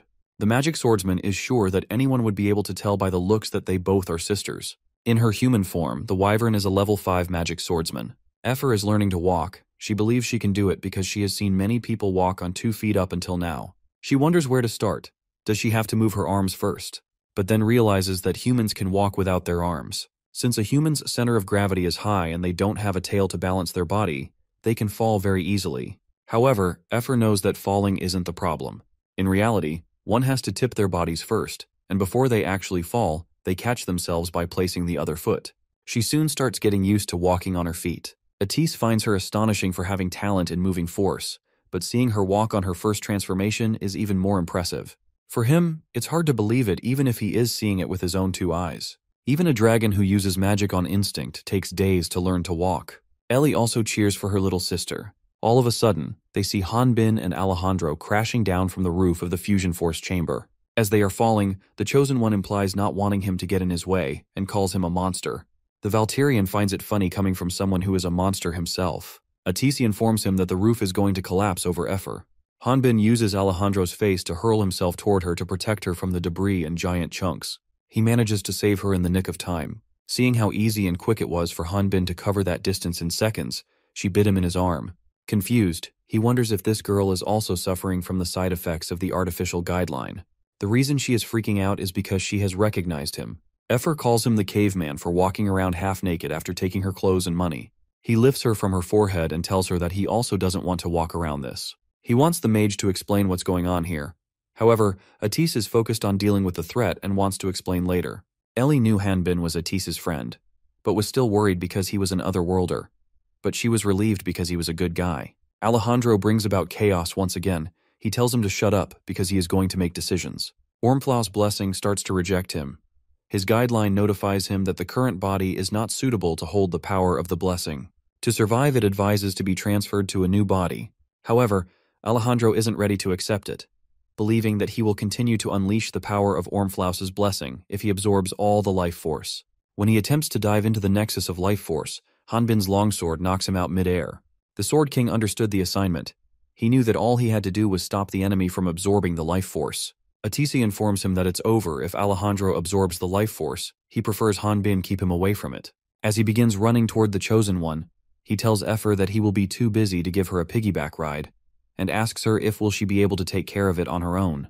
The wyvern also fancies walking on her own, even though walking right after transforming is challenging for her. She supports her body by using a walking stick. Seeing her older sister worried, the friendly wyvern tells her not to stress, assuring her that she'll complete this. Ellie wants her to know that she will be here for her before Effer proceeds to run towards the life force. Atisse is astonished to see him running right after learning how to walk. Ellie is proud like a sister. He believes that Effer might even know how to use his magic swordsman skills, because she has great observational skills and is quick-witted.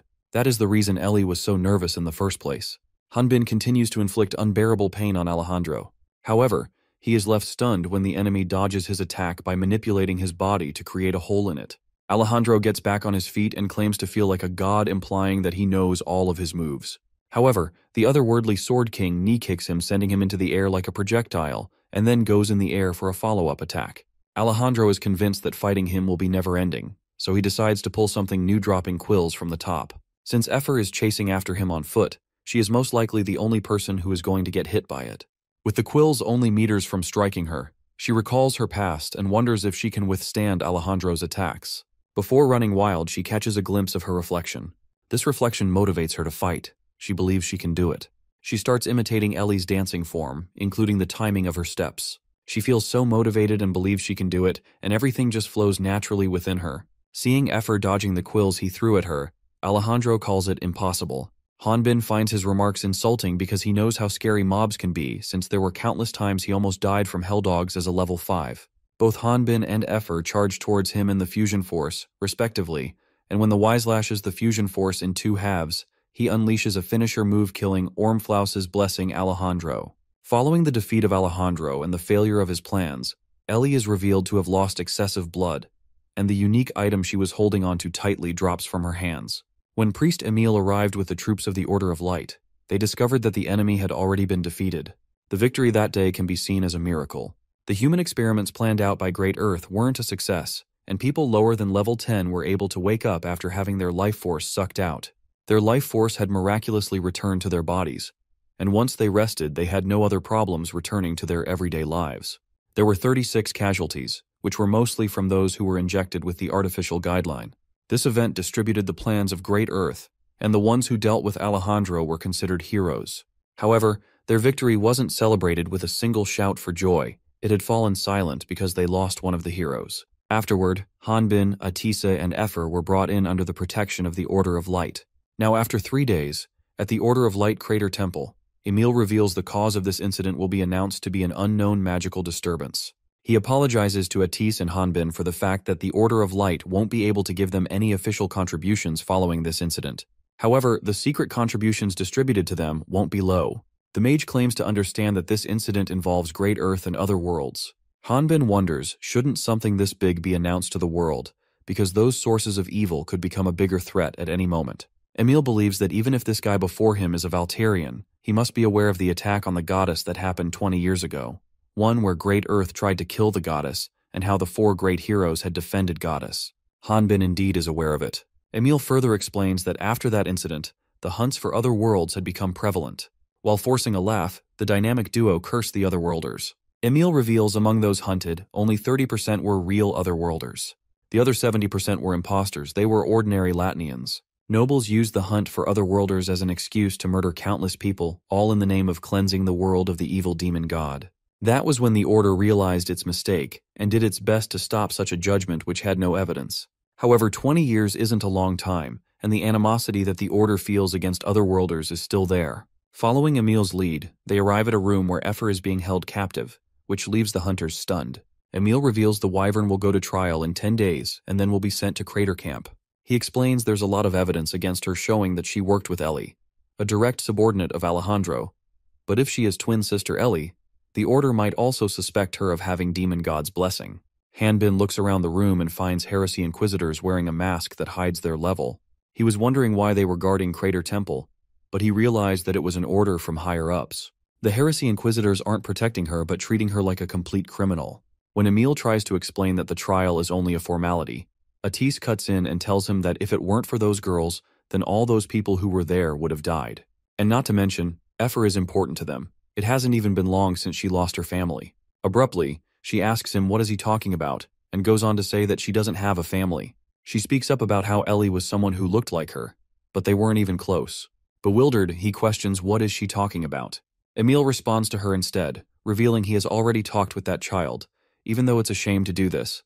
But this is the only way. He explains if Efer doesn't have anything to do with Ellie, then the judges will determine that Ellie was the only subordinate of Alejandro. He is well aware that letting a subordinate of an otherworlder live is something they cannot allow. Concerned, Atis gets a little closer to the cage and asks her if she's okay with this. The guard from the Heresy Inquisitors guarding the cell tells the mage that's as far as he will go. He reminds Atis that he was allowed down here through the favor of Priest Emil, and demands that Atis doesn't cross the line. Hanbin orchestrates a plan to do something mischievous and decides to include Priest Emil in it too. He crashes into the cell door, forcing it open as Atis is being confronted by the guard. To kill any suspicions, he pretends that it was an accident, and then screams that he has broken his bones. Emil plays along by slapping him multiple times on his face to keep him conscious. He comments out loud that his body is now feeling the effects of the earlier battle. The member of the Heresy Inquisitors points out that Hanbin was doing okay for the 3 days, so why is he feeling pain now? Emil informs him that Valterians were resilient, so he was confident the Valterian warrior was holding in the pain and said he couldn't heal him right then. Emil asks the guard for help carrying Hanbin outside.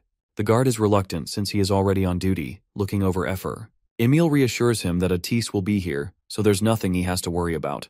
Emil tells the mage they will be back in 5 minutes. Since this was all unexpected, the Wyvern and Atis are baffled. The dragon lets out a sigh and comments that Hanbin is too reckless. Efer thinks both Atis and him are good people, because they are helping her despite not knowing her for long. She claims to understand how they feel but says that she is okay. She further adds that even though they are worried about her, she is not as sad as they might think. Looking back, she realizes that it hasn't been very long since she met Ellie. Together, they had to experience some of the tough situations, and had to be careful every day, hoping that no one would find out that she had a dragon's core. She never understood why they should care about the lives of others when they fought. However, she heard from Alejandro that Ellie tried to save the life of a wyvern she had only just met. Devastated, she calls her late sister an idiot, because there are so many ways to live happily if you just run away. Atis hugs Ephor to console her. He enlightens her that a dragon who transforms cannot transform back into another form after that. It may feel like a curse, however. He knows that the state she is in is what she desires and the one she loves the most. In the end, Ephor imagines Ellie combing and tying her hair and bursts out crying, while Atis hugs her. Meanwhile, Hanbin and Emil have taken care of the guard from heresy inquisitors and are resting outdoors. Hanbin expresses how an old man like Emil is useless in situations like this, and Emil agrees with him. The Sword King wonders if there is anything he can do being a top-ranking priest. Emil reveals the trial is conducted by the Order of Light, so he is not allowed to help her directly. Emil further reveals that the following day is the last day of interrogation by order. Since there are 10 days left until the trial, he is going to leave Ephor in the care of him and Atis. Inside, Hanbin is orchestrating a plan to break her free during the protection period. But in the nick of time, Emil discloses that if the wyvern escapes, then it will be the Valkyrian and his friend who will go under trial.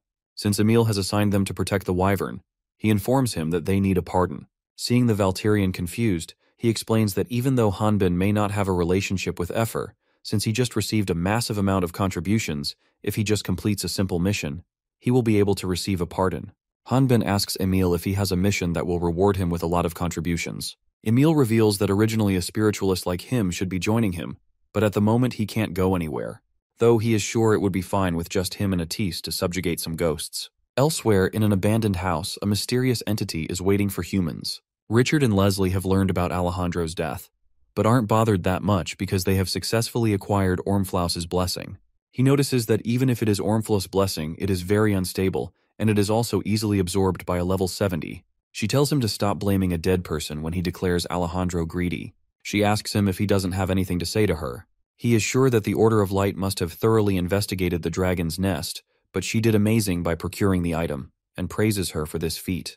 Leslie thinks Ormflaus's blessing looked like a regular modified crystal ball to the Latnians, so they had just left it alone. He reveals the Demon Lord's blessing is very valuable to them since it's something they have been waiting for 10 years, and he is convinced that with Ormflaus's blessing, they will be able to please them for losing the dragon's nest. She believes the problem is they don't know if the Order will suspect anything, and it seems the Order has a pretty useful dog as well. The Order has started actively looking into the Great Earth.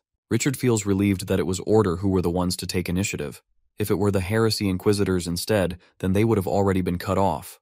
Leslie states a fact that in the past Latnians would be scared if they just heard the name Great Earth, but now they are like an ungrateful lizard's tail. She wonders if he's implying they should still be tail, despite already having Ormflaus's blessing.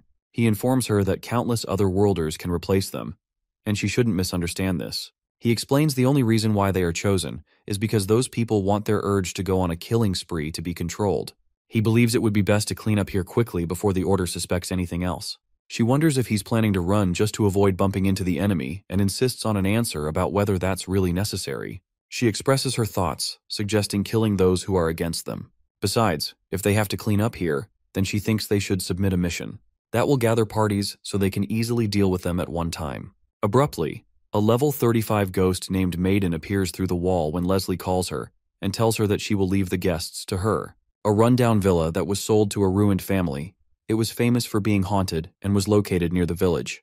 However, the truth was that it was a site where Great Earth ran experiments, which was why it was a place with many secrets. And to keep those secrets hidden, the place was riddled with traps. These traps were hidden in every corner of the mansion like hidden masterpieces of art. The only thing that the Maiden, the ghost, regrets is that most of those masterpieces will never be revealed to the outside world, since no one will be able to come out alive once they witness them. She believed that fighting enemies face to face was not for an artist like her. This is why she is aware that Leslie knows her the best. Terror is an art and despair is what moves her. She can't even sleep thinking about how her victims will be shaking in fear. After waiting 4 days for her targets, she is disappointed over the fact that her targets haven't come. She wonders was the submission done wrong and thinks she should check the address again. She is frustrated because she can't even tell which part of her art is blood and which part is the wallpaper anymore because they are so late. She decides to repaint everything once again because it is hurting her pride. She suddenly realizes that this place is hard to find since it's located in a deserted area, which is why her targets still haven't arrived. There are a lot of trees surrounding the mansion. It can't be seen from afar. As she is deciphering what is preventing the enemies from approaching, She decides that she should get the main gate ready, because the exterior is as important as the interior of the mansion. 2 days later, the people Maiden was waiting for finally arrive: Hanbin, Atis, Efer.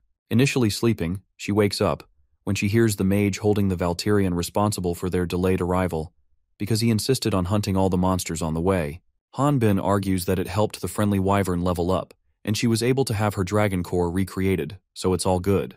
Efer believes having a high level won't matter if she ends up in jail again.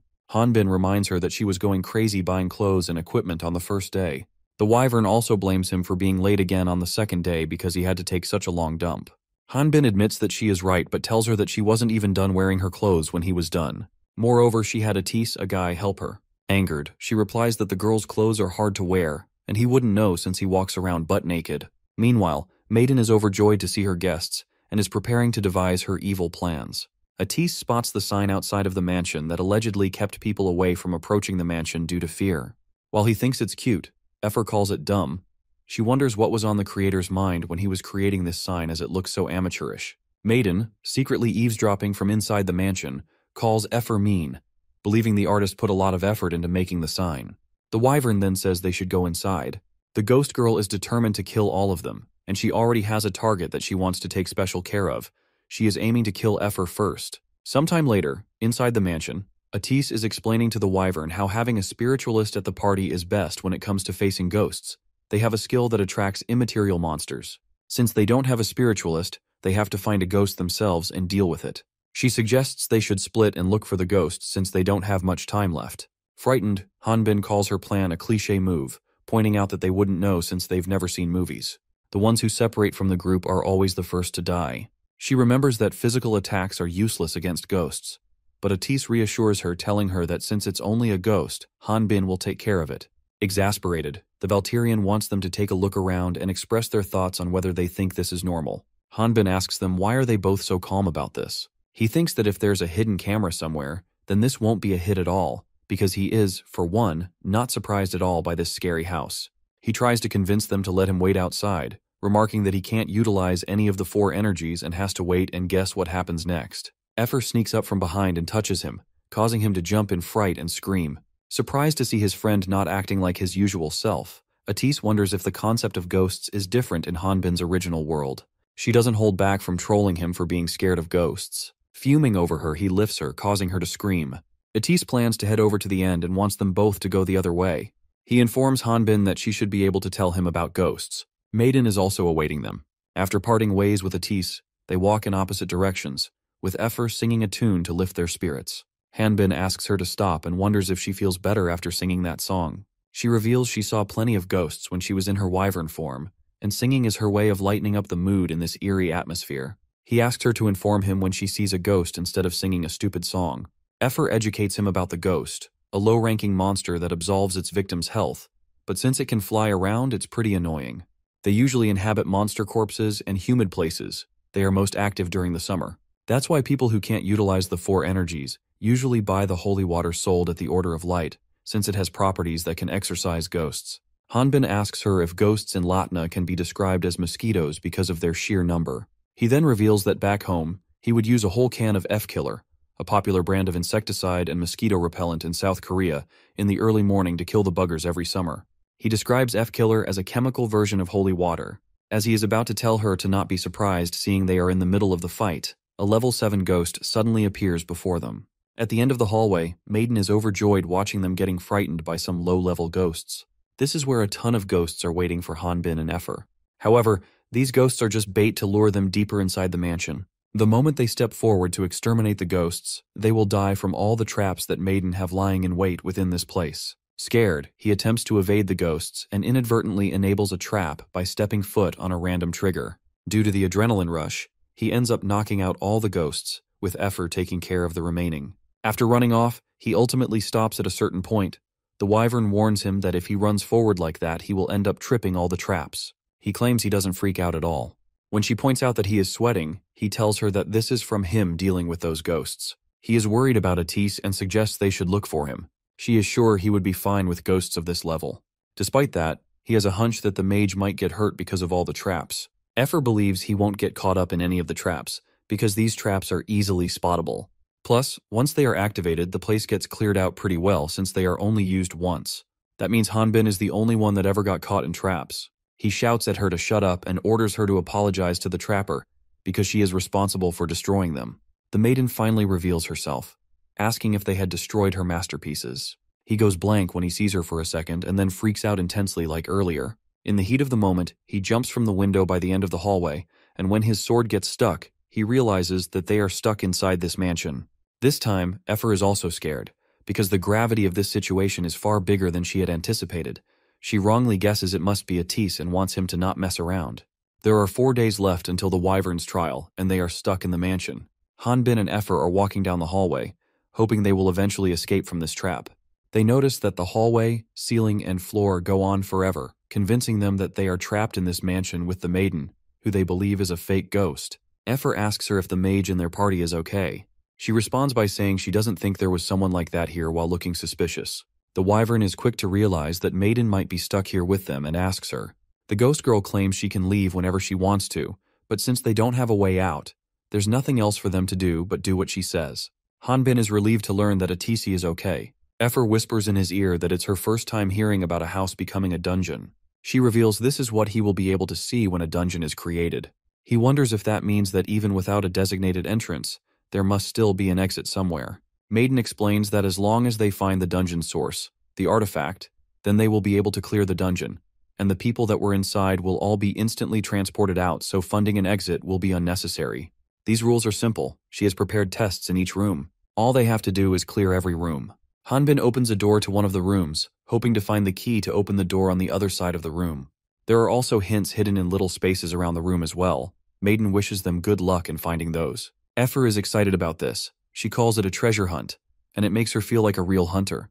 The Valtirian reacts to her enthusiasm by commenting that this is just an escape room. He wonders what is so exciting about this because back in his world, something like this is done on a normal date. Hearing the date word coming from him, the Wyvern giggles, ridiculing him. Enraged, he tells her that she is dead if he finds the ghost first. Maiden has planned to not make this any easier for the invaders. She is thinking that if they assume finding the key is all it takes, they're in serious trouble, since every wrong place they search will activate a trap that will kill them. She finds it very exciting because she will be able to see them struggle as they go through all the twists and turns of the tricks she spent time working on. Just as she wonders if it will be too difficult for hunters to figure out since they have to use their heads, Effer shouts that she found it. She reveals that she can sense metal using her force. When Maiden calls it cheating, she reminds her that she never said anything in the first place. The ghost girl says that if she flags it as cheating, then it's cheating. There's no debate over it, and she won't let them leave. She then reveals the next tests won't be as easy. As she's about to give them a hint, Hanbin cuts in by breaking the door and commenting that he won. This time, Effer temporarily sides with Maiden to call out the unfairness. When he remarks that this is how adults fight, they tell him that he is not allowed to break doors. After this, the three speedruns through various traps, which leads to a few hilarious moments where they show their genuine smiles and even Maiden bursts out laughing. They also come across a giant snake monster, but the three of them jump at it to kill it. Mages make up less than 10% of hunters, and those who exceed level 40 make up less than 2%. Another fun fact, most mages work as hunters to make enough money to join the most prestigious mage guild Thinkers, a top-level magic research institute that has recruited talented wizards with a focus on magicology, regardless of their combat ability and level. If one becomes a part of the guild, they can move to the Mage Kingdom, and they will have all the rights to access all the latest magical stories. That was the reason why Atis was sure. The mage is surprised after discovering some dimensional sealing magic documents, a type of magic that he had never seen when he was in the Thinkers. He wonders who in the world created this magic, and why would they place this magic on a rundown mansion like this. The description of the dimensional sealing magic says it separates spaces and places them in different dimensions. It's perfect as long as the operating tool is present. The magic will keep working even if the caster isn't around, kind of like what happens in the dungeon. He assumes if that's the case, then nothing can get out as long as the magic keeps running. He notices that it is unstable, and deduces that the caster made this mistake. However, he soon understands that it wasn't a mistake. Rather, it was intentional. It will activate once a trespasser tries to leave the mansion. Seeing the mansion vibrating tremendously, he becomes more aware of the fact that he has triggered the magic by attempting to leave, and the mansion will soon cease to exist. Hanbin, Effer, and Maiden. The three are having a banter about eating the giant snake they had just slain earlier.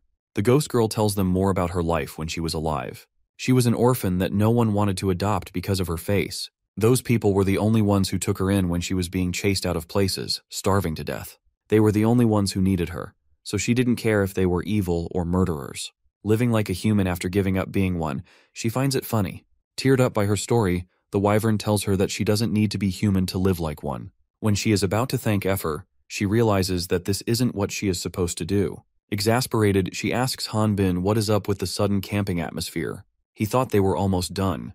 Plus, he was getting a little hungry. Maiden reminds him that he has yet to face the boss. She asks them who are they, and how are they so calm even though she is trying to kill them. According to Hanbin, those were some weak traps for someone trying to kill them. She threatens him by pointing her sharp nails at his neck. She makes it clear that she wants him to stop fooling around because she is level 35. She remarks even if Hanbin is strangely strong, he is only a level 5. The only reason why she is keeping them alive is because she wants to have some fun. He taunts her by questioning whether she plans to keep them alive just until she stops feeling lonely. He attempts to lift her spirits, reminding her that she is not a ghost yet, but a normal person. She gets lonely when she is alone, and wants others to acknowledge her when she works hard. With the guideline in place, if she had killed someone before, she wouldn't have been able to resist the urge to attack them so openly. Effer adds that those evil people of the Great Earth are different. They think people's lives are like mere flies and encourage Maiden that it's not too late right now. She tells her that they should leave this place together. Abruptly, the whole mansion starts vibrating, and Maiden is the first one to notice it, as she feels intense pain in her head. Soon after, the entire mansion starts collapsing. Startled, the wyvern asks him if this is how a dungeon closes. He feels this is completely different and assumes something is wrong. Atis leaps in through the window to check on his friends. He informs them that this entire place is a trap. The casters were expecting them and prepared this entire space. To stop this place from ceasing to exist, the mage reveals they need to find the operating tool they need to find and destroy the source. Baffled, Hanbin wonders if that's the case, then why did he come inside? Atis explains he was frustrated watching them from outside, so he came in. He questions why the two of them are not able to find the source in just 2 spaces. Since Hanbin has no idea what these 2 spaces Atis is talking about are, he questions him. Furthermore, he informs the mage that they passed through so many rooms. The dragon reveals that Hanbin and Effer have been moving in and out of just 2 rooms with the source this whole time. Confused, the Valterian wants an explanation and remarks that if there was an artifact here, then they would have already closed the dungeon. Atisi reveals he has been getting the signal this whole time. Effer deciphers the puzzle and says he is right. The source that was moving with them this entire time was one person, its Maiden. While they were busy trying to find a solution, the ghost girl was going through an existential crisis. She recalls how some people were going to get rid of her, but Richard and Leslie saved her. She never believed that those 2 would abandon her. After processing everything, Maiden attempts to attack the 3 of them by throwing some giant rocks, but Hanbin grabs his friends and yeets them out of range to save them, only to get crushed by the rocks himself. Before he gets buried under the rock pit, he enunciates sorry. Effer is left stunned by what just happened, and when she asks Atis what should they do, he wants her to not worry about Hanbin because something like this wouldn't even scratch him. He wants her to focus on destroying the source. While trying to look for Maiden, Effer spots the Valterian. When she rushes over to check on him, she realizes it's not the usual caring and helpful Hanbin she knows. He has been possessed by Maiden. Hanbin attempts to attack his friend with a vertical slash. Atis had a hunch that this magic belonged to the Great Earth. Since Great Earth can create something like a guideline, it isn't beyond belief for them to make an artificial guideline testee into an operating tool. They need to quickly find Maiden and stop this place from getting destroyed. He wonders if she is trying to waste time by hiding in a safe place. And just when he thinks about it, he realizes that this safe place might be Hanbin. Before the possessed Valterian lands the vertical slash, he rushes over to save Effer and retrieves her. When he asks her if she is all right, she reveals getting blown away by the shockwave. She wonders what's going on. Atis explains he tweaked an artifact Hanbin had with him in the past and saved her while equipping it. It only has a few uses, but it's better than nothing. When Effer hears him talk about how he had never expected the Valterian to get possessed, she remarks that only kids get possessed. Since children are the only ones who have yet to awaken with any of the 4 energies, they easily get possessed. However, the enemy they are up against isn't an average ghost, but an intelligent experimental testee. Moreover, this may not be her average possession, but she may be trying to take over his body by completely possessing Hanbin's psyche. Effer attempts to communicate with Maiden, asking her why is she doing this because if this continues, everyone in the mansion will end up dead. She wants to help, so they can get out of here together and alive. The ghost girl speaks through Hanbin's body, stating that if the wyvern wants to live, she will have to kill her and his friend. However, the Sword King abruptly punches himself in the face, signaling that he still can suppress Maiden's magic and won't allow her to terrorize his friends. Before falling belly face first, he gives them a thumbs up, implying they should leave this to him. Atis is quite surprised to discover that a highly trained body can suppress magic. The Wyvern wonders if he's sure his brain isn't just being overpowered by his muscle strength instead. He can't give up when his friend is fighting, but to Effer it appears that he is dying.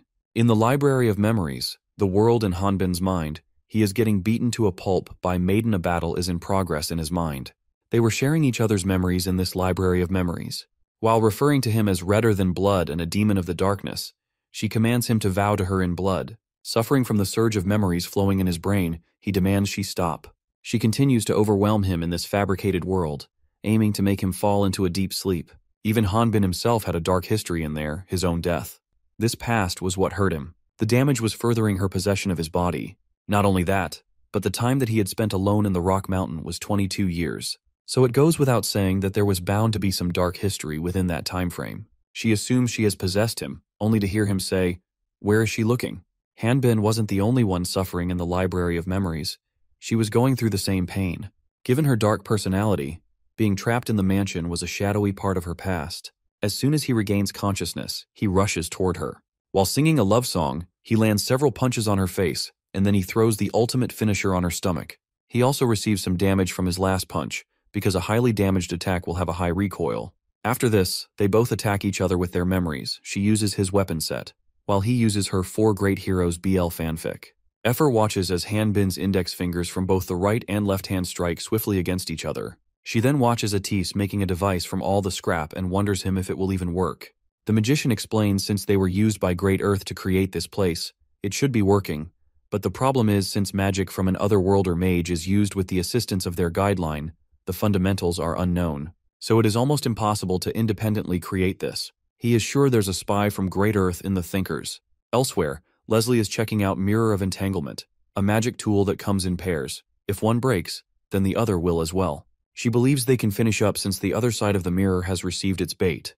Richard guesses they won't have any evidence of this. She explains there were a lot of useful magic tools, so, sadly, they will be losing them. He tells her that there's no need to feel that when it comes to using them for their missions. She admits that's true since this place is the Holy Land of magic tools. This kingdom is Rune the Magic Kingdom. Since they are already there, she wants to go shopping, because they haven't done it in a while.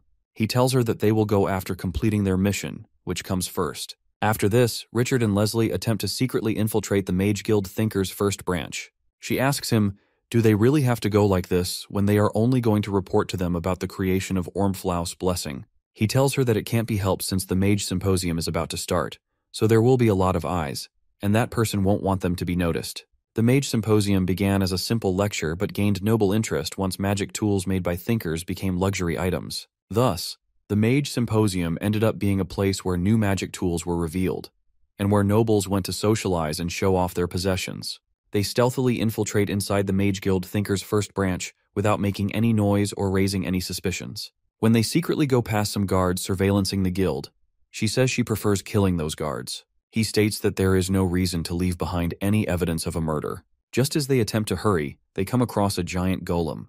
The giant golem immediately starts shouting to eliminate the intruder. Richard isn't sure if what they are facing is a golem, but regardless of that, he attacks it with his sword. He uses special attacks like Aura Blade and Diagonal Slash to break the golem into pieces, though he also sacrifices his sword hitting its metal body. Leslie remarks there's no way a monster like a golem would be here. She deduces that this is an artificial golem. As she tries to figure out why he destroyed his own sword, some unknown person arrives and asks him if he really dared to ruin the product they were going to reveal at the symposium. The unknown person remembers the two of them destroying her lab in the past. They both get on their knees and apologize to her. This unknown person is revealed to be the archmage of the four heroes named Zenobia. She demands they present their report if it's relevant. Elsewhere, Maiden finds herself in the middle of nowhere.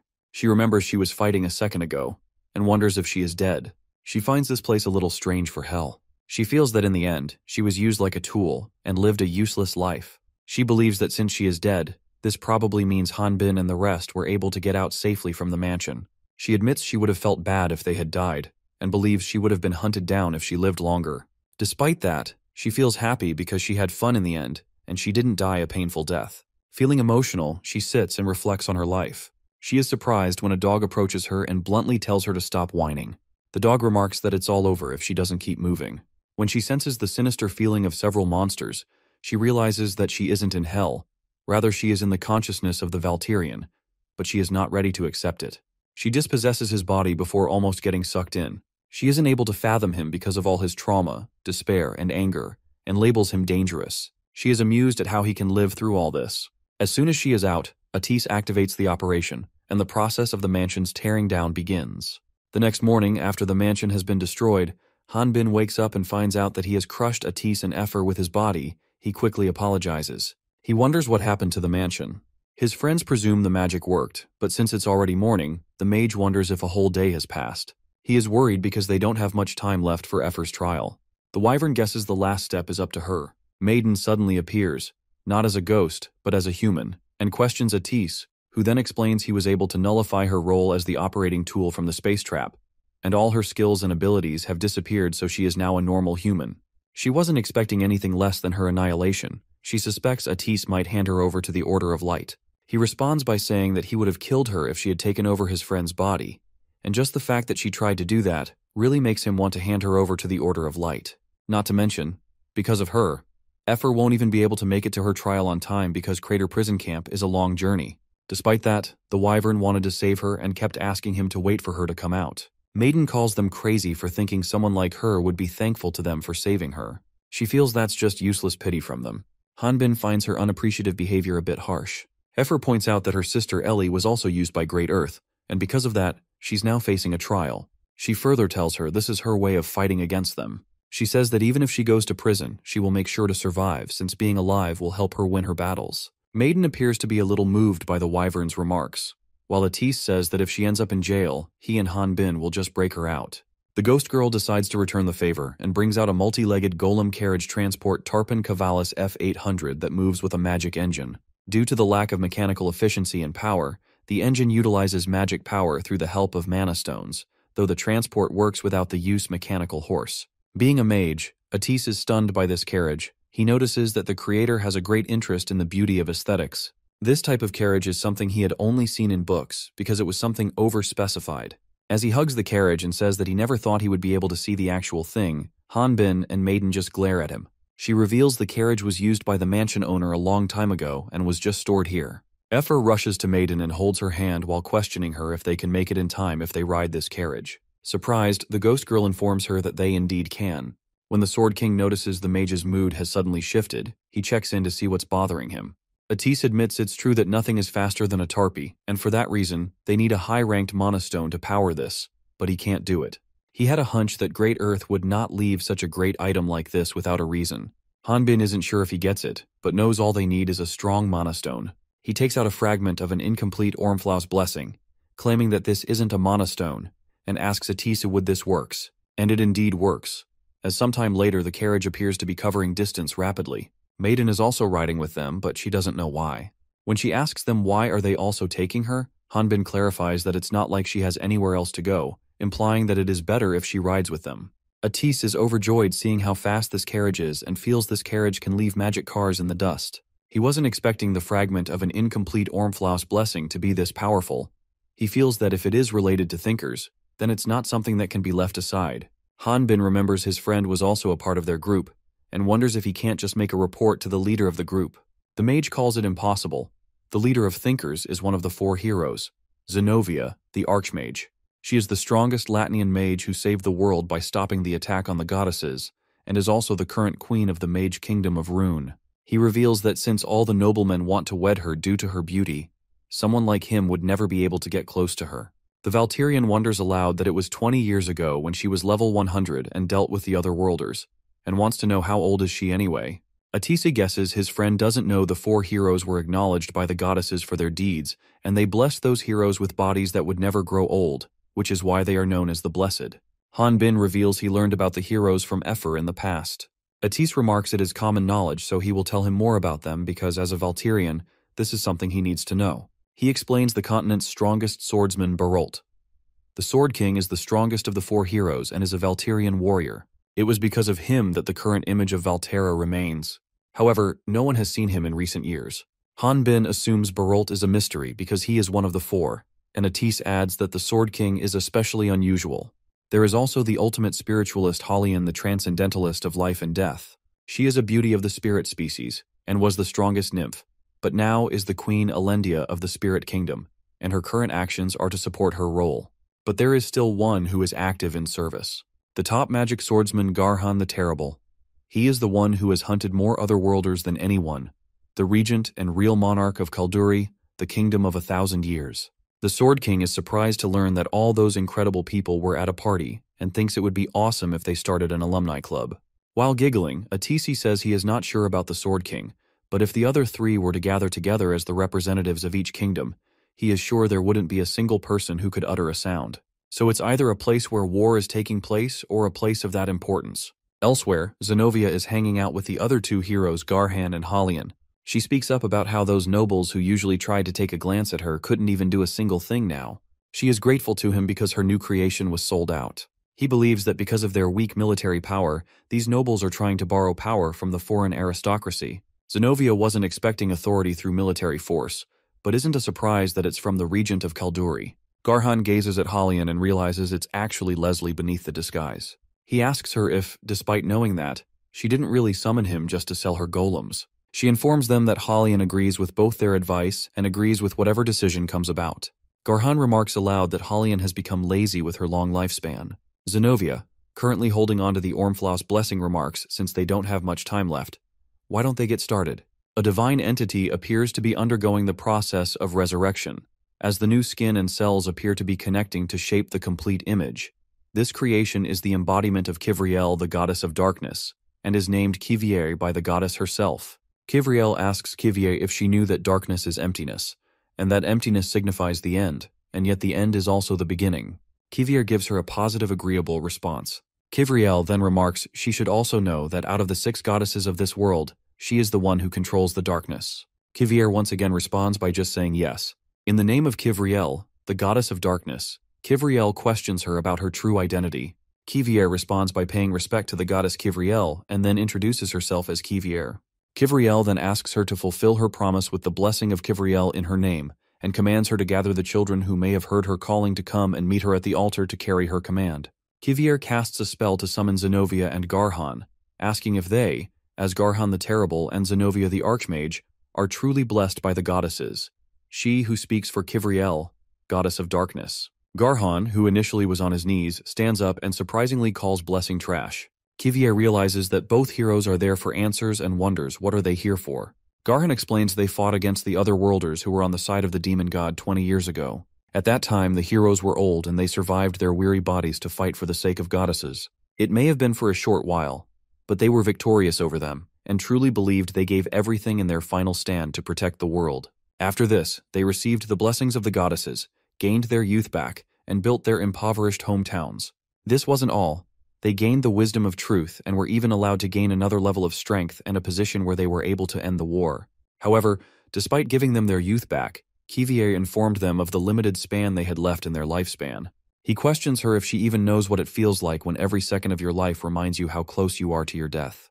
Kivier remarks they believe that Garhan, who was given the highest position possible, wouldn't be greedy for immortality. However, it now appears that they have been too good to him. Kivier adds that mistakes and despair are reserved for those who enjoy life, so if Garhan and Zenobia have received the answer to their question, then they can leave. Garhan charges towards her and other embodiments of the goddess Kivriel that look exactly like Kivier, while stating that his despair isn't having a limited lifespan. As he is engaged in the fight, he asks the goddess if they did anything after that incident, even though their sons and daughters sacrificed themselves to fight against the demon of this world. He feels they are dying unfairly despite having the goddesses' names on their breath when all the goddesses have done is give out their blessings and observe as the world went into chaos. In the end, he reveals his despair as them, the goddesses. Kivier thinks what Garhan, who lives for a fraction of time, understands. She mentions that chaos may indeed be in front of his eyes, and wonders if can he not see the whole truth. Garhan shares his opinion, saying the world does not need a god that just spectates, but a hero who punishes evil and sustains justice. That is why they have no choice but to become the pillar of immortality that sustains the world. He demands that Kivriel grant them heroes' immortality because that way they may protect this world. Just after finishing demanding eternal life, Garhan hears Zenobia calling his name. When he turns his face to check on her, he discovers she is slowly flaking away into fine dust. Kivriel transforms into her second original form and tells Garhan that seeking eternal life is not his sin. The death she gives him now isn't a punishment either. It's simply the only way to free him from the torment of fearing it. She plans on granting him a painless rest while his glory as a hero remains. Garhan snaps at Kivriel, telling her that this was the opportunity they granted to the goddesses. In the end, it was the goddesses that betrayed them. While shouting Kivriel, Garhan also flakes away into the dust. Hanbin and the rest have finally arrived at the crater courthouse after a long journey, though they barely made it on time. He and Atis are wondering what will happen, and the mage feels they have done everything they could for her to be exonerated. Hanbin then asks him if he told him about Great Earth to Emil. Atise reveals Emil has decided to protect Maiden since she was a victim of one who turned into a ghost. He believes if he told Emil that they got mixed into the Great Earth business again, then it would only make them more suspicious of not only Efer, but also of them and their connection with the Great Earth. The Valterian agrees and feels that even though the skeleton accident may have been an accident if they knew about Alejandro and the mansion incident, then it would be hard for the Order of Light to believe them. Atis believes that judging by how they destroyed one of their bases, it seems they've written them off as troublemakers and are more focused on staying alive. Hanbin assumes that they are still unaware of their identities. The dragon says if it becomes known that they possess a fragment of Ormflaus' blessing, then those people will come for them for sure. He suggests they shouldn't report this to Order of Light for now and keep it between them. Looking at the Ormflaus' blessing embedded into a bracelet, the Valterian wonders what this thing he is looking at. Atis explains that this is only a speculation, but he suspects it's a guideline that Latnians can use. Since his friend can use it, Hanbin learns that if his guideline was normal, he could have been at least helpful. The magician is sure that is probably not the case because this demon god's blessing is most likely different from a guideline. He informs him that this is a bit more specialized than a normal guideline. They can input new magic spells or skills inside it. Wondering if one can use the spells or skills they are not compatible with, he asks these questions to Atis. The magician reveals the problem is one can even use those that they are not compatible with. The Sword King, a swordsman, and a high-leveled mage will both be able to use magic that could read an opponent's level. It's similar to how a dragon absorbs experience. With this tool, a person can go beyond the capabilities of their limits. Hanbin understood Atis's words as comparing humans to outdated computers struggling to run advanced magic like high-performance software. The only way a computer can use the program is either to have a guideline or Ormflaus' blessing. Atis feels lucky to have escaped from the mansion. They were able to stop the magic because Maiden was stuck inside with them. And the fact that this was only a fragment of Ormflaus' blessing, that the magic wasn't complete. He reveals if this was a more complete blessing, then both he and the ghost girl would probably never have been able to get out of that magic trap. Hanbin suddenly takes a big bite from Atis's burrito, which makes him a little upset, as this is his first real food that they had in a while. Hanbin blames him for not focusing on the food that is in front of him. He comments if this was the rock mountain, then the food would have been the mage himself. He wonders how he would have been living if he never come here, and is contemplating what would it have been like if his guidelines had never been messed up. He discloses before Atis that he probably lived about 5 years in fear every day in the Rock Mountains. He feels that thinking about it now is useless. Since time allows no do-overs, what matters is that his presence back then is what kept them alive to this day. When Efer and Maiden come from behind the door, they misunderstand the situation, thinking Hanbin and Atis are getting all lovey-dovey because of the angle they are sitting at. Efer says that it didn't take her long to be exonerated thanks to Maiden's evidence, and as she is blushing, she asks the Valterian what is he doing to Atis. The mage further exacerbates the misunderstanding by saying Hanbin ate his burrito without asking. Efer drops and kicks Hanbin while telling him to die, and then argues with him for a good while. Garhan and Zenobia are alive, living inside the low-dimensional space. He explains to Zenobia that the goddesses are beings of a higher dimension than humans. Just as that implies, the dimension that they exist in is completely different. He feels there is no way they will be able to understand those who live in a four-dimensional world. But they can also think in reverse, just as the humans are shapes drawn on a plane from their point of view. The eternity that the humans long for is simply another dimension for them. It was believed that the humans couldn't attack goddesses, but that was the rule up until now because Garhan has acquired dimensional sealing magic and Kivriel is trapped in it. He wasn't expecting that such a high-dimensional being would be trapped in a low-dimensional field. It seems their roles have switched. Until Garhan can understand Kivier's divinity, Kivriel's future will continuously repeat itself in this space. He questions what Zenobia thinks about Kivriel figuring out their plans in this low-dimensional realm. Zenobia isn't sure but still adds that maybe it's possible if they forced themselves into that space. The goddess of that time and space was the one who called them there. It was then that their magic began to erode her, and when Garhan severed her head, That's when she was fully entrapped by their magic. Plus, if Kivriel figures it out now, it's too late, since they absorbed half of her power of darkness. Garhan admits that was true. He remembers how Kivriel was unable to recognize Ormflaus's blessing after that. But with just half the power, they won't be able to attain immortality. He wonders if it is because Ormflaus' blessing is incomplete, and wonders if will they be able to absorb all the goddesses once they create a complete one. Zenobia questions him. How is he planning on creating one? Because they can't step 1 foot outside this neutral space. Moreover, since there's no time in this space, their lifespan won't decrease, so they can take their time absorbing her power. Suddenly, Zenobia hears Kivriel calling her by her given name.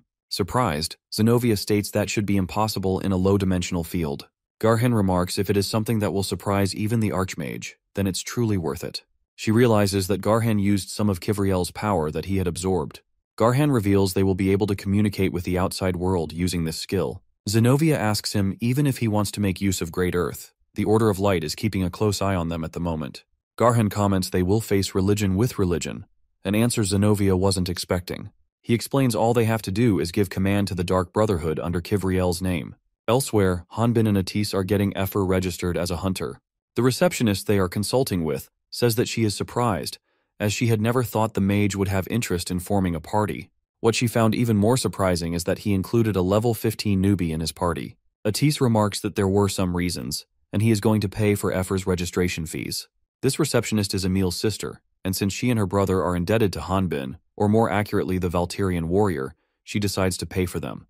Though Hanbin informs her that he forgot to bring back her clothes, and also forgot to burn down Emil's temple. Since Atis wasn't there when his dear friend accepted this mission, he appears to be bewildered by what he just heard. Emil's sister reveals that she will make sure to suck every penny out of her dumb brother as payment for saving his life. The receptionist demands to know if the mage would like to register for a new guild card. She reveals it's free for those who cooperate with the Order of Light. He accepts her offer and thanks her. Hanbin notices a hunter consulting with the other receptionist, overhearing him mention that he's heard it's possible to become a hunter by coming here. He wonders if this hunter is from the countryside. He remembers being as awkward as this hunter when he first came. He also notices how clean the hunter's equipment is, and assumes it must be freshly purchased. When the receptionist asks the hunter if has he come to register as a hunter, he responds by saying yes. The Sword King's guideline shows him this newbie hunter's level is 20, leaving him stunned. He wonders if isn't it a bit too late for a level 20 to register now as a hunter? To register him as a hunter, the receptionist asks him for his name and his place of birth. The newbie hunter remembers he hasn't introduced himself yet. He shocks Hanbin by bluntly revealing he has come from Shanghai, and his name is Sana the Warrior. At the northeast of Kalduri, the kingdom of 1,000 years, snowy mountains of 1,000 years, the heresy inquisitors are wreaking havoc at a dragon's nest, just to acquire a fragment of Ormflaus' blessing. The man leading the inquisitors in this operation complains about how much they hate the cold. They wonder why dragons have to build a nest there. The workers and the locals are screaming in fear, questioning why the inquisitors have to be here. While the heresy inquisitors are tearing things apart on the surface level of the dragon's nest, one of the refugees appears to be possessing the thing the inquisitors are looking for, a fragment of Ormflaus' blessing. This refugee is standing on a big steeple structure, aiming to escape without being noticed. He wonders why this organization have to show up when the experiment is a success. He is more stunned by the fact that they were able to locate it. Normally it would be challenging to find this place. Knowing that running is the only feasible option, he attempts to evade the threat, only to be stopped by one of the heresy inquisitors. The member of heresy inquisitors interrogates him about where is he trying to escape. He pretends to be innocent and claims he is one of those wandering folks who have nowhere else to go. He tries to find a logical solution to this, as he can't see the opponent's level due to the mask. Noticing the gold color on the heresy inquisitor's clothes, the refugee presumes he is being confronted by a general. He begs for forgiveness, promising to leave right away with other refugees. The general admits the heresy inquisitors don't have a good reputation, but reminds him that they don't go out to pick on refugees. Just as he declares that any refugee tied to Great Earth would face punishment, the refugee suddenly shoots him with a double-barrel handgun. With cold defiance, the refugee remarks that if he already knew that, then he should have killed him on the spot.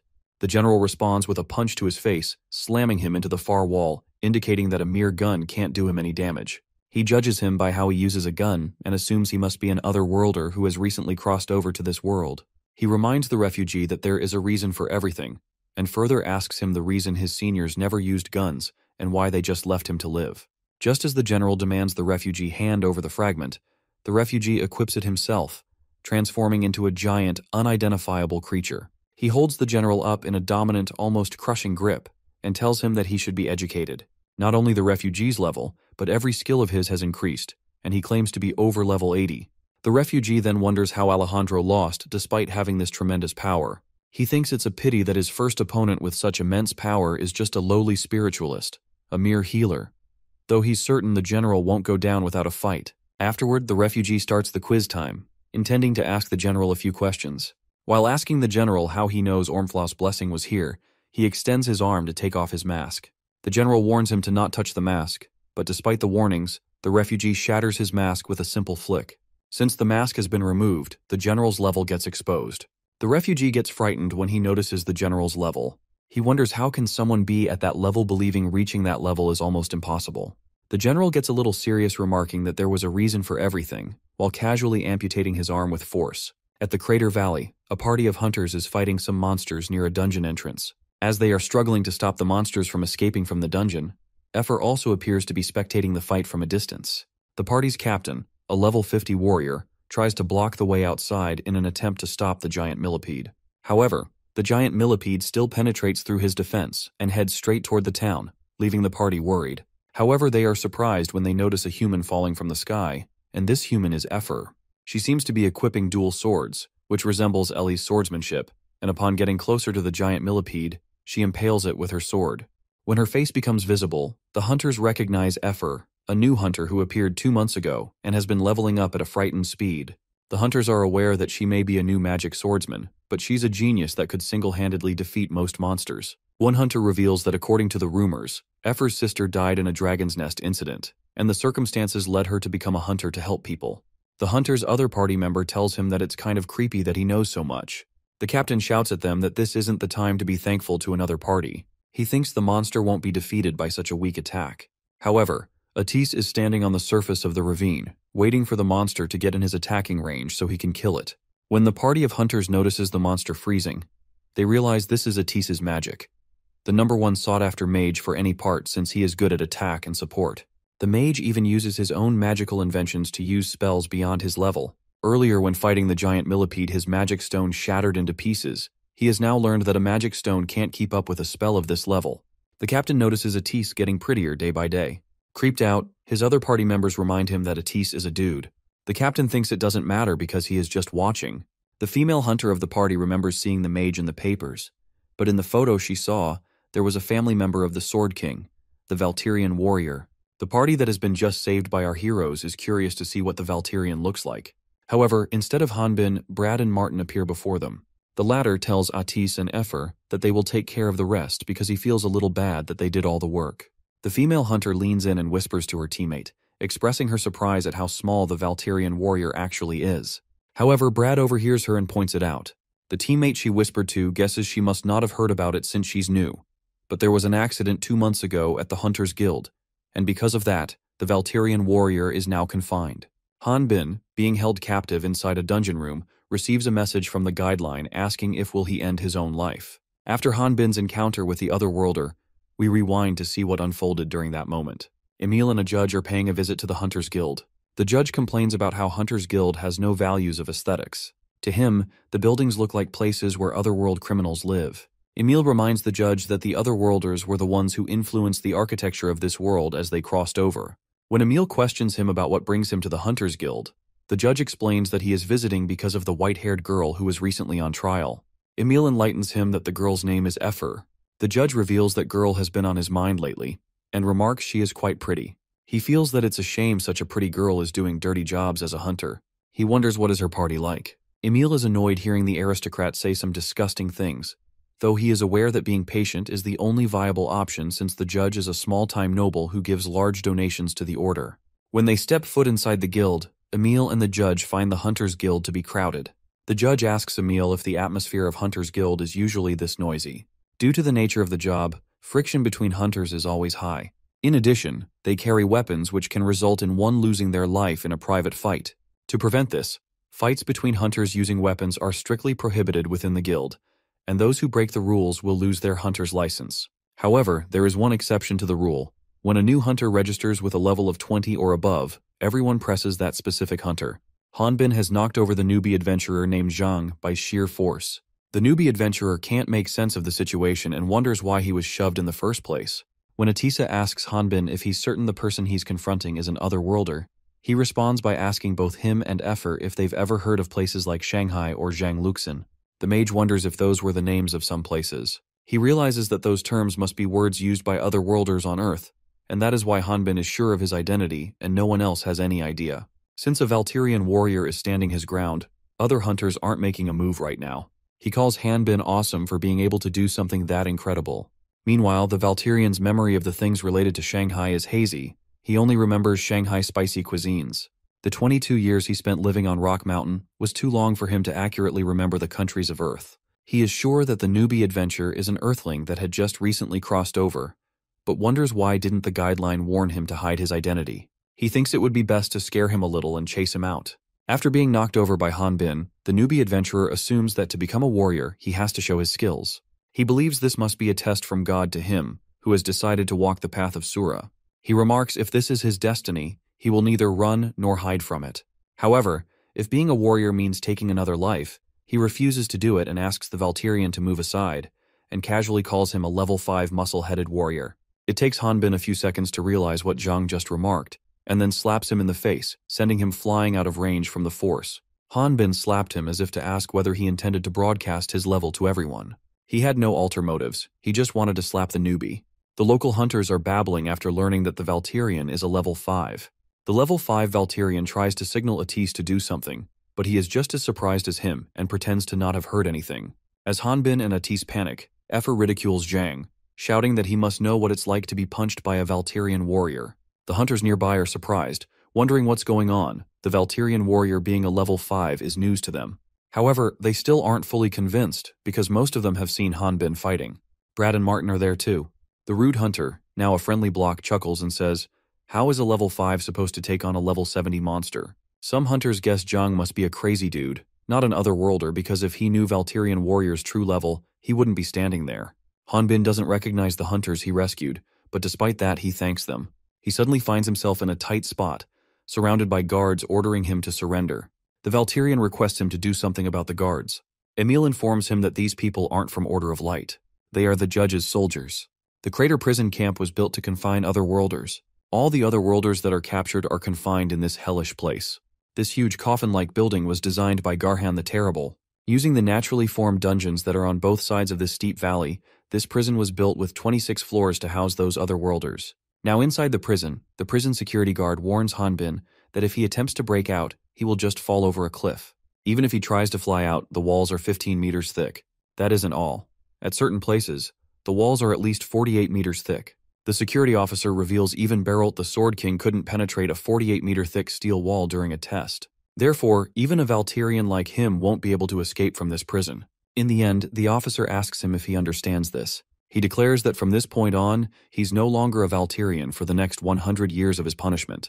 Since the Sword King wasn't expecting a 100-year sentence for an accident, he demanded an explanation on why is he sentenced to 100 years. He pleads before the security officer and the judge, who is watching him from a distance, that it was an accident, and it was the other guy's fault in the first place. Atis and Effer have also come to see their friend. The mage believes there's no point in asking for an appeal since all the other judges are also nobles. He reveals he asked Priest Emil for help, but Emil claimed they won't even give him a chance to be exonerated, and it appears that the judge is in charge of Crater Prison.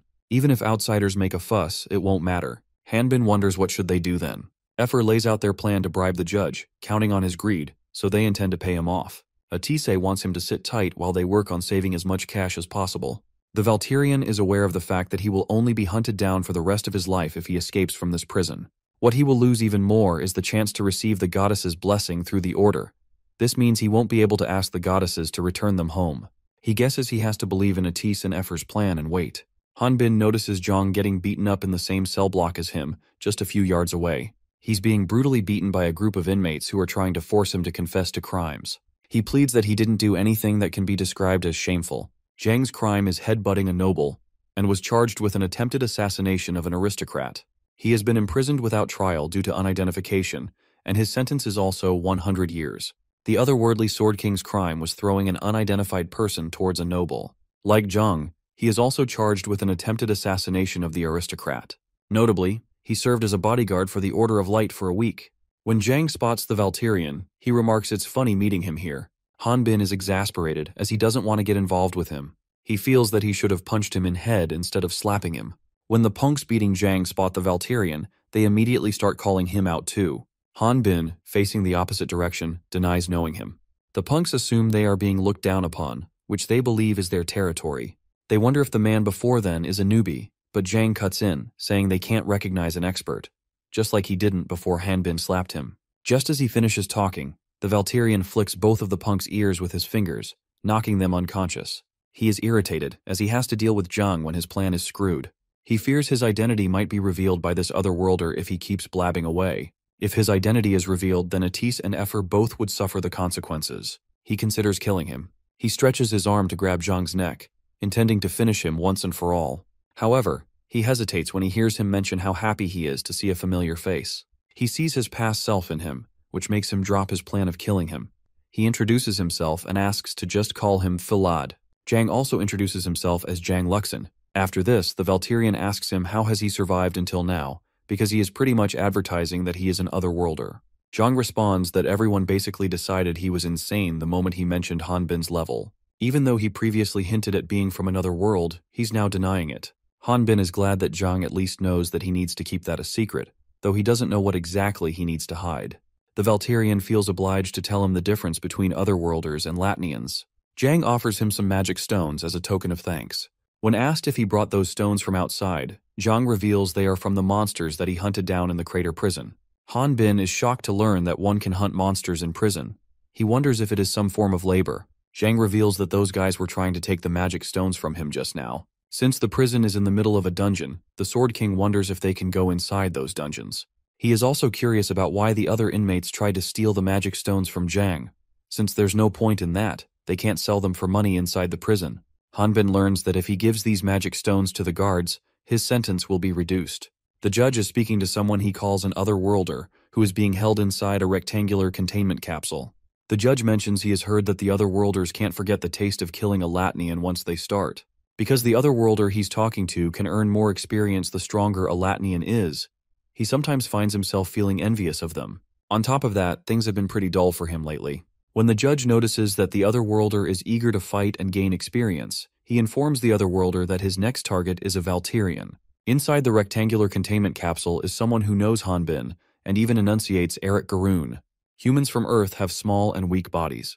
The advancement of civilization led to a decrease in physical activities, which resulted in the loss of muscles. But Latnians aren't so different from the people of Earth. Though they do have to hunt giant monsters, their natural bodies are the same. It's just that the Latnians use their bodies more because of their environment. To hunt monsters, the Latnians learn to fight and increase their body strength through leveling up. Even so, a human's body limit is level 15. However, there are many different types of monsters, and your level can increase exponentially based on which monsters you hunt. This is why Latnians have powers that are called the Four Energies. These four energies are Aura Strong Physique and Destructive Energy, Mana Magical Energy, Force Lightning and Internal Energy, and Prana Regenerative and Protection Energy. Hunters train these energies to increase their levels and hunt huge monsters. However, if one is not able to use one of those four energies, they rely on a magic tool called Handcuffs of Sealing. When Handcuffs of Sealing are worn, they block the four energies. The color in these cuffs changes when they are in use. Although Hunter's level may be high, a human without the ability to use the four energies is nothing but monster food, and there's no exception to that fact.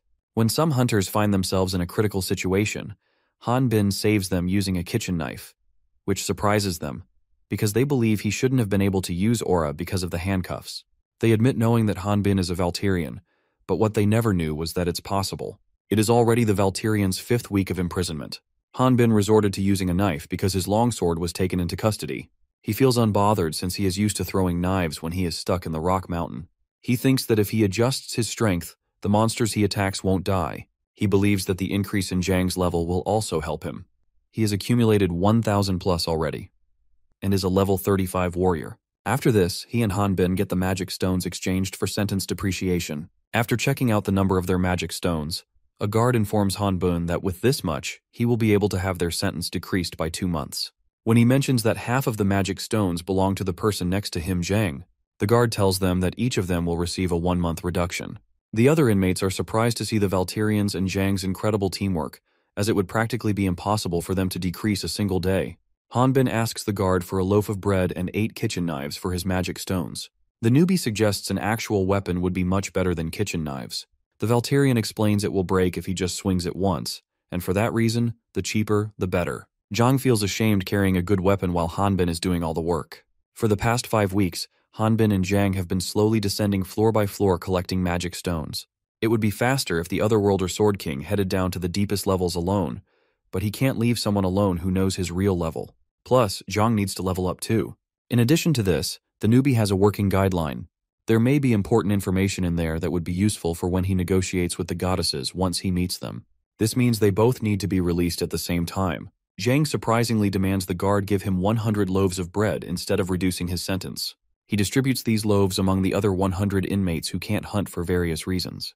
They are grateful to him since he used his hard-earned magic stones on them. Zhang points out that monsters will show up in the dungeon again, so there's nothing to fear. Hanbin snaps at him asking him if is he thinking of rotting in jail forever and if is this his home. He responds by saying that anyone who wants to be a hero can't ignore people in pain, even if those people happen to be criminals. Suddenly, the judge arrives to check on the prisoners, and when he looks at the inmates, he comments it's a total cesspool here. One inmate rushes to the judge requesting they let his family come visit him once. However, he is stopped by the guards. Looking at the miserable state of the prisoner, the judge asks the guards to explain this. One guard points out that the prisoner in the judge's presence was sentenced to 15 years in prison for not being able to repay his debt 5 years ago. He is not a hunter, and his family is currently paying for his bail. In simple words, he is a farmer. The judge wants the prisoner to hunt in the dungeons, otherwise he would not be given any visiting rights. The guard informs the judge that the last time this prisoner headed into a dungeon was 3 months ago, and lost his leg in an accident. The judge wonders if they should give him an opportunity. Once he finishes pondering, he tells his guards to throw the prisoner in the dungeon.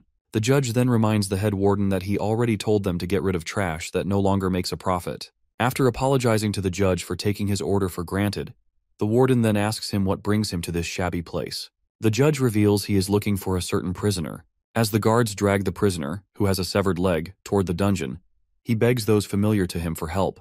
The guards warn him to stop squirming, and they are glad that at least they don't have to kill him themselves.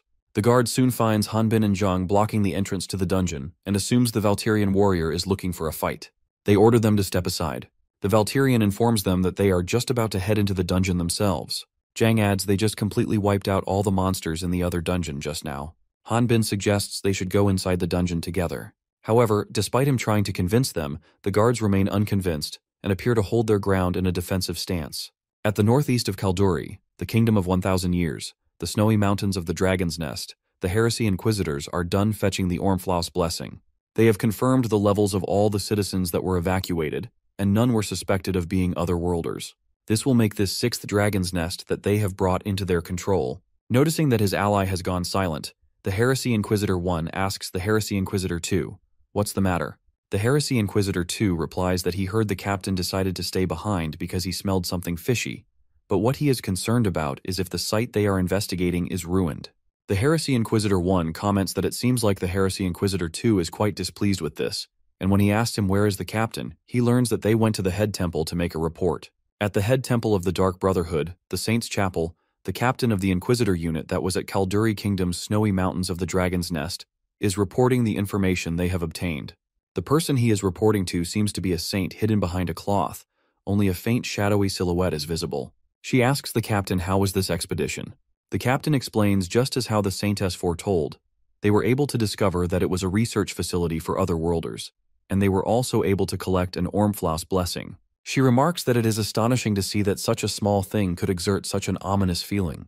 If this wasn't for the goddess's oracle, this world would have fallen into great chaos. She tells the captain, who is revealed as Leonhardt, that Kivriel, the goddess of darkness, will look favorably upon him. When Leonhardt goes silent, the saintess asks him what's the matter. He wonders if isn't it strange that in the past, goddesses would send prophets to observe their world and then give them enlightenment. They never directly influenced their behaviors. The saintess responds that it would suggest just how disrespectful the Otherworlders have become. Leonhardt contends that by the time they arrive at the scene after receiving the oracle, the casualties already exceed 100 people. Since the goddesses know the location, he hopes to receive oracles from them quickly. Enraged by Leonhardt's blasphemous questions, the saintess shoves the curtains revealing herself to confront him. She reveals she has been a saintess for over 70 years, and true to what Leonhardt just said, she has never received this many oracles at a given time. She asks him how dare he question the goddess's judgment when the goddess's only concern is for the safety of this world. She tells him that he may be one who's blessed, but questioning so is unforgivable. The saint calms down when he apologizes. However, she reminds him that he is no longer a child to cause trouble and gives him a piece of advice to be careful with his words and actions. She asks him to remove his mask the next time he visits because it's a shame to cover it when the goddesses have given him such a handsome face. He removes the face mask, only to make the ladies serving the saintess blush. He states that he'll remain on standby until the next oracle is revealed. The saintess begins offering Ormflaus' blessing to Kivriel. Leonhardt thinks that because of the oracles with such detailed information that has never been given before, they were able to take Ormflaus' blessing from Great Earth's hands. However, no matter how many times they question the goddesses what they are, they only tell them that their existence shouldn't be revealed to others' orders. He wonders if is something going on. Meanwhile, Garhan received the Ormflaus' blessing, which is the secret to his level and incredible strength, and he knew the Dark Brotherhood would be reliable. Zenobia asks Garhan how much has the demon god's blessing that was left at the dragon's nest progressed. He reveals it was only 3% this time, and it seems that there weren't that many refugees there. Zenobia believes that even if they were to get Richard to help them deliver the fragments from the dragon's nest, they would be able to get rid of the useless Great Earth since they are also using the Dark Brotherhood. Zenobia tells Garhan that it was a good thing he played with politics while acting as a regent.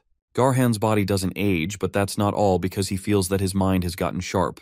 Zenobia feels disappointed seeing the other group they made together, the Great Earth, be easily crushed. Garhan is convinced that the new Great Earth isn't weak, but the Dark Brotherhood's heresy inquisitors aren't exactly strong either. Zenobia wonders if that indicates the Great Earth is being easily crushed, since they have been giving the Inquisitor so much information on them. Garhan adds another reason. The Dark Brotherhood has Leonhardt, blessed by the goddesses. She feels that it's a good thing, because they can bring Leonhardt over to their side since he should also know his lifespan.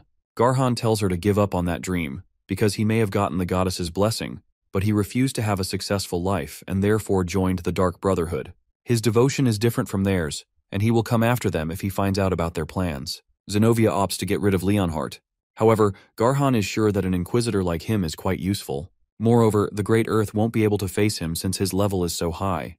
Garhan agrees and further adds that since the goal of heresy inquisitors is to capture otherworlders to obtain information, Leonhardt is quite an expert in facing the otherworlders, especially since he is a spiritualist who specializes in close combat and healing techniques. Zenobia drops another question. What if Great Earth spills about them?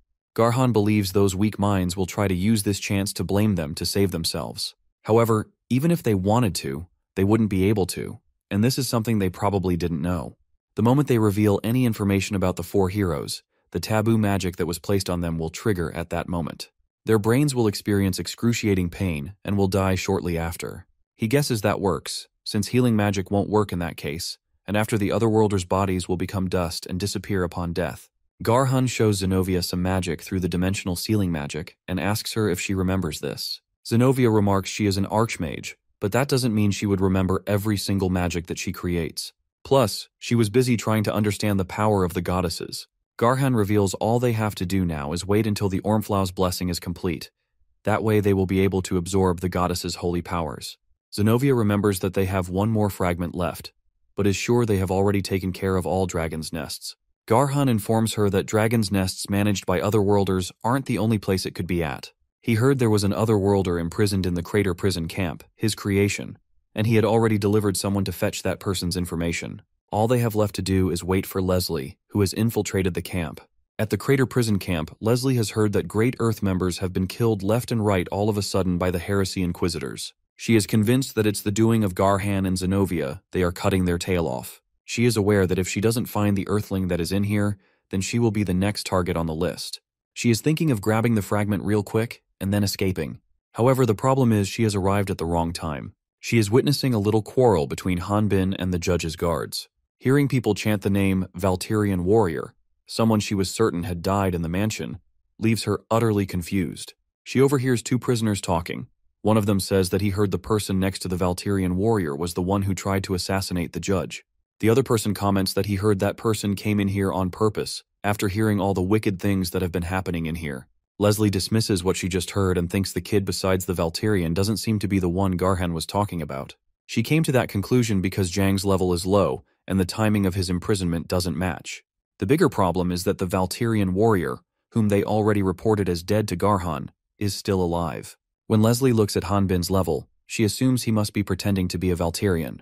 Since the guards aren't relenting down, Zhang suggests they should take of these guards and save everyone. The Valtirian asks him who are they supposed to protect and who needs saving, and then bluntly asks him if he is thinking of committing suicide here. Hanbin adds that he already has 2 dragons to take care of. He is well aware that if they head butts with the judge, then the situation would become more annoying. He just wanted to go and spend time in the dungeon. Inside, he curses the judge for not leaving and staying here for too long. When he asks the guards what are they standing around for, they are taken aback by his tremendous murderous intent. Zhang is eager to fight the guards and thinks that he can't stay silent because staying quiet won't help a single person. He suddenly calls out all the prisoners who feel their sentence is unjust to stand against this. However, before he can utter a word against the judge or the guards, Hanbin grabs him by the neck and begins choking him.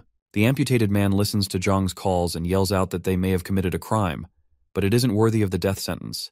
He says they have families waiting for them. Soon after, everyone starts rebelling against the current world order, speaking about how they have been done dirty. They start chanting "Release us," leaving Leslie to wonder if these people are crazy. The guards notify the judge to escape since it's a riot. Displeased by what's happening, the judge orders his guard to bring him out of the coffin talking about the otherworlder he was chatting with earlier. Hanbin is surprised, wondering what's happening here. Zhang tells him that this is the warrior's way to save those who are weak, so they must have been struck by the motivation. A true hero empowers others to stand on their own. He reveals that he never realized Hanbin had such an amazing character, along with his incredible martial arts skills. He declares that he will be serving him forever. He then shouts that everyone should follow the Valtirian hero. People follow his lead and begin chanting Valtirian. Everyone goes quiet when they spot someone shackled at both wrists and ankles, unable to take more than just a few steps. The prisoners immediately realize that this person is an otherworlder. Both Hanbin and Zhang are surprised by this discovery, while Leslie realizes that's the otherworlder Garhan was talking about. Her guideline tells her that the otherworlder is a level 61 magic swordsman. After revealing the otherworlder, the judge attempts to torment the prisoners. He thinks showing this much fear to the prisoners is just about right.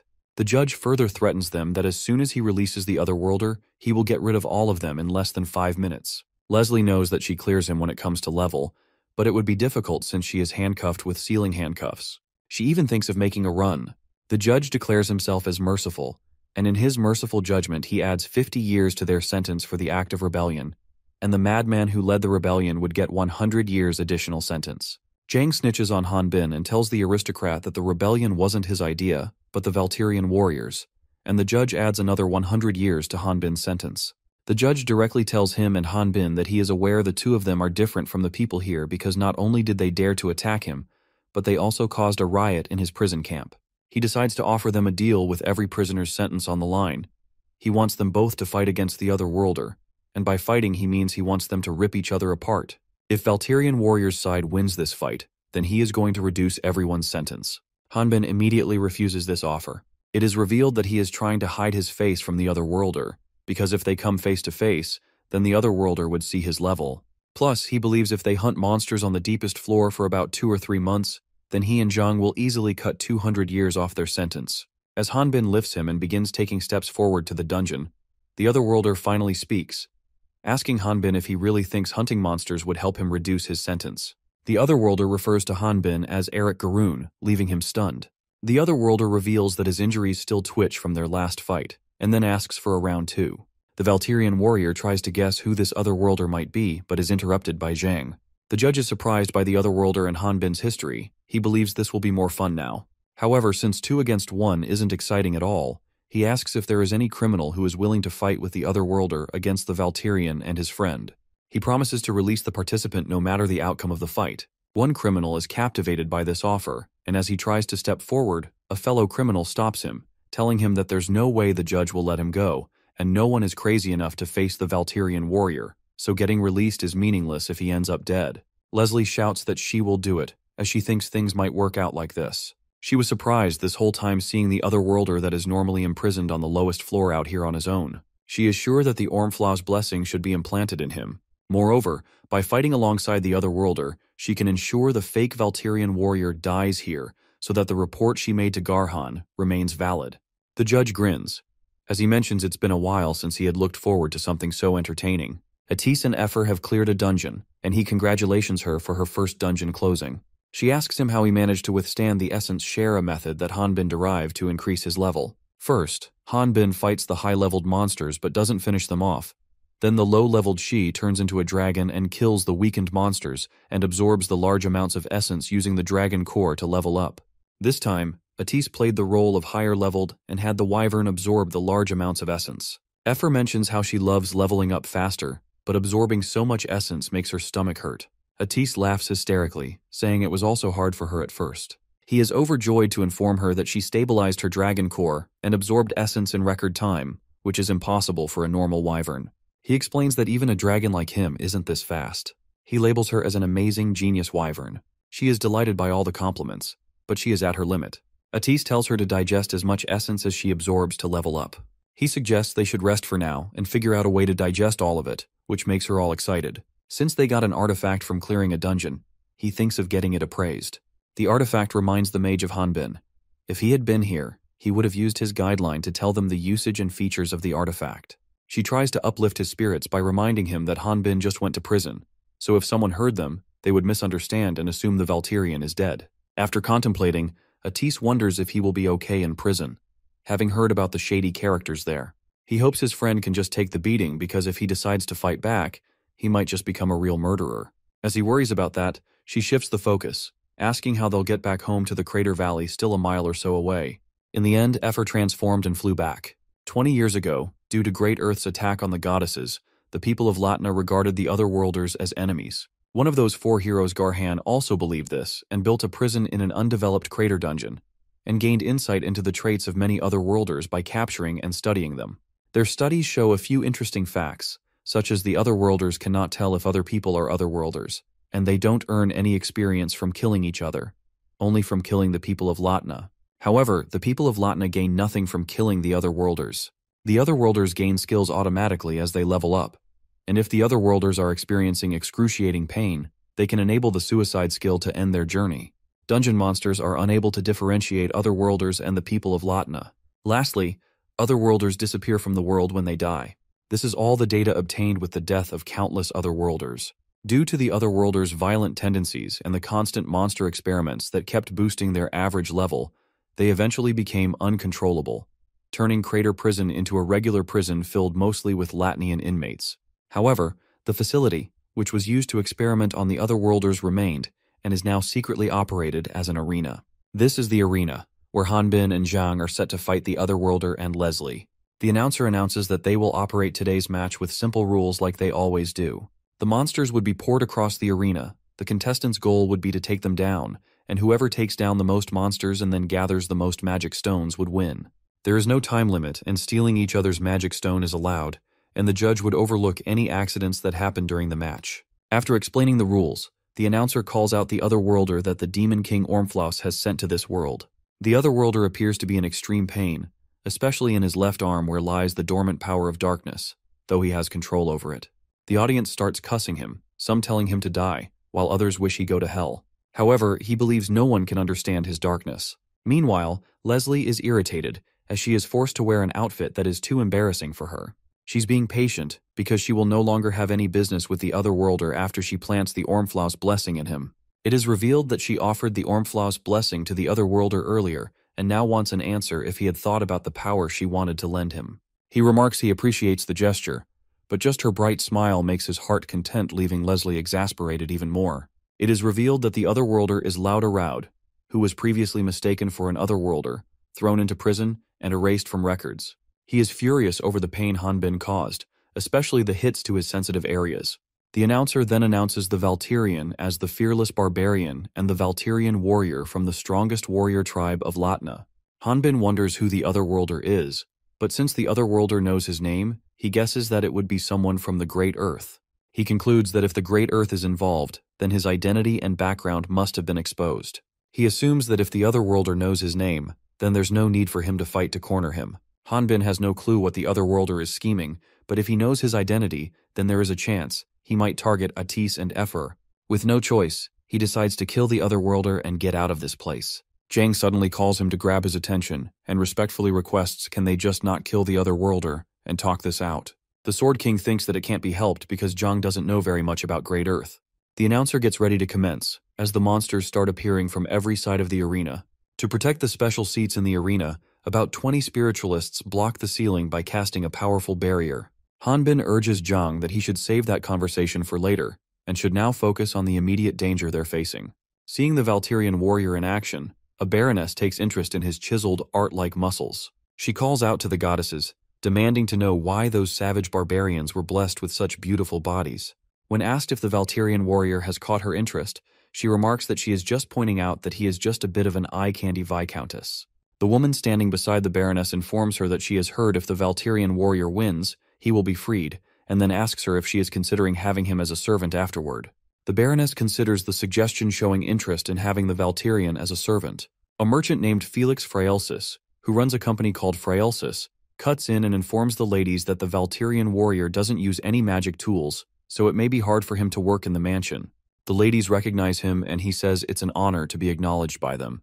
Holding a camera, Felix asks Baroness and the women beside her if he can take a picture of their unmatched beauties. Seeing their confusion, Felix explains it's the company's newest magic item called the Portrait Recorder. The Baroness is surprised to see Felix using a magic item without any strain, leading her to assume he must be a high-level individual. Felix reveals he had done some hunting work with his older brother, but it's nothing to boast about. After this, he attempts to check if the magic item is functioning properly by pointing his camera at Lauda. He remembers that his older brother warned him about that otherworlder. Since Lauda is wearing a unique mask, it's hard for Felix to see his face. His photo shoot is interrupted by Baron Elhauer, the judge, who can't tolerate Felix doing his business around here. He asks Felix if the ticket cost him a fortune since he's not a noble. The Baron isn't thrilled about Felix's visit. He sees him as a lowly merchant and only lets him in because the Marquis offered him the ticket. But deep down, Felix responds that this is no business and thanks him for being concerned with his financial well-being. Felix casually says the Marquis sold him the tickets dirt cheap so he was able to afford it. Baron isn't happy with how he phrased it, especially the juxtaposition of the words dirt cheap and tickets. Baron angrily remarks that if Felix is claiming that, then his pockets must be very deep, and then suggests they make a little bet for fun, asking him who he thinks will come on top, the Otherworlder or the Valkyrian. Baron reveals he is going to bet on the Otherworlder, so this leaves Felix to support the Valkyrian warriors team. Felix is stunned over the fact that Baron is betting on an Otherworlder. Out of nowhere, the Baroness points out that the monsters that were coming from all sides of the arena are decreasing in number. Everyone is shocked after discovering that these tiny insect monsters are nowhere near the level of the Valkyrian. Hanbin advances, cutting down each monster with just one swing, showcasing incredible movement. The audience is witnessing him playing with these monsters like they are mere bugs. Even though the magic item prevents him from using the 4 powers, he still has unbelievable strength. He is sure that every monster he has fought so far is nothing special, though their numbers just don't seem to be shrinking. The announcer is left speechless when he witnesses every monster from the dungeon charging toward Hanbin, while the Otherworlder and Leslie are spectating the Valkyrian's brilliant show. In this critical moment, he uses a horizontal slash, killing every monster in one blow. He reveals he even controlled his strength, but things still went overboard. He is baffled when he notices the tiny monsters working together to help one of their own put on prosthetics, and once the prosthetics are on, this new, better version of the ant-like monster charges toward him.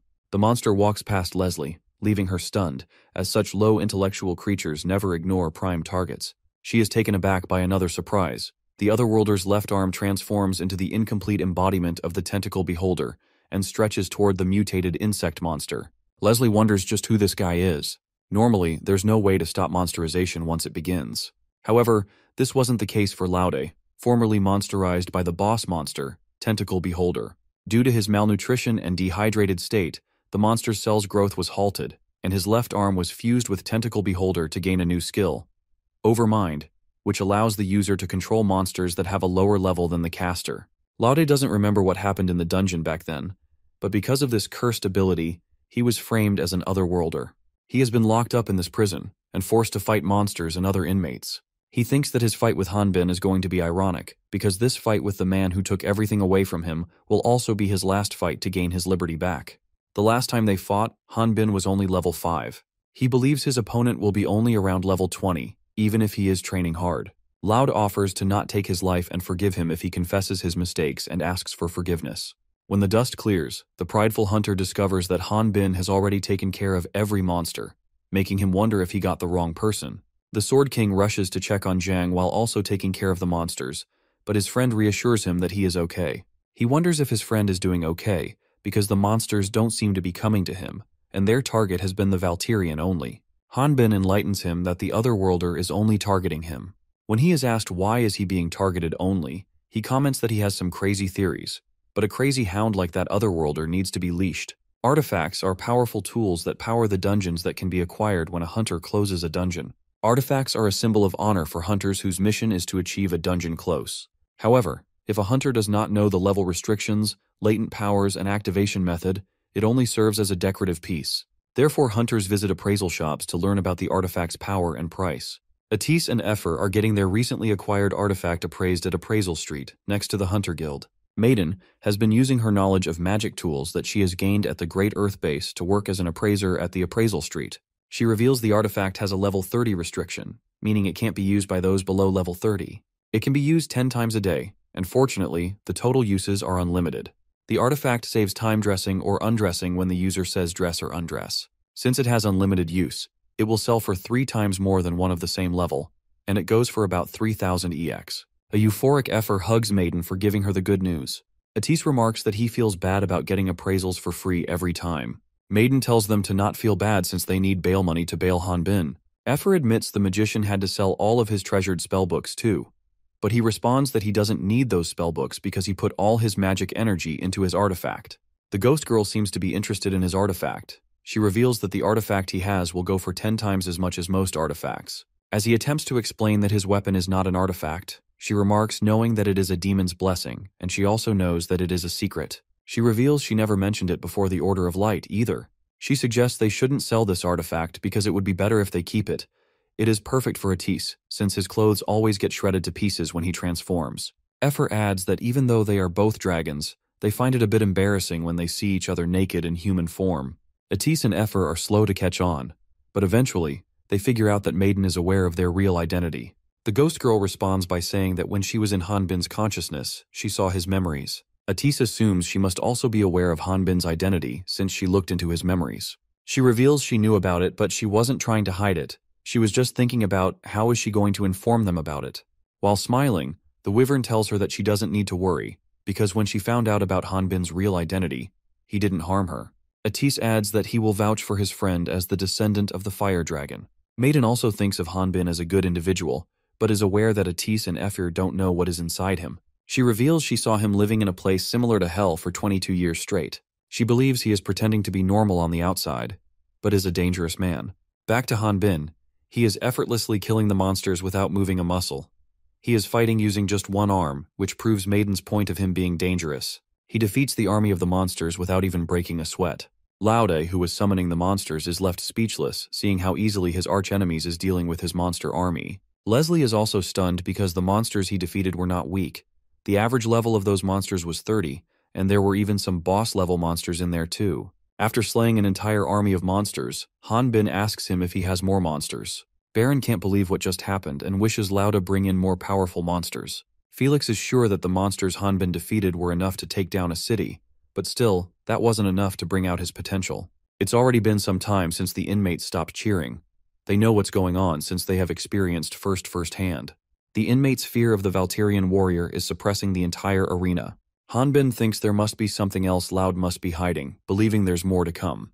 The prideful hunter enables his special skill Impudence, which not only attracts those insect monsters from earlier, but a deepest level dungeon boss also emerges from underneath. The monster is a level 80 boss named Queen Antonia. The queen, her head aching, wonders who dared to use such an indecent skill on her. She starts freaking out when she sees her children's small monsters ripped into pieces, and with her sharp-smelling senses, she learns that this all was the Valkyrians' doing. Hanbin admits killing the monsters, and then casually adds that his sword got shattered because of this massacre, blaming himself for expecting too much. The queen attacks him the instant he reveals that he killed her children, and her strike is so powerful that it causes the whole arena to tremble. Felix is the first one to shout at the guards, telling them to evacuate the inmates. The judge laughs as he remarks that even though Felix is good-looking, he is still a coward. The judge is thinking that if the inmates see this, they won't even think about rebelling. To protect the VIP seating arrangements, about 20 level 60 spiritualists are holding a barrier, and with this party, those spiritualists could hold 5 dungeon bosses. The judge only wants to watch the Valkyrian warrior getting torn to shreds. Unexpectedly, Felix grabs the judge from the collar and tells him that it's not the dungeon boss he is scared of. It's the Valterian warrior. Since Hanbin lost his sword fighting the monster's queen's children, he demands a hand and casually slices off the queen's arm to use it as one. Hanbin uses the queen's arm to throw a vertical slash, causing the monster's blood to erupt from the inside out, killing it in an instant and gaining more than 100 million experience. But it's nowhere near the experience needed to increase to the next level. At Appraisal Street, Maiden explains to Atisi and Effer that the main reason the Otherworlders have come to be feared is for their murderous impulses, and the reason for their murderous impulses is none other than the original guideline that is integrated with their existence. Hidden in the guideline is a secret quest and a reward system.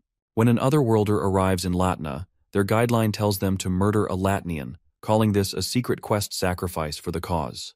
The description of this secret quest says the Latnians are being tricked by the evil goddesses, and killing them is a small sacrifice to save Latna. Killing a Latnian triggers a dopamine rush for them, and if they murder even one Latnian, they may not be able to escape that impulsive feeling. Maiden reminds them that she was in Great Earth. What she told them isn't very well known, but it still is a fact. Effer smiles and confidently remarks that Hanbin has never done something like that. Atis adds that his friend never had any condition like that before.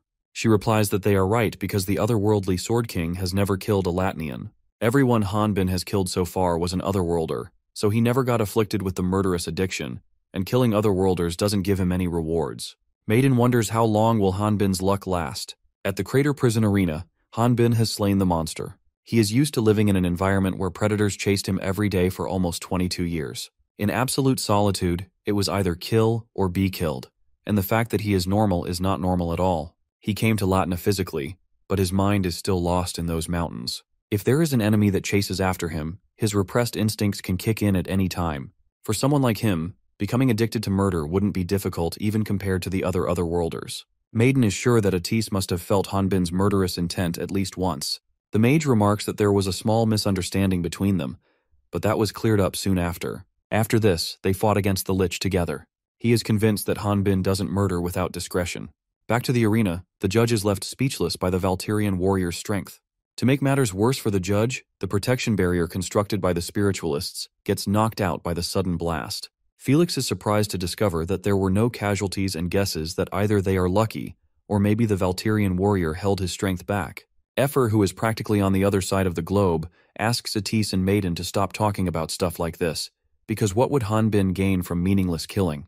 Leslie falls to her knees, while Lauda attempts to summon more monsters, but none appear. Meanwhile, Maiden finds herself deep in thought wondering what would happen if his identity is revealed, and it endangers his friends after 22 years of solitude. She believes Hanbin won't hesitate to murder and will grow addicted to it. As the Valterian swings at Lauda, Jang leaps in to shield him and loses his hand in the process. He reveals that he thought he could block it. He then justifies that people should settle things with just words, implying that one shouldn't always be violent.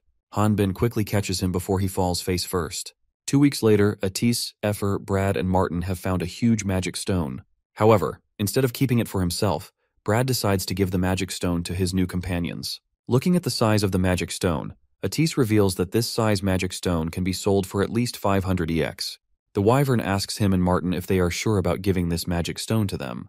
The former believes they deserve it since he and his friend owe their lives to the Valterian warrior.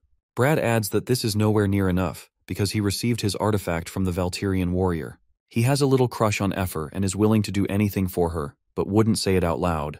When she wholeheartedly thanks him and Martin, he finds her smile and especially her behavior speech extremely cute. As Brad is about to ask her out, the two spiritualists from his party cut in and inform Atis about a bigger problem. Since they aren't able to communicate due to them being on different levels, Effer leaps into the air to reach the healer unit. The mage is grateful to Brad and Martin because, with their help, they have gathered a lot of money. He believes if they don't do anything, they will just end up being a burden to Hanbin.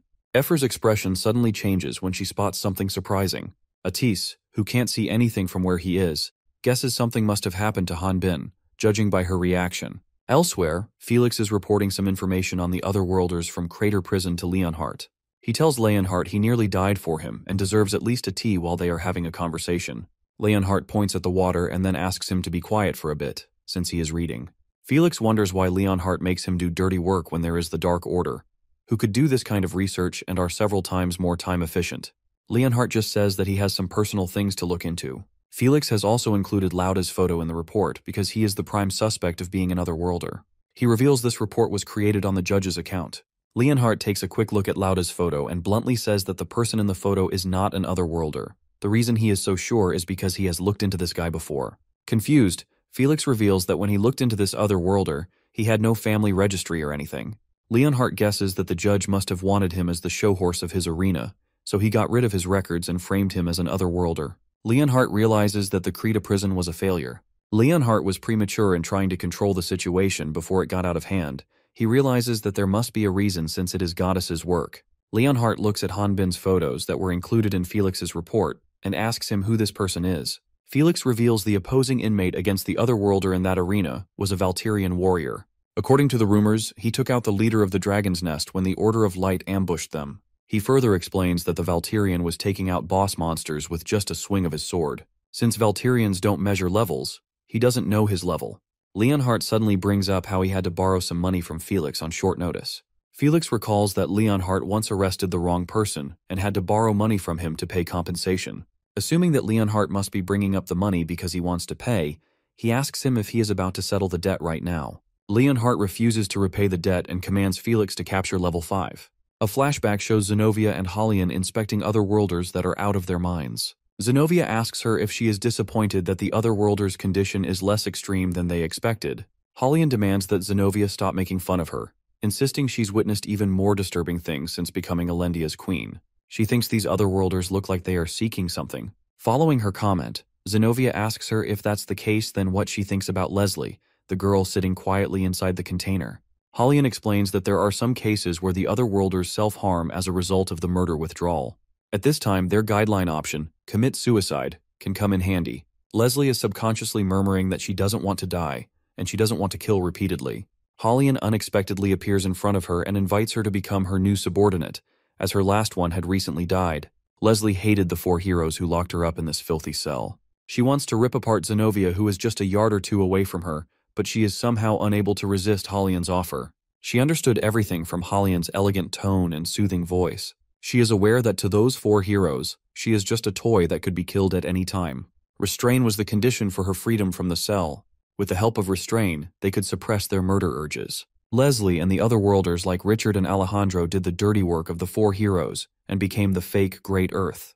The Restrain was born from her fear of the 4 heroes. Facing Hanbin, she never expected to feel that same fear again. She realizes that rebelling would be meaningless, and is convinced that the levels are meaningless. Seeing how he is stretching his arm, believing he is going to attack her, Leslie starts screaming. She is surprised when he breaks her handcuffs instead of harming her. He asks if she's spiritual and requests a favor to help save Zhang. When he once again enunciates please, she gets to work. She promptly begins treating gravely injured Zhang, and Lauda also joins to help her, because he is indebted to him for saving him from the Valtirian. She tells Hanbin to put pressure on Zhang's arm and asks Lauda to hand over the wrapping that he was wearing on his arm. The judge suddenly shouts at Hanbin, calling him a savage. Angry because his game was ruined, he declares that all of them will be executed instantly. The Valtirian is irritated because even when a person is dying, the judge isn't relenting. Leslie shouts at Hanbin to focus, telling him that they are not even done with first aid, and that if he stops, Zhang will bleed to death. The judge calls his army of guards to deal with everyone in the arena. Treating the Valtirian warrior as a monster, the guards even fire the ballista. Laud impressively catches the arrow, and without killing its momentum, he throws it back towards the guards. Hanbin doesn't understand why the prideful hunter is helping them. When he is about to ask the reason, Lauda tells him to stop lazing around. Otherwise, he is going to let the guy who he owes his life die. He commands them to jump into the hole in the floor and asks Hanbin to not die before he gets the chance to kill him.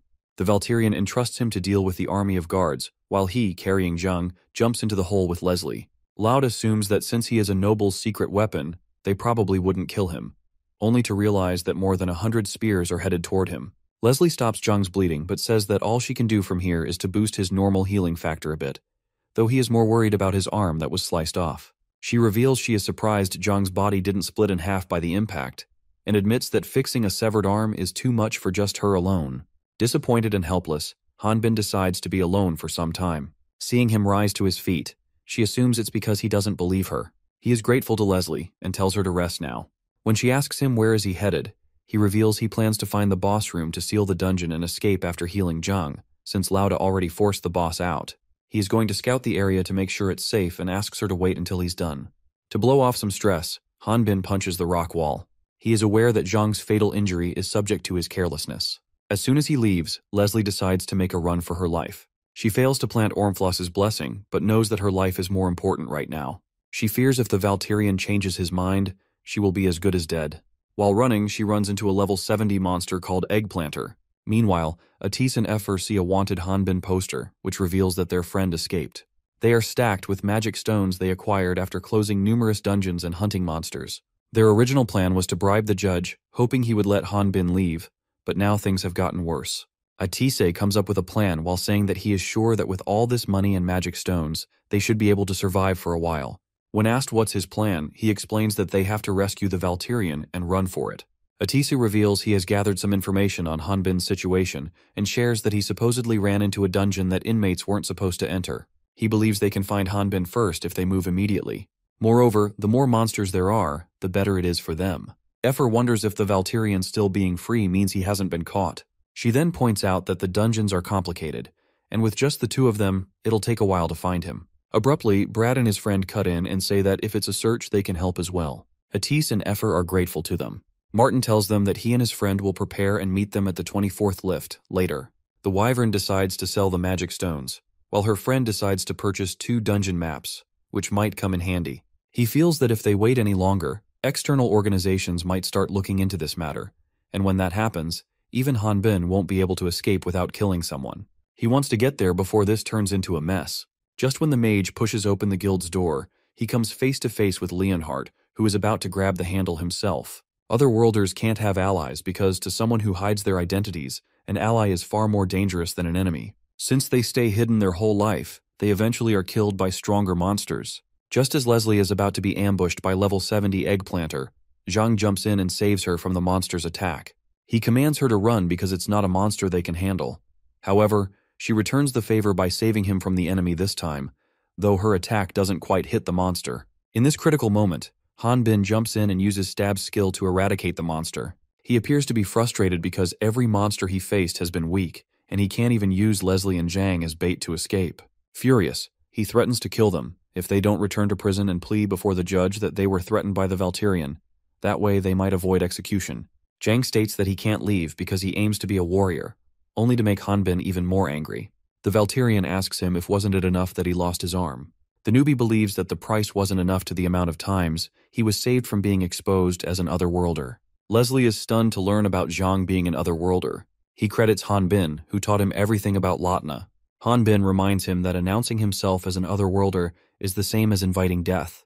The newbie reveals that he is thinking the contrary. He wants to help the people of Latna as much as they are hurt by people of Earth. He wants to show Latnians that not all the otherworlders are evil, and is aware that he might need to fight those evil otherworlders to bring peace. He bows down to Hanbin, asking him to become an ally.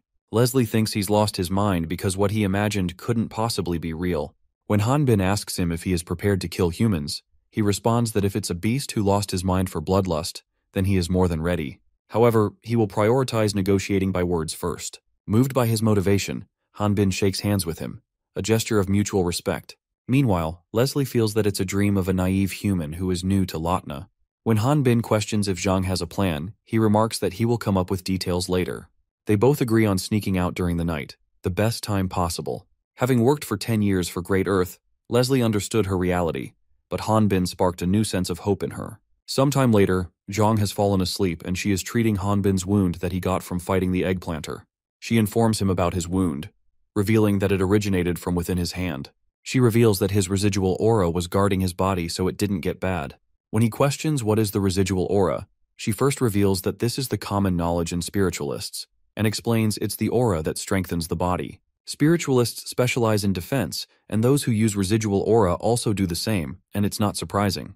Hanbin realizes that he isn't getting stronger by leveling up, but by the dense aura accumulating in his body. However, he wonders why can he only use physical attacks. As Leslie is about to ask Hanbin if she can become a part of their plan, he reminds her that she can be in danger if she is suspected of healing an otherworlder. He asks her to forget about them, and if she's ever caught, she should say she was threatened. He also apologizes. While lying flat on the ground resting, she asks him not to get caught. He decides to close the dungeon once she and Zhang have rested and recuperated. Sleeping on her side, she appears to be staring at the Ormflau's blessing. Meanwhile, at the crater prison, the judge seems to be frustrated because he is informed that the Hunters Guild isn't accepting the sum he offered them for raiding the dungeon and capturing Valtirian and the rest. However, his frustration is rooted in the fear of getting exposed for bringing out a fake otherworlder. Lauda could go over to the Order's trial instead of the State's, which is what he fears the most. Suddenly, a guard informs the judge that some guests are requesting to meet him, the Baron, immediately. He orders the guard to make them leave. However, when the guard reveals the guests aren't leaving, he even gives him the authority to throw the guests into the cell. Just when he finishes, Leonhardt with Atis and Effer barges into the room, demanding he comply with the investigation. He reveals he was short on time and doesn't have a warrant, but is sure it wouldn't matter. Earlier, when Leonhardt bumped into Atisa, he confirmed that the runaway inmate is certainly Hanbin. Atis assumed he had come to find Falad. He stated that it doesn't matter whether the inmate's name is Falad or Valtirian warrior. The only thing that matters to him is his relationship with the Otherworlder. He believed that there was an otherworldly in this city. When asked if he has any evidence, Leonhardt claims that it is an instinct of a heresy inquisitor. He revealed his plan to find the evidence and wanted to start by meeting Hanbin first. Since they share the same goal, he asks Atis and Effer to follow him. Back to the present, the judge attempts to escape from the grasp of Leonhardt and the mage by jumping through the window using a rope. While descending, he mutters about dealing with the fake Otherworlder himself, but Effer, descending nearby, overhears and asks who could that Otherworlder be. After landing roughly, he continues his run and orders the guards to lock down all sections because intruders are here. Just as he wonders why a hunter is with a heresy inquisitor, Atis appears, melting the upper levels of the prison to confront the judge. He demands the judge explain what has he done to Hanbin, and where is he now. However, instead of responding, the judge jumps into a working minecart, attempting to escape once again. As the guards advance to fight the mage, Effer also steps forward and throws her swords before the guards, letting her friend channel his magic through the metal blades. She tells the guards they should be grateful that Atis didn't burn them. When asked where the heresy inquisitors go, Effer reveals she didn't see any signs of him following. He wonders if they separated paths, but thinks it's better for both parties since the guards are scattered. They also hop onto the magic stone transport cart to pursue the judge. They believe the judge might know which direction Hanbin fled, and interrogating him would allow them to get one step quicker than Leonhardt. Soon after, another unit of guards ambush them. The Wyvern questions him about what are they going to do if the heresy inquisitor finds Hanbin first. He reveals they won't be able to avoid a fight in that case scenario. Inside, he wants to make sure to prevent Hanbin from killing no matter the cost. If that happens, he plans on killing him with his own life on the line. Elsewhere, Leonhardt is slowly descending from the prison camp to the bottom floor. The Baron running off promptly before hearing him out has surprised him a little. Leonhardt had been to Onpros City before when he was looking for the Lich, a known member of Great Earth, but it disappeared without a trace. The evil skeleton then died at some point.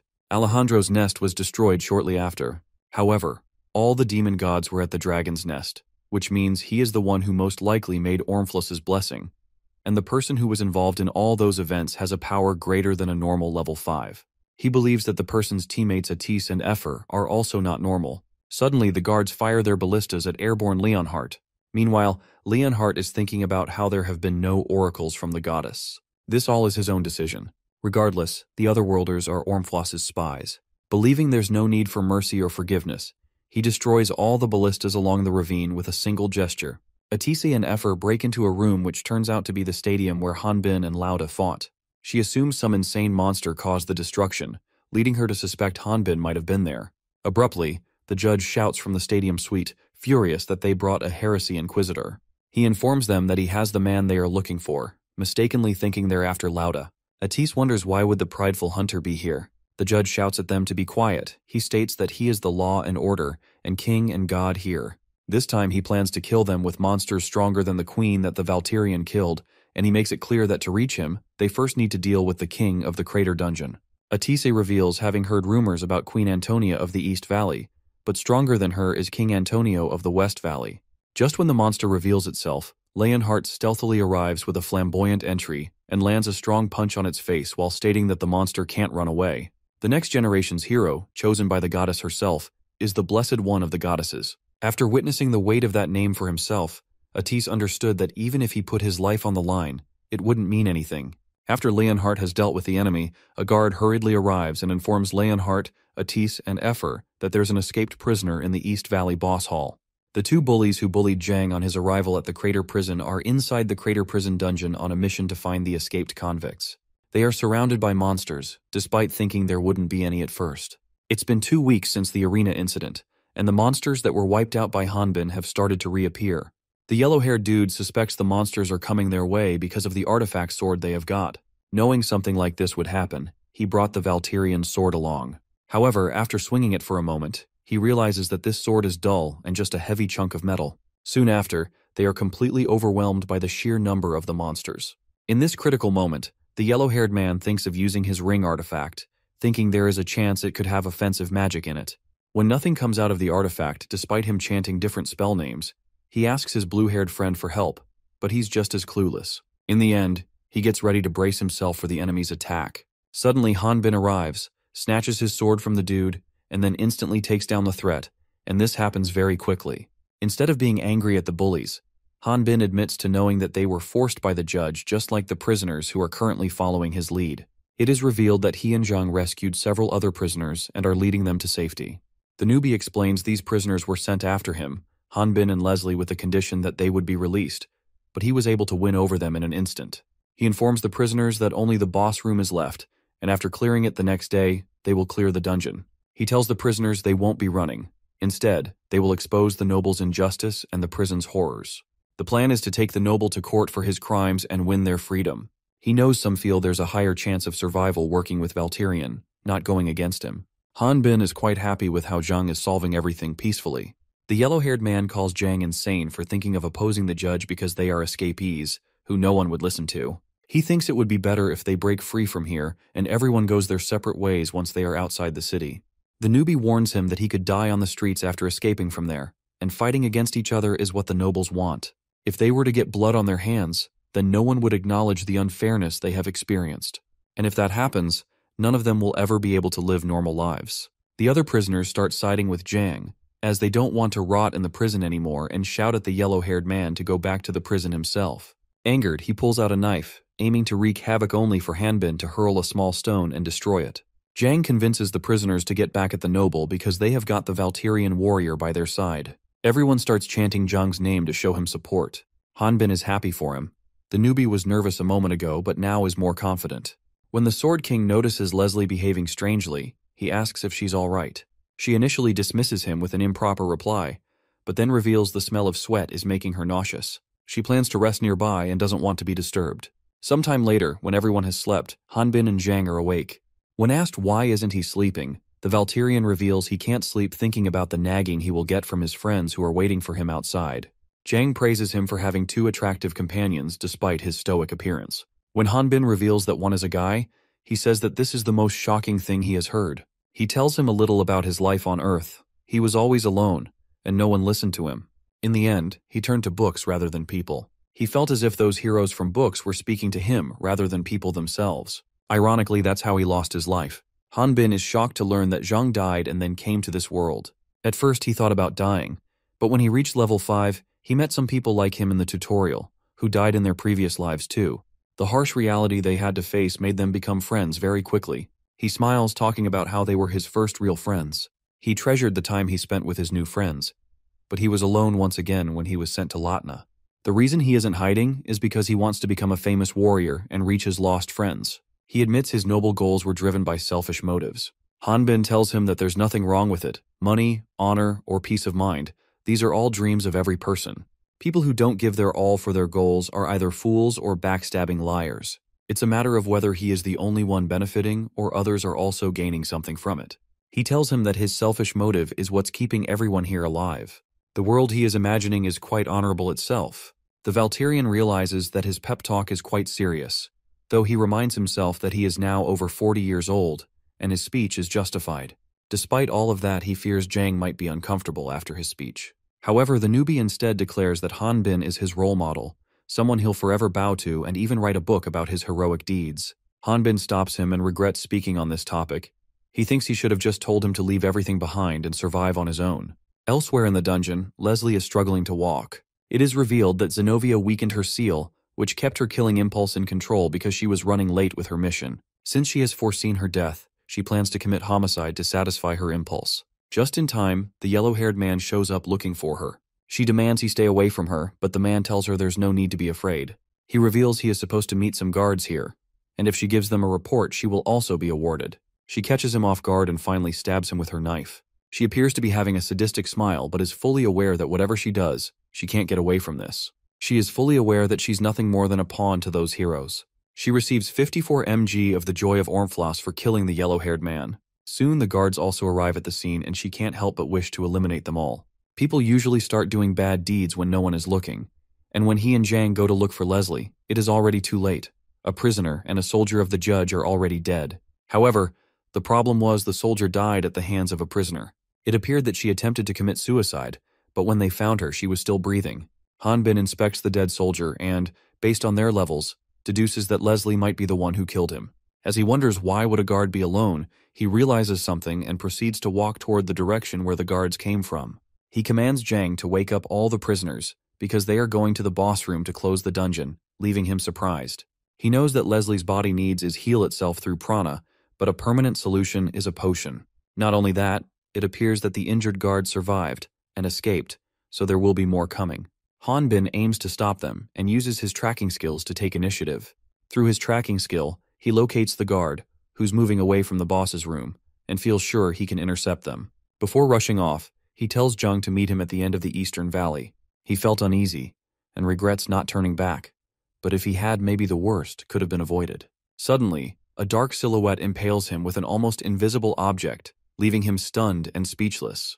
This dark silhouette turns out to be Leonhardt, who reveals he was on his way to find him Eric Garoon, only to realize that the man he's facing is also Falad Bene, the Valtyrian warrior. Hanbin questions whether this is just a coincidence, but Leonhardt explains that he's here because it's part of his job. Meanwhile, Jung, leading the prisoners to the boss room, is being interrogated by the prisoners, who have no sight of Hanbin.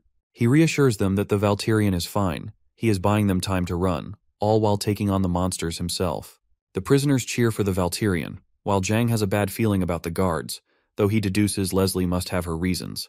He is trying to stay focused because responsibilities would come after they have finished here. No matter what era it is, heroic tales always move people. That's probably because heroic stories aren't realistic. After making it to the boss's room, they witness a ballista unit of guards, all prepared to strike. Since the world isn't kind enough for a hero to be able to survive in it, Jang made such a fuss when he arrived in this world. He believed it would work out well somehow, and would meet his friends and big brother. Suddenly he calls for everyone to run. But it's too late. Everyone gets slaughtered. Jang blames himself for being weak in the idea of justice, but regardless, his story ends here. It was a moderately stimulating story with a rough, cheap script. The ending had no meaning or moral to it. It's an obvious outcome. Before closing his eyes forever, he has a final vision where Leslie tells him that there's still more left in the end, but it won't end the way he hoped. He will never become a hero and will end up giving up on justice. As she forces a fragment of Ormfloss's blessing into his mouth, Leslie knows he'll resent and blame her. But she does it anyway, believing it's still for his good. The guards start searching for the Valtyrian in the pile of dead and gravely injured bodies.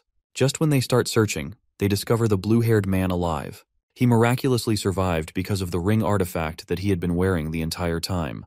The man asks for help, but the guards tell him that they are supposed to kill everyone unless he reveals the Valtyrian warrior's location, in which case they'll save him without the judge knowing. After being forced to consume the Ormfloss blessing, Jung now gets up on his feet.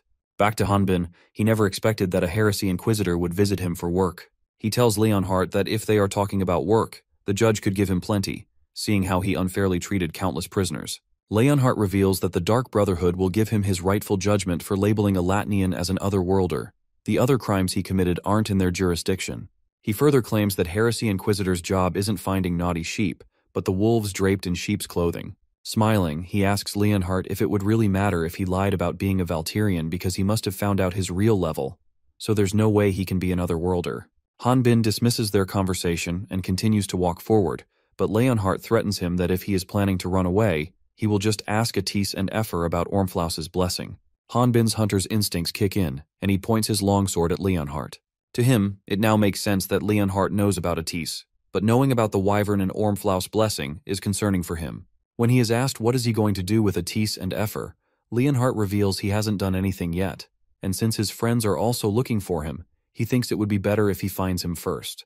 In the end, he says that since Hanbin won't tell the truth and he doesn't believe anything he says anyway, there's no point in continuing the conversation.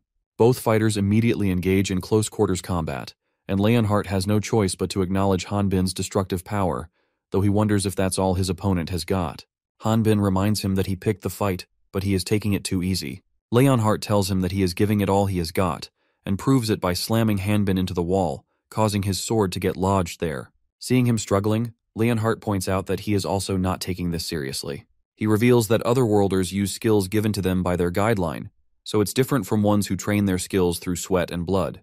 Therefore, he wants Hanbin to not hold back, because his habits don't lie. The Valkyrian, who was on the receiving end of this fight, kicks Leonhardt in the stomach. He deduces this skill isn't a skill, but a display of brutish strength. He admits that he hasn't heard something great like this in a while, and appears to be excited as he remarks it. Instead of pulling out the sword from the wall, it is lodged into, he swings it along with the massive chunk of rock still attached, intending to crush his opponent. However, Leonhardt shatters the chunk of rock with ease, and then wonders aloud how despite not being an otherworlder, Hanbin has such strength at level 5. The Valkyrian tells him that he got this way after beating up countless dogs trying to survive. Leonhardt rushes at him, shouting that he's out of his mind. However, Hanbin reminds him that he is accusing someone of being an otherworlder when they are only level 5. He says that it won't be strange to see a level 5 otherworlder, since this world created by the 6 goddesses never had otherworlders in the first place. Hanbin is surprised to learn that his opponent is using his broken arm while simultaneously healing it. He also shares his opinion, calling him weird. He expresses that there could even be otherworlders out there, and because of that reason he can't deduce who is the villain here.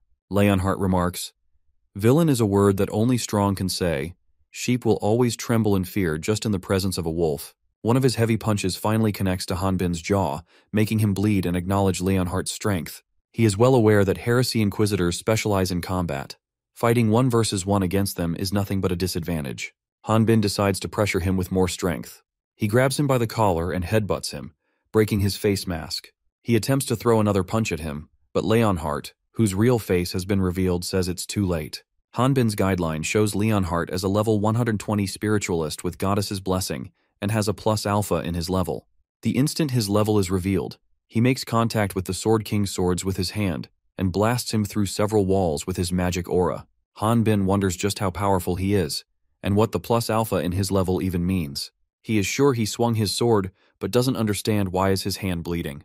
Leonhardt closes the gap in a flash and tells him that his sword couldn't pierce through his barrier. He explains that Hanbin may have a physical advantage, but his aura is no match for his prana, which means his sword is redirected to the damage to his hand. When Hanbin calls him a cheater, he claims this is fighting without holding back. He explains the predators that have survived the longest neither underestimate nor rush at their prey. They observe it, discerning the prey's weakness, and then hunt it. He tries to kick Hanbin's hand, forcing him to drop his sword, and expresses that Hanbin not being able to use aura was out of his expectations. Still, he thinks that's exactly how Hanbin has managed to survive so far. Using all his strength, he kicks Hanbin in the gut, launching him through a series of walls, and in this attack the Valkyrian receives quite some damage. Following the kick, Leonhardt follows up with another strike, unleashing a flurry of magic rods at him. He is sure Hanbin didn't use any skill, nor Ormflaus's blessing, and there wasn't anything that proved he was an otherworlder until the end. He deduces Zhang must be the otherworlder in this situation. He was looking forward to this fight but was left disappointed. As Leonhardt is walking off, Hanbin finally unleashes his maximum power and destroys the magic rods. He smiles after discovering the Valkyrian's real form. Hanbin charges at him at full speed, but Leonhardt is also prepared to block his attacks with a reflective shield. When the Valkyrian's sword makes contact with the barrier, his sword bounces back and the damage is reversed to his hand. Leonhardt says Hanbin should have realized by now that attacking his prana without aura is pointless. Seeing the Sword King in a state of despair, he calls him pathetic. Consumed by rage and frustration, Hanbin manages to penetrate through Leonhardt's barrier with his residual aura. He clocks that Hanbin's recklessness will only destroy him, but then realizes that he might be in a state where he isn't conscious of his pain. The Valkyrian relentlessly attacks him like a savage beast, which Leonhardt doesn't consider swordsmanship. He reveals to have heard that the Valkyrian becomes a monster the longer he fights. If that's true, he wonders what on earth Hanbin has been battling all this time. Their fight is so intense that it shakes the whole dungeon. Even Atis and Epher can hear it. They deduce the Heresy Inquisitor must have reached their friend before them and is fighting him. Atisi is sure if it's Hanbin, he must have gone to the boss room to clear the dungeon.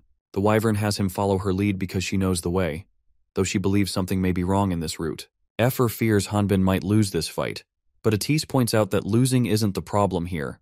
Fighting against the Inquisitor means he is making the Dark Brotherhood his enemy. Furthermore, an Inquisitor won't be an easy opponent even for Hanbin. He's certain the fight will only end with one of them dead. Efer fears even if their friend wins, he will become addicted to killing. Atisi plans to prevent that from happening and rushes to rescue his friend. Elsewhere, Zhang has risen once more, and the skeleton monsters standing there turn to face their black gaze towards the warrior. They were atrocious and killed people without hesitation, but he quickly dealt with them. He felt no sympathy for the monsters. The monsters charged at him, speaking in human language, something that shouldn't be possible. Just as impossible was the sight of skeletons screaming in pain. Even so, he is always on the side of justice. He may have hesitated if he had heard the monsters cry out in pain, and hunting wouldn't have been as enjoyable. Suddenly, a spear pierces straight through his body, and since his level is too low to be able to utilize Ormflaus' blessing, the curse switches to auto-hunting mode. His body rejects the spear after switching the mode. Nothing can stop him, the chosen warrior, since the main character is not someone who can falter. That is because this whole thing is a storybook. As Zhang acquires loads of experience from killing the guards, the joy escalates to 805 milligrams. The blue-haired man is left speechless to witness the massacre. As the newbie approaches, he begs for his life, pleading with Zhang not to kill him and offering the ring artifact as a token of merit. He is surprised when the newbie hunter X and wonders if heals a wound on his arm using the ring he gave him. Since only Otherworlders know the activation spell, he deduces him as an Otherworlder. Zhang asks the prisoners not to worry and declares that they will be taking out the artifact and clearing the dungeon. He picks up Leslie in his arms and thinks of proceeding towards the artifact, only to be stopped by Atis and Efer. Since they aren't acquainted and haven't met before, the mage warns him that if he gets any closer to the magic source, then he will fire at full power, and even calls him an Otherworlder. The blue-haired man escapes, as Atis and Efer arrive to confront Zhang. The wyvern figures out that their opponent's form reveals he has used Ormflaus' blessing. Atis is also able to tell through his staff that's equipped with Ormflaus' blessing. He points out that their opponent likely has lost control over it. On top of that, he already has killed a few soldiers, and his level must have risen too. Efer suspects Great Earth, but Atis believes they can't be sure. He asks the blue-haired man if he has seen the Valtirian, and learns that Hanbin also came here. They guess they must have missed him. Looking at the guard corpses scattered around, they feel good that Hanbin wasn't the cause of this massacre. The blue-haired guy isn't able to fathom how calm Atis and Efer are, and asks them to run with him, because the guy they are provoking lived after having a hole put in his stomach. He sliced armored soldiers in half like butter. When he says they wouldn't believe him since they've never seen anything like it, they reassure him that they're already aware. Efer is aware that if they leave him be, he is going to get even stronger by killing other hunters on the surface. Atis is sure that they are the only hunters that are going to deal with something like this. And since he has got Ormflaus' blessing, people would think he is the only Otherworlder, instead of suspecting Hanbin. Hearing the name Felad, barely conscious Zhang closes the distance between him and Atis. Startled, Efer prepares to attack him, only to be stopped by her friend, who attempts to communicate with the Otherworlder. He requests cooperation from him to find Hanbin, instead of fighting each other. Moreover, it will be easier for him to escape in his original form. Atis then enables a spell to separate the Ormflaus blessing from Zhang, something that he is trying out for the first time. Amidst this process, Efer spots Leslie and recognizes her as one of the people from the Great Earth. Another unexpected incident occurs when the blue-haired man takes out the artifact, wanting to leave the place. The wyvern calls for him to wait, but it's already too late. The dungeon closes and she finds herself at a different location because she wasn't able to touch him. Martin just so happens to be present at the exact place she gets teleported. He reveals he was looking for her since she wasn't at the rendezvous. The blue-haired man shouts that an Otherworlder was in the dungeon and wiped everyone out, asking him to get some hunters to kill that Otherworlder.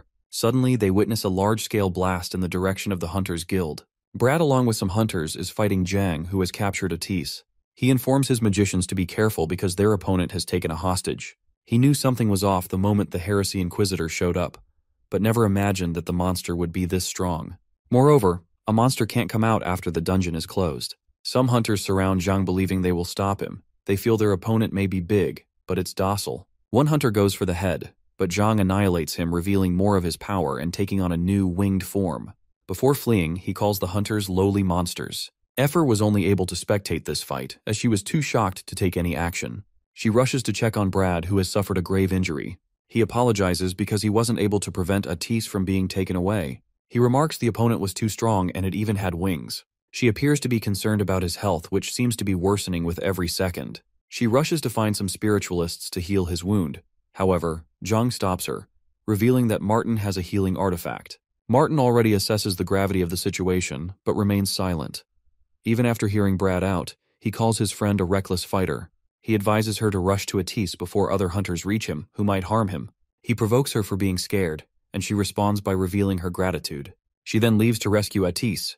Brad knows the way he encouraged her was dramatic, but feels that he can't hold back because Effer is going to soar much further. Before they separated, Zhang and Hanbin made a promise to meet at the end of the Eastern Valley. Currently, the newbie is headed there to fulfill his promise. Suddenly he spots Effer and calls her a dragon. However, she corrects him that she is a wyvern.